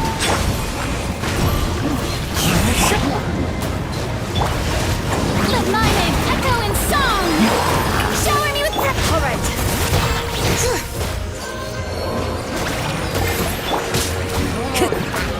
The wind knows me.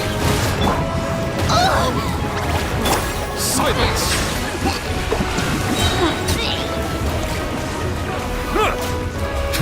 Let the mighty be humbled!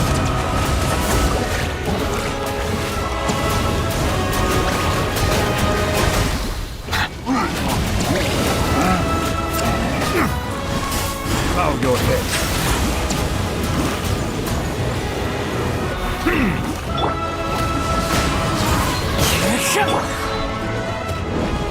Clouds high, the birds call! Let the world collide!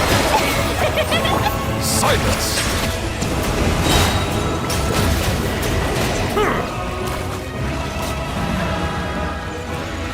Whoa, what's that? Aerial support from Awika? Look how powerful she is now. It's borderline unfair.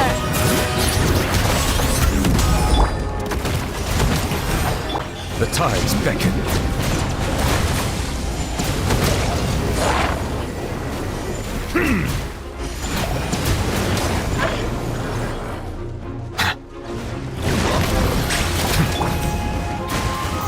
Time to shine! Use my power to destroy the Abyss tumors. Got it! Thanks for the backup!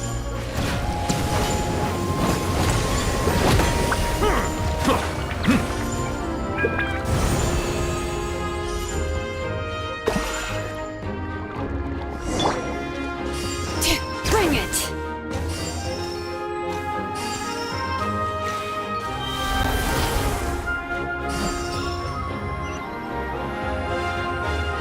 Did you guys see that huge fireball? It exploded right above my head! Sorry, Mualani. I'll adjust my aim. No, you're good, Archon. It didn't hurt at all. Plus, it was freaking cool! Not great for your eyesight, though. Oh yeah, fair point.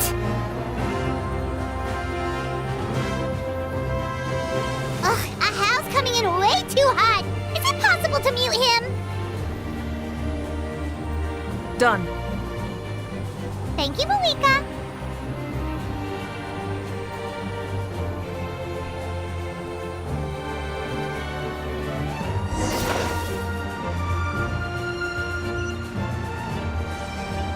Backup has arrived. All right, give him hell.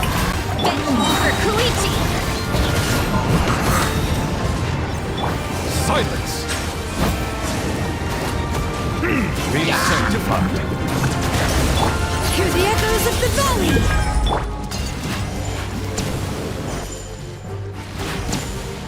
All right.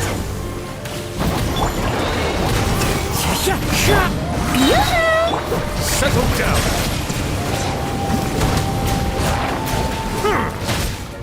All right. The enemy ranks are thinning. Time to double down. Use the Pyro Archon's power and show no mercy.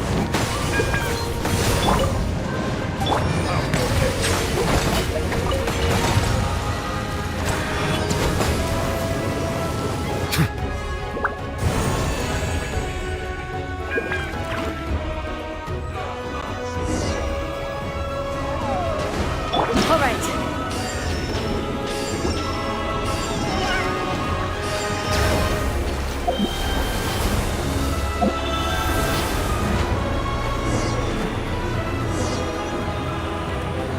Kachina, over here! I'll send you up, it'll be quicker! I'll send you up, it'll be quicker!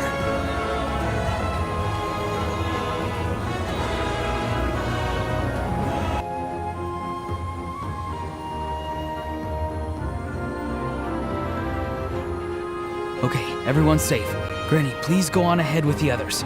I just need some more time, I promise. I won't hold things up. Oh, Roron! Leave the vegetables and aphids behind, you dimwit! It's too dangerous!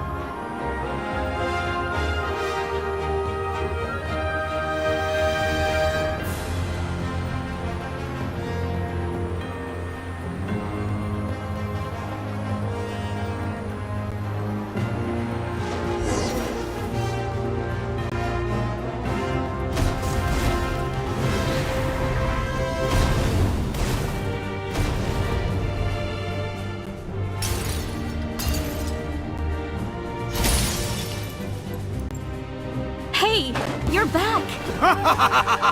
That sacred flame has got me pretty fired up. I'm ready to put for a whole army of monsters. Everyone, justice now off the table. So charge! Let's give them everything we've got.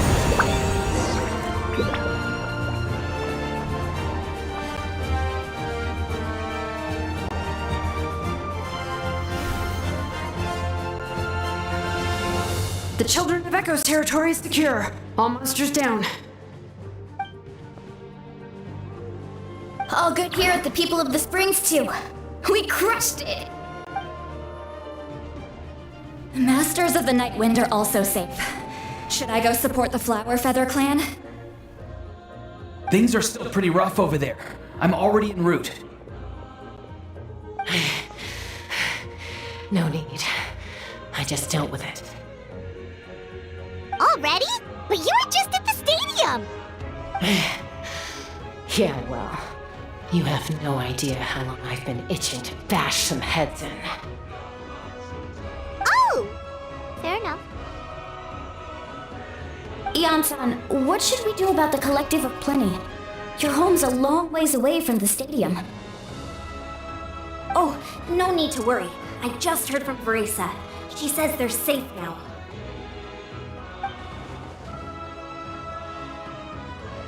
Yeah! Their only game plan was to outnumber us, and that ain't gonna work now that we have the Ode of Resurrection on our side!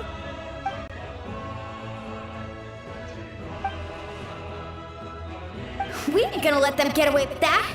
Friends, let's gather at the stadium. More abyss tumors have descended, all near the stadium. Let's split up and take them out. Oh, we need someone to guard the main entrance. All right, this is the final battle!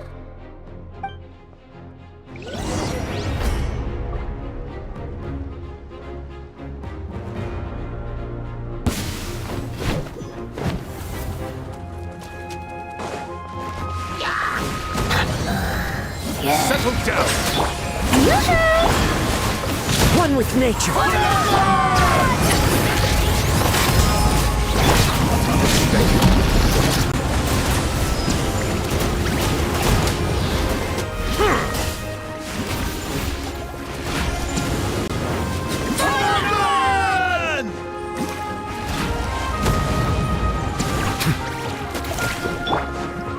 The range knows it.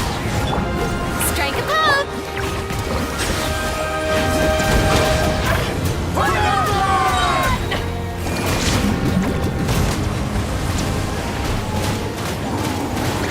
All right, let the mountain's veins boil!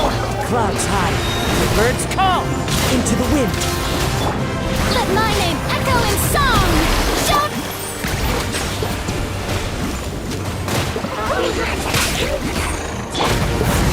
One with nature. Letting brave names echo!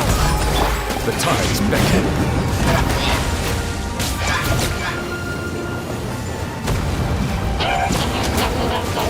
All right.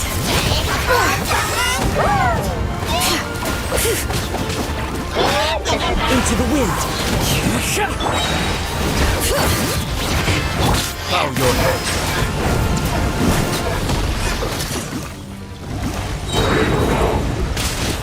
All right, hear the echoes of the valley!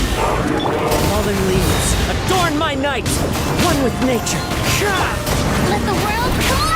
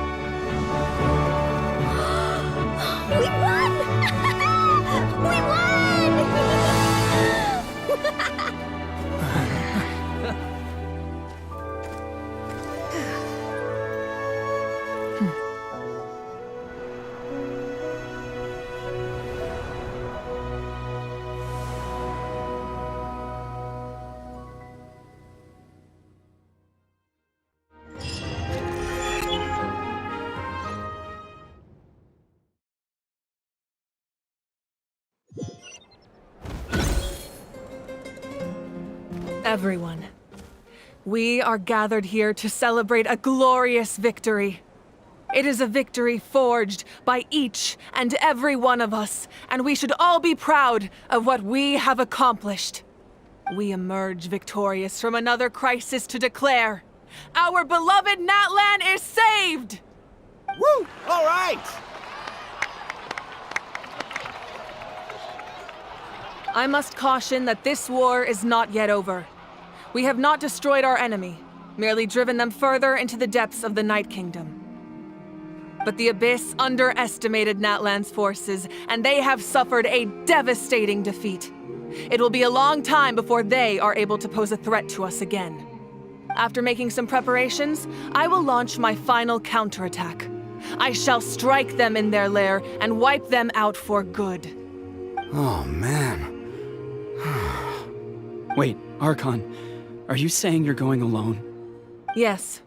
The abyssal energy there is too strong. Contact with it would be instantly lethal to anyone else. I'm sure you're all still fired up, and you must be eager to take the fight home to the enemy. But I must ask you to temper your ambitions. I will return victorious, for all of us. It's kind of a shame that we can't join in with a final showdown. Please, look at the bigger picture. Thanks to every one of you, we have already secured an enormous victory. Tonight, we should celebrate to our heart's content. I guess if our lives are no longer at risk, things can basically go back to normal, right? That's good enough for me. Beats having monsters everywhere. When the time comes, I will gather everyone here again. Now, let us also remember those who gave their lives fighting for our nation. Once the last dregs of the Abyss are wiped out, I intend to give them the grand funeral they deserve. An ancient name could never record the many who we lost. But no hero of Natlan should be forgotten. If I may, let's have a moment of silence for the fallen.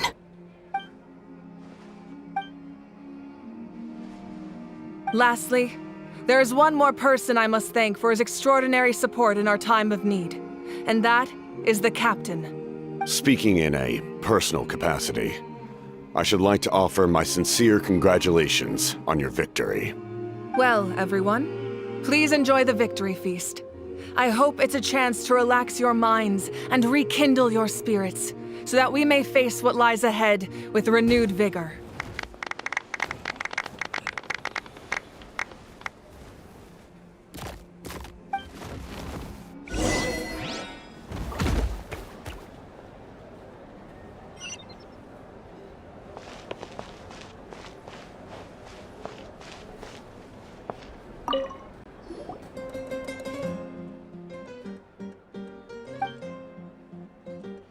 Unless you want to get punched in the face. What is it with you, Ahau? Why are you so incapable of being nice?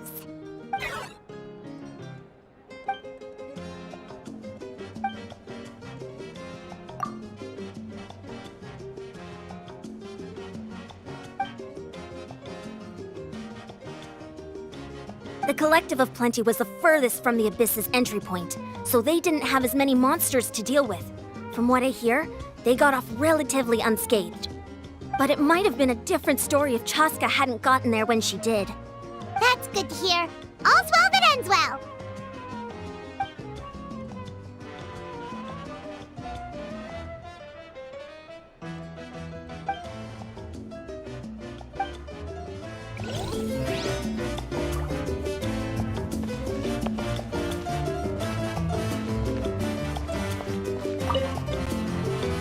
You did a great job, Kachina. Oh, you're much more confident now. Seems like winning the pilgrimage gave you a real boost. I spoke to your mom and dad. They were singing your praises. They said the world's your oyster now. How are things at the People of the Springs base? There are some casualties, but the overall mood is very positive. I reckon they'll start rebuilding pretty soon. Same situation for the Children of Echoes.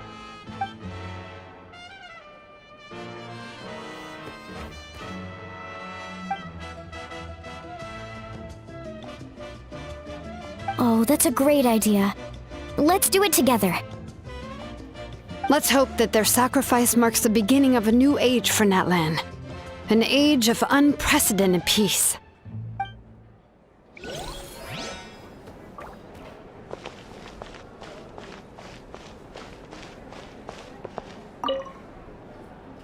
I must congratulate you on your efforts during this war.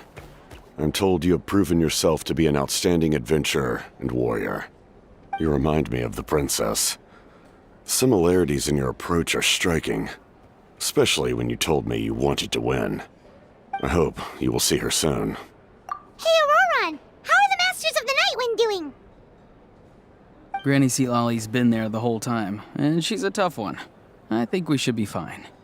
I'm sure there'll be some patching up to do, though. That's a job for the young folks. I should probably head back so I can pitch in. Do you need support from the Fatui? Probably not. There are a lot of older folks in our tribe, and I suspect they would find your comrade's presence a little distressing. Right, 'cause often they look like a bunch of intimidating thugs. Well, also in my tribe, excessive use of elemental energy is bad for your eyesight. Oh, right. Okay.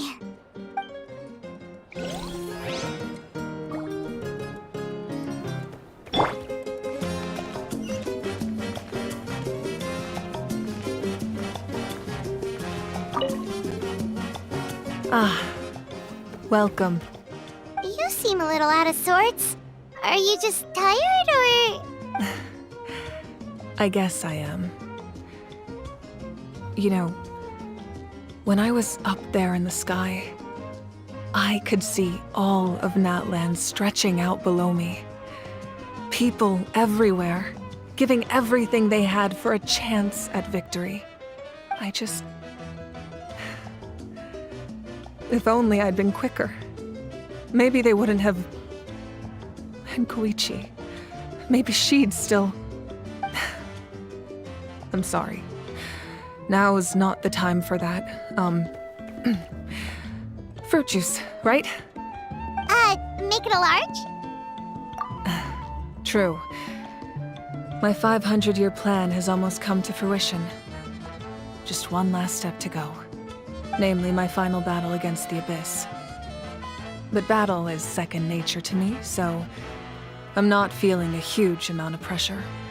It was so awesome. The way you exploded that thing in the sky with one almighty punch! Are you always gonna have that kind of power from now on?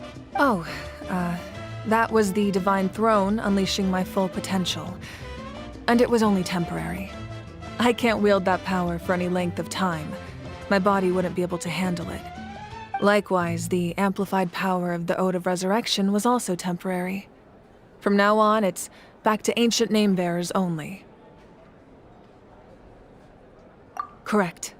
We dealt the Abyss a critical blow. So for the time being, it's too weak to sustain regular invasions. I hope the people will be able to enjoy this period of peace. Or rather, assuming all goes to plan, eternal peace. We've had centuries of war with the Abyss, and it's high time we brought that chapter to a close. Anyway, there's something I've been wondering about.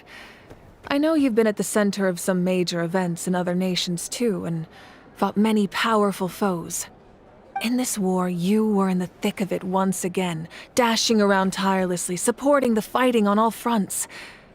So tell me, what drives you to do this as a mere traveler passing through? Why risk life and limb for a cause that's not your own? Wait, what's this got to do with Paimon? He's just showing how much you mean to him, in his own way. What I'm really trying to say is, I would love for you, with your extraordinary talent and your sense of justice, to join me in this final step. You and I together, finally putting an end to the ever-looming threat of the Abyss. But I also don't want to take advantage of your good nature and readiness to help others. The final battle will be very dangerous, and you have the rest of your journey to consider. I'm sure you must be weary. Sleep well tonight. Let's talk again tomorrow in the speaker's chamber. I'll give you more details on the final battle, and then I hope to hear your verdict.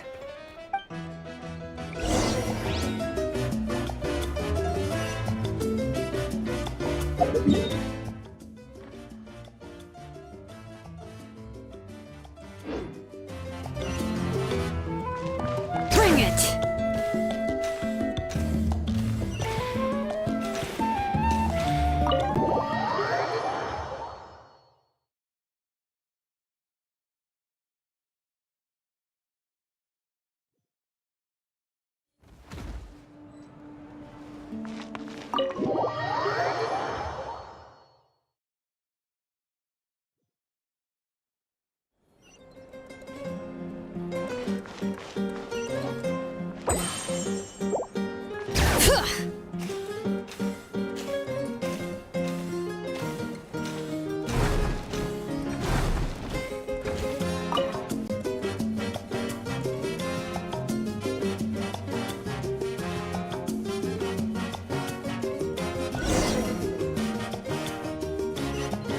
Hey,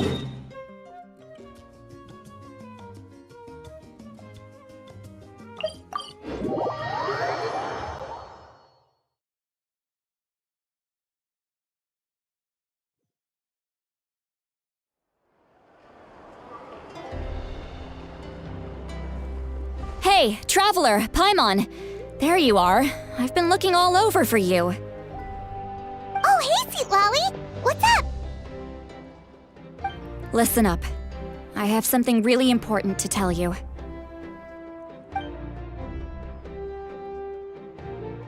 What? Are you serious? Natlan must pay the price for Mawika's use of the Ruler of Death's power.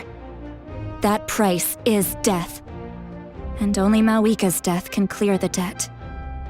I had thought that the Ruler of Death might have a change of heart after seeing the people of Natlan come together and fight so bravely, but... Even now that the war's over and the threat to Natlan is gone, it looks like that death is still set in stone. I had to know your thoughts. I want to save her, but I can't do it alone. Okay, good. That makes me feel a little better. Thank you for standing up for us. There's clearly something special about you, so if anyone has a chance of defying the rules, that would be you. Oh, and please don't breathe a word of this to Mawika. I'm sure she's well aware of the cost of using the Divine Throne's power, but if she finds out that anyone else knows, it could ruin our chances to help. Got it. Mum's the word. Alright, that was the last major item on my to-do list. Now, since I've come all this way, I think it's finally time for a well-earned drink. Go easy though, yeah? Don't worry, I said a drink. That means just one.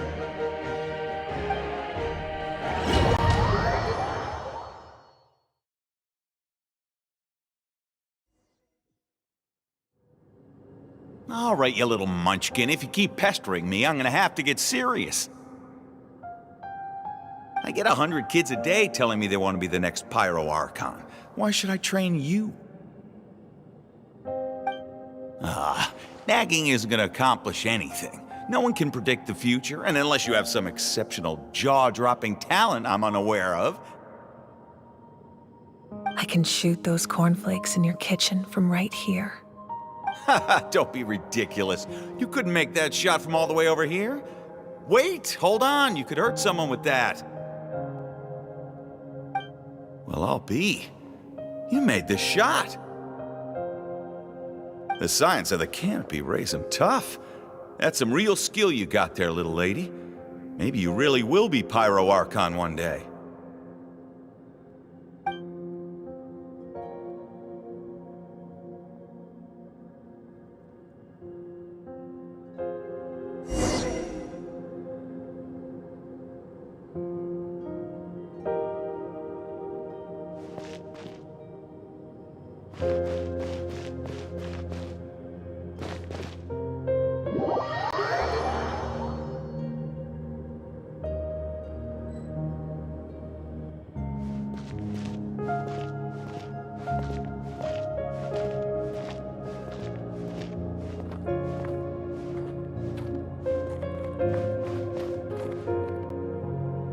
See this? I'm the first one of us to get an ancient name. And it's not just any ancient name, but Malipo.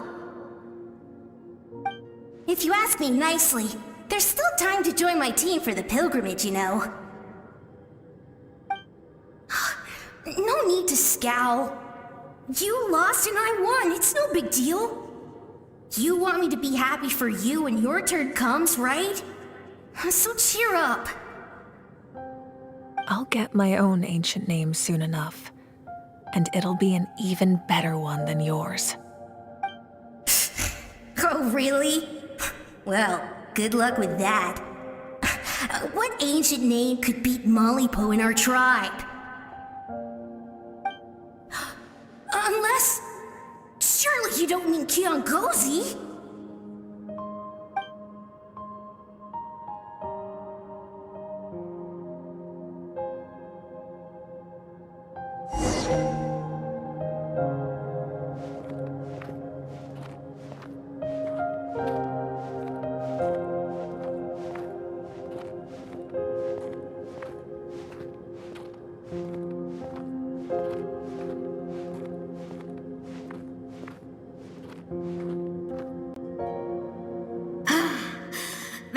Fantastic. Can't believe I beat you in a wrestling match for once. Can't be more than a few days now until you're officially made the Pyro Archon. Imagine me trying to schedule a wrestling session with you after that. Excuse me, Pyro Archon, but would you be able to take a day off from running the nation to wrestle with me? I heard that the Pyro Archon inherits the knowledge stored in the sacred flame. And apparently it can change your personality. I can't help but feel a little worried. Worried that you won't be able to beat me in a wrestling match anymore? Why would I be worried about that? Never mind. Clearly I'm just overthinking things. Why would you forget about me just because of some new job? Even if that job happens to be Archon. Come on, one more round.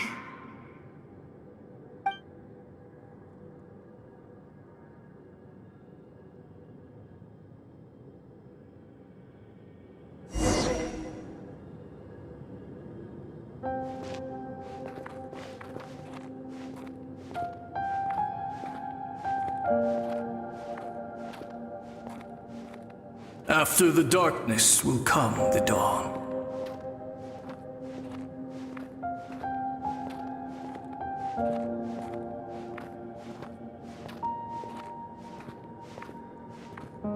No one fights alone.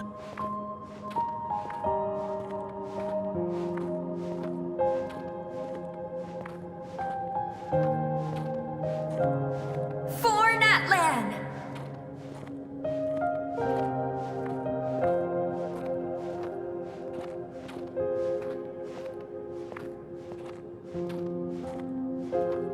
Look at the sky!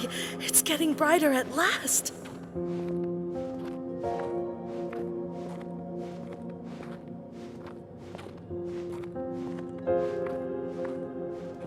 We walk the righteous path, and the Pyro Archon will guide us.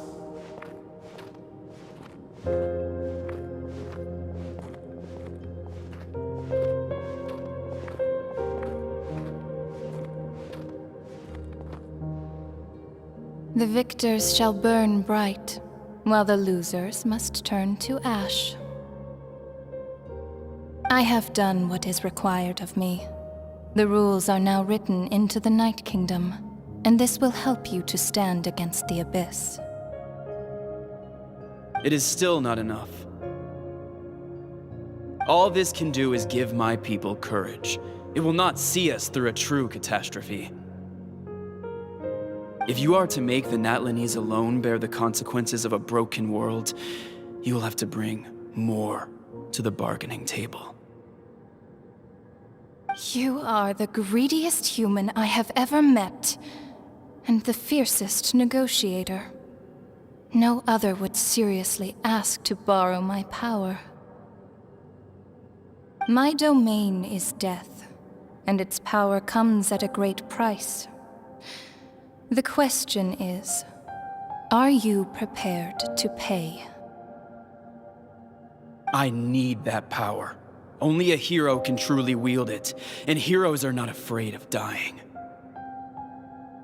No, a fear of death is ingrained in all living things. If the wielder of this power cannot conquer their fear, countless innocent lives will be claimed in their stead. For only then can the price be paid. Those are the rules. Mine is a nation that will not yield to the Abyss, and it will certainly not yield to your rules. As their culture and civilization is transmitted through the generations and their faith grows, the people will go from strength to strength and reach heights that even I cannot dream of. Very well. I shall agree to help you. But I am merely a shade, and I do not have as much freedom to do as I please as you might think. Then what do you propose? Keep this a secret. If I am questioned about it, I will deny all involvement and claim that treacherous Xbalanque stole my power. That will not be a problem. Thank you. I am glad we could reach an agreement.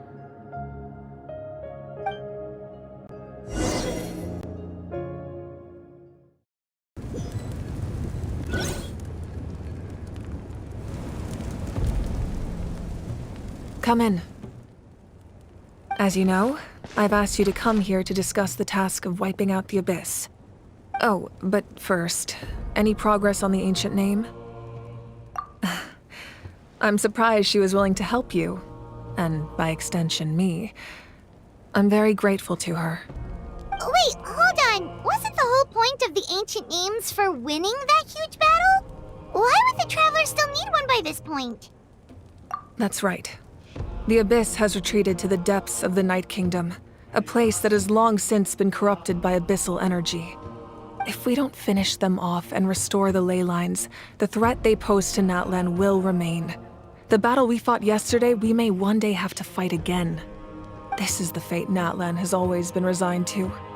For thousands of years, we have struggled on the brink of a looming darkness and never known true peace. But this time, I want to break the cycle and free us from this fate for good.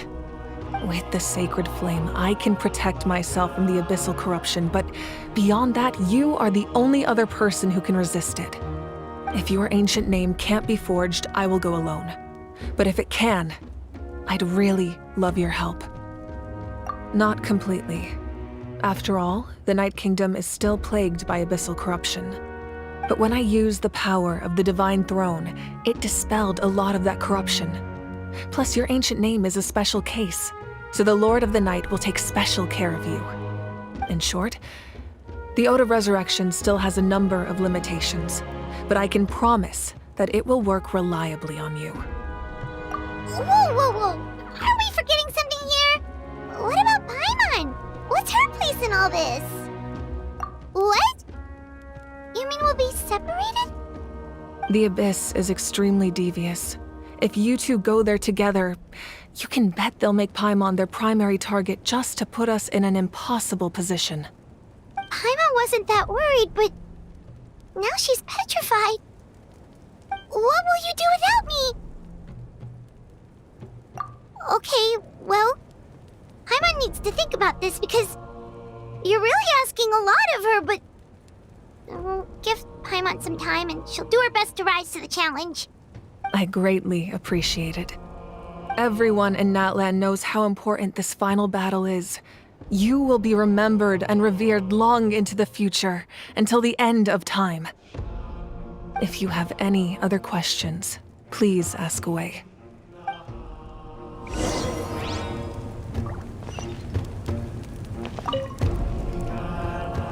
As I've said, if you have any other questions, please ask away. We have a temporary alliance, but I can tell that saving Natlan is not his only goal. Yeah, Paimon still doesn't get why saving Natlan would be so important to him in the first place. Unless he's just a good guy who wants to avoid another Khaenri'ah. But somehow Paimon doubts it's that simple. I wouldn't worry too much. Based on all the interactions we've had with him and knowing more about his background, I have a lot of respect for him. I don't think he has any ill intentions. Now, we should focus on the final battle. As I've said, if you have any other... The work of rebuilding is underway, and people are flocking to join the effort. With everyone rallying together, I'm sure it won't be long before there's no trace left of the damage done by this war. The healing process, on the other hand, that's a bigger obstacle to overcome. Many are grieving, and there's simply no replacing the ones we lost. As the sun rises once more and we rediscover the ability to believe in the future, we must never forget their sacrifice. As I've said, if you have any other questions, please ask away. False sky. I have heard this expression before, but I think this was the first proof of its existence. I think there's a lot of investigating to be done to understand what the fragments behind the sky are and why they were hidden in the first place. However, from what the Adventurers Guild tells me, neither the split sky phenomenon nor the fragments have ever been observed in any other nation. My guess is that the Heavenly Principles wants them kept a secret. I just hope they don't cause me any trouble over it. Oh, you should be fine. We did something much crazier back in Fontaine and we're still here. Well, that's good to know. Anyway, the line I'm going with for the masses is astronomical anomaly. And I don't expect much of a backlash. Meanwhile, we can look into it at our own pace. As I've said, if you have any other questions, please ask. That wasn't their souls we saw, but a snapshot of them in time. All the work of the ancient name engravers 500 years ago, who made some special modifications to their names. Their souls returned to the Night Kingdom long ago, and will have been reborn in Natlan since, albeit in a different form. For all we know, they may have already lived many new lives by now. And so, even though we will never meet again, they will always be by our side in one way or another. I think that gives another layer of meaning to the phrase "no one fights alone." As I've said, if you have any other questions, please ask away.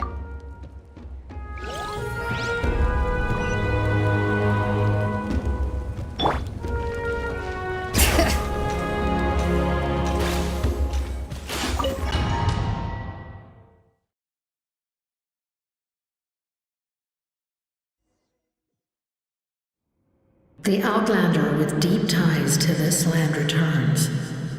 And this time, he is alone. The power that the Pyro Archon used to strike back at the Abyss came from the Ruler of Death. From what I know of her rules, she will demand death in return. How do you know of this? I see. So, the Ruler of Death sent you on your long journey. Natlan still has a final battle to fight, and I too have a final foe to face. For the sake of those countless lost souls, and a hope for Natlan's future, I need your help.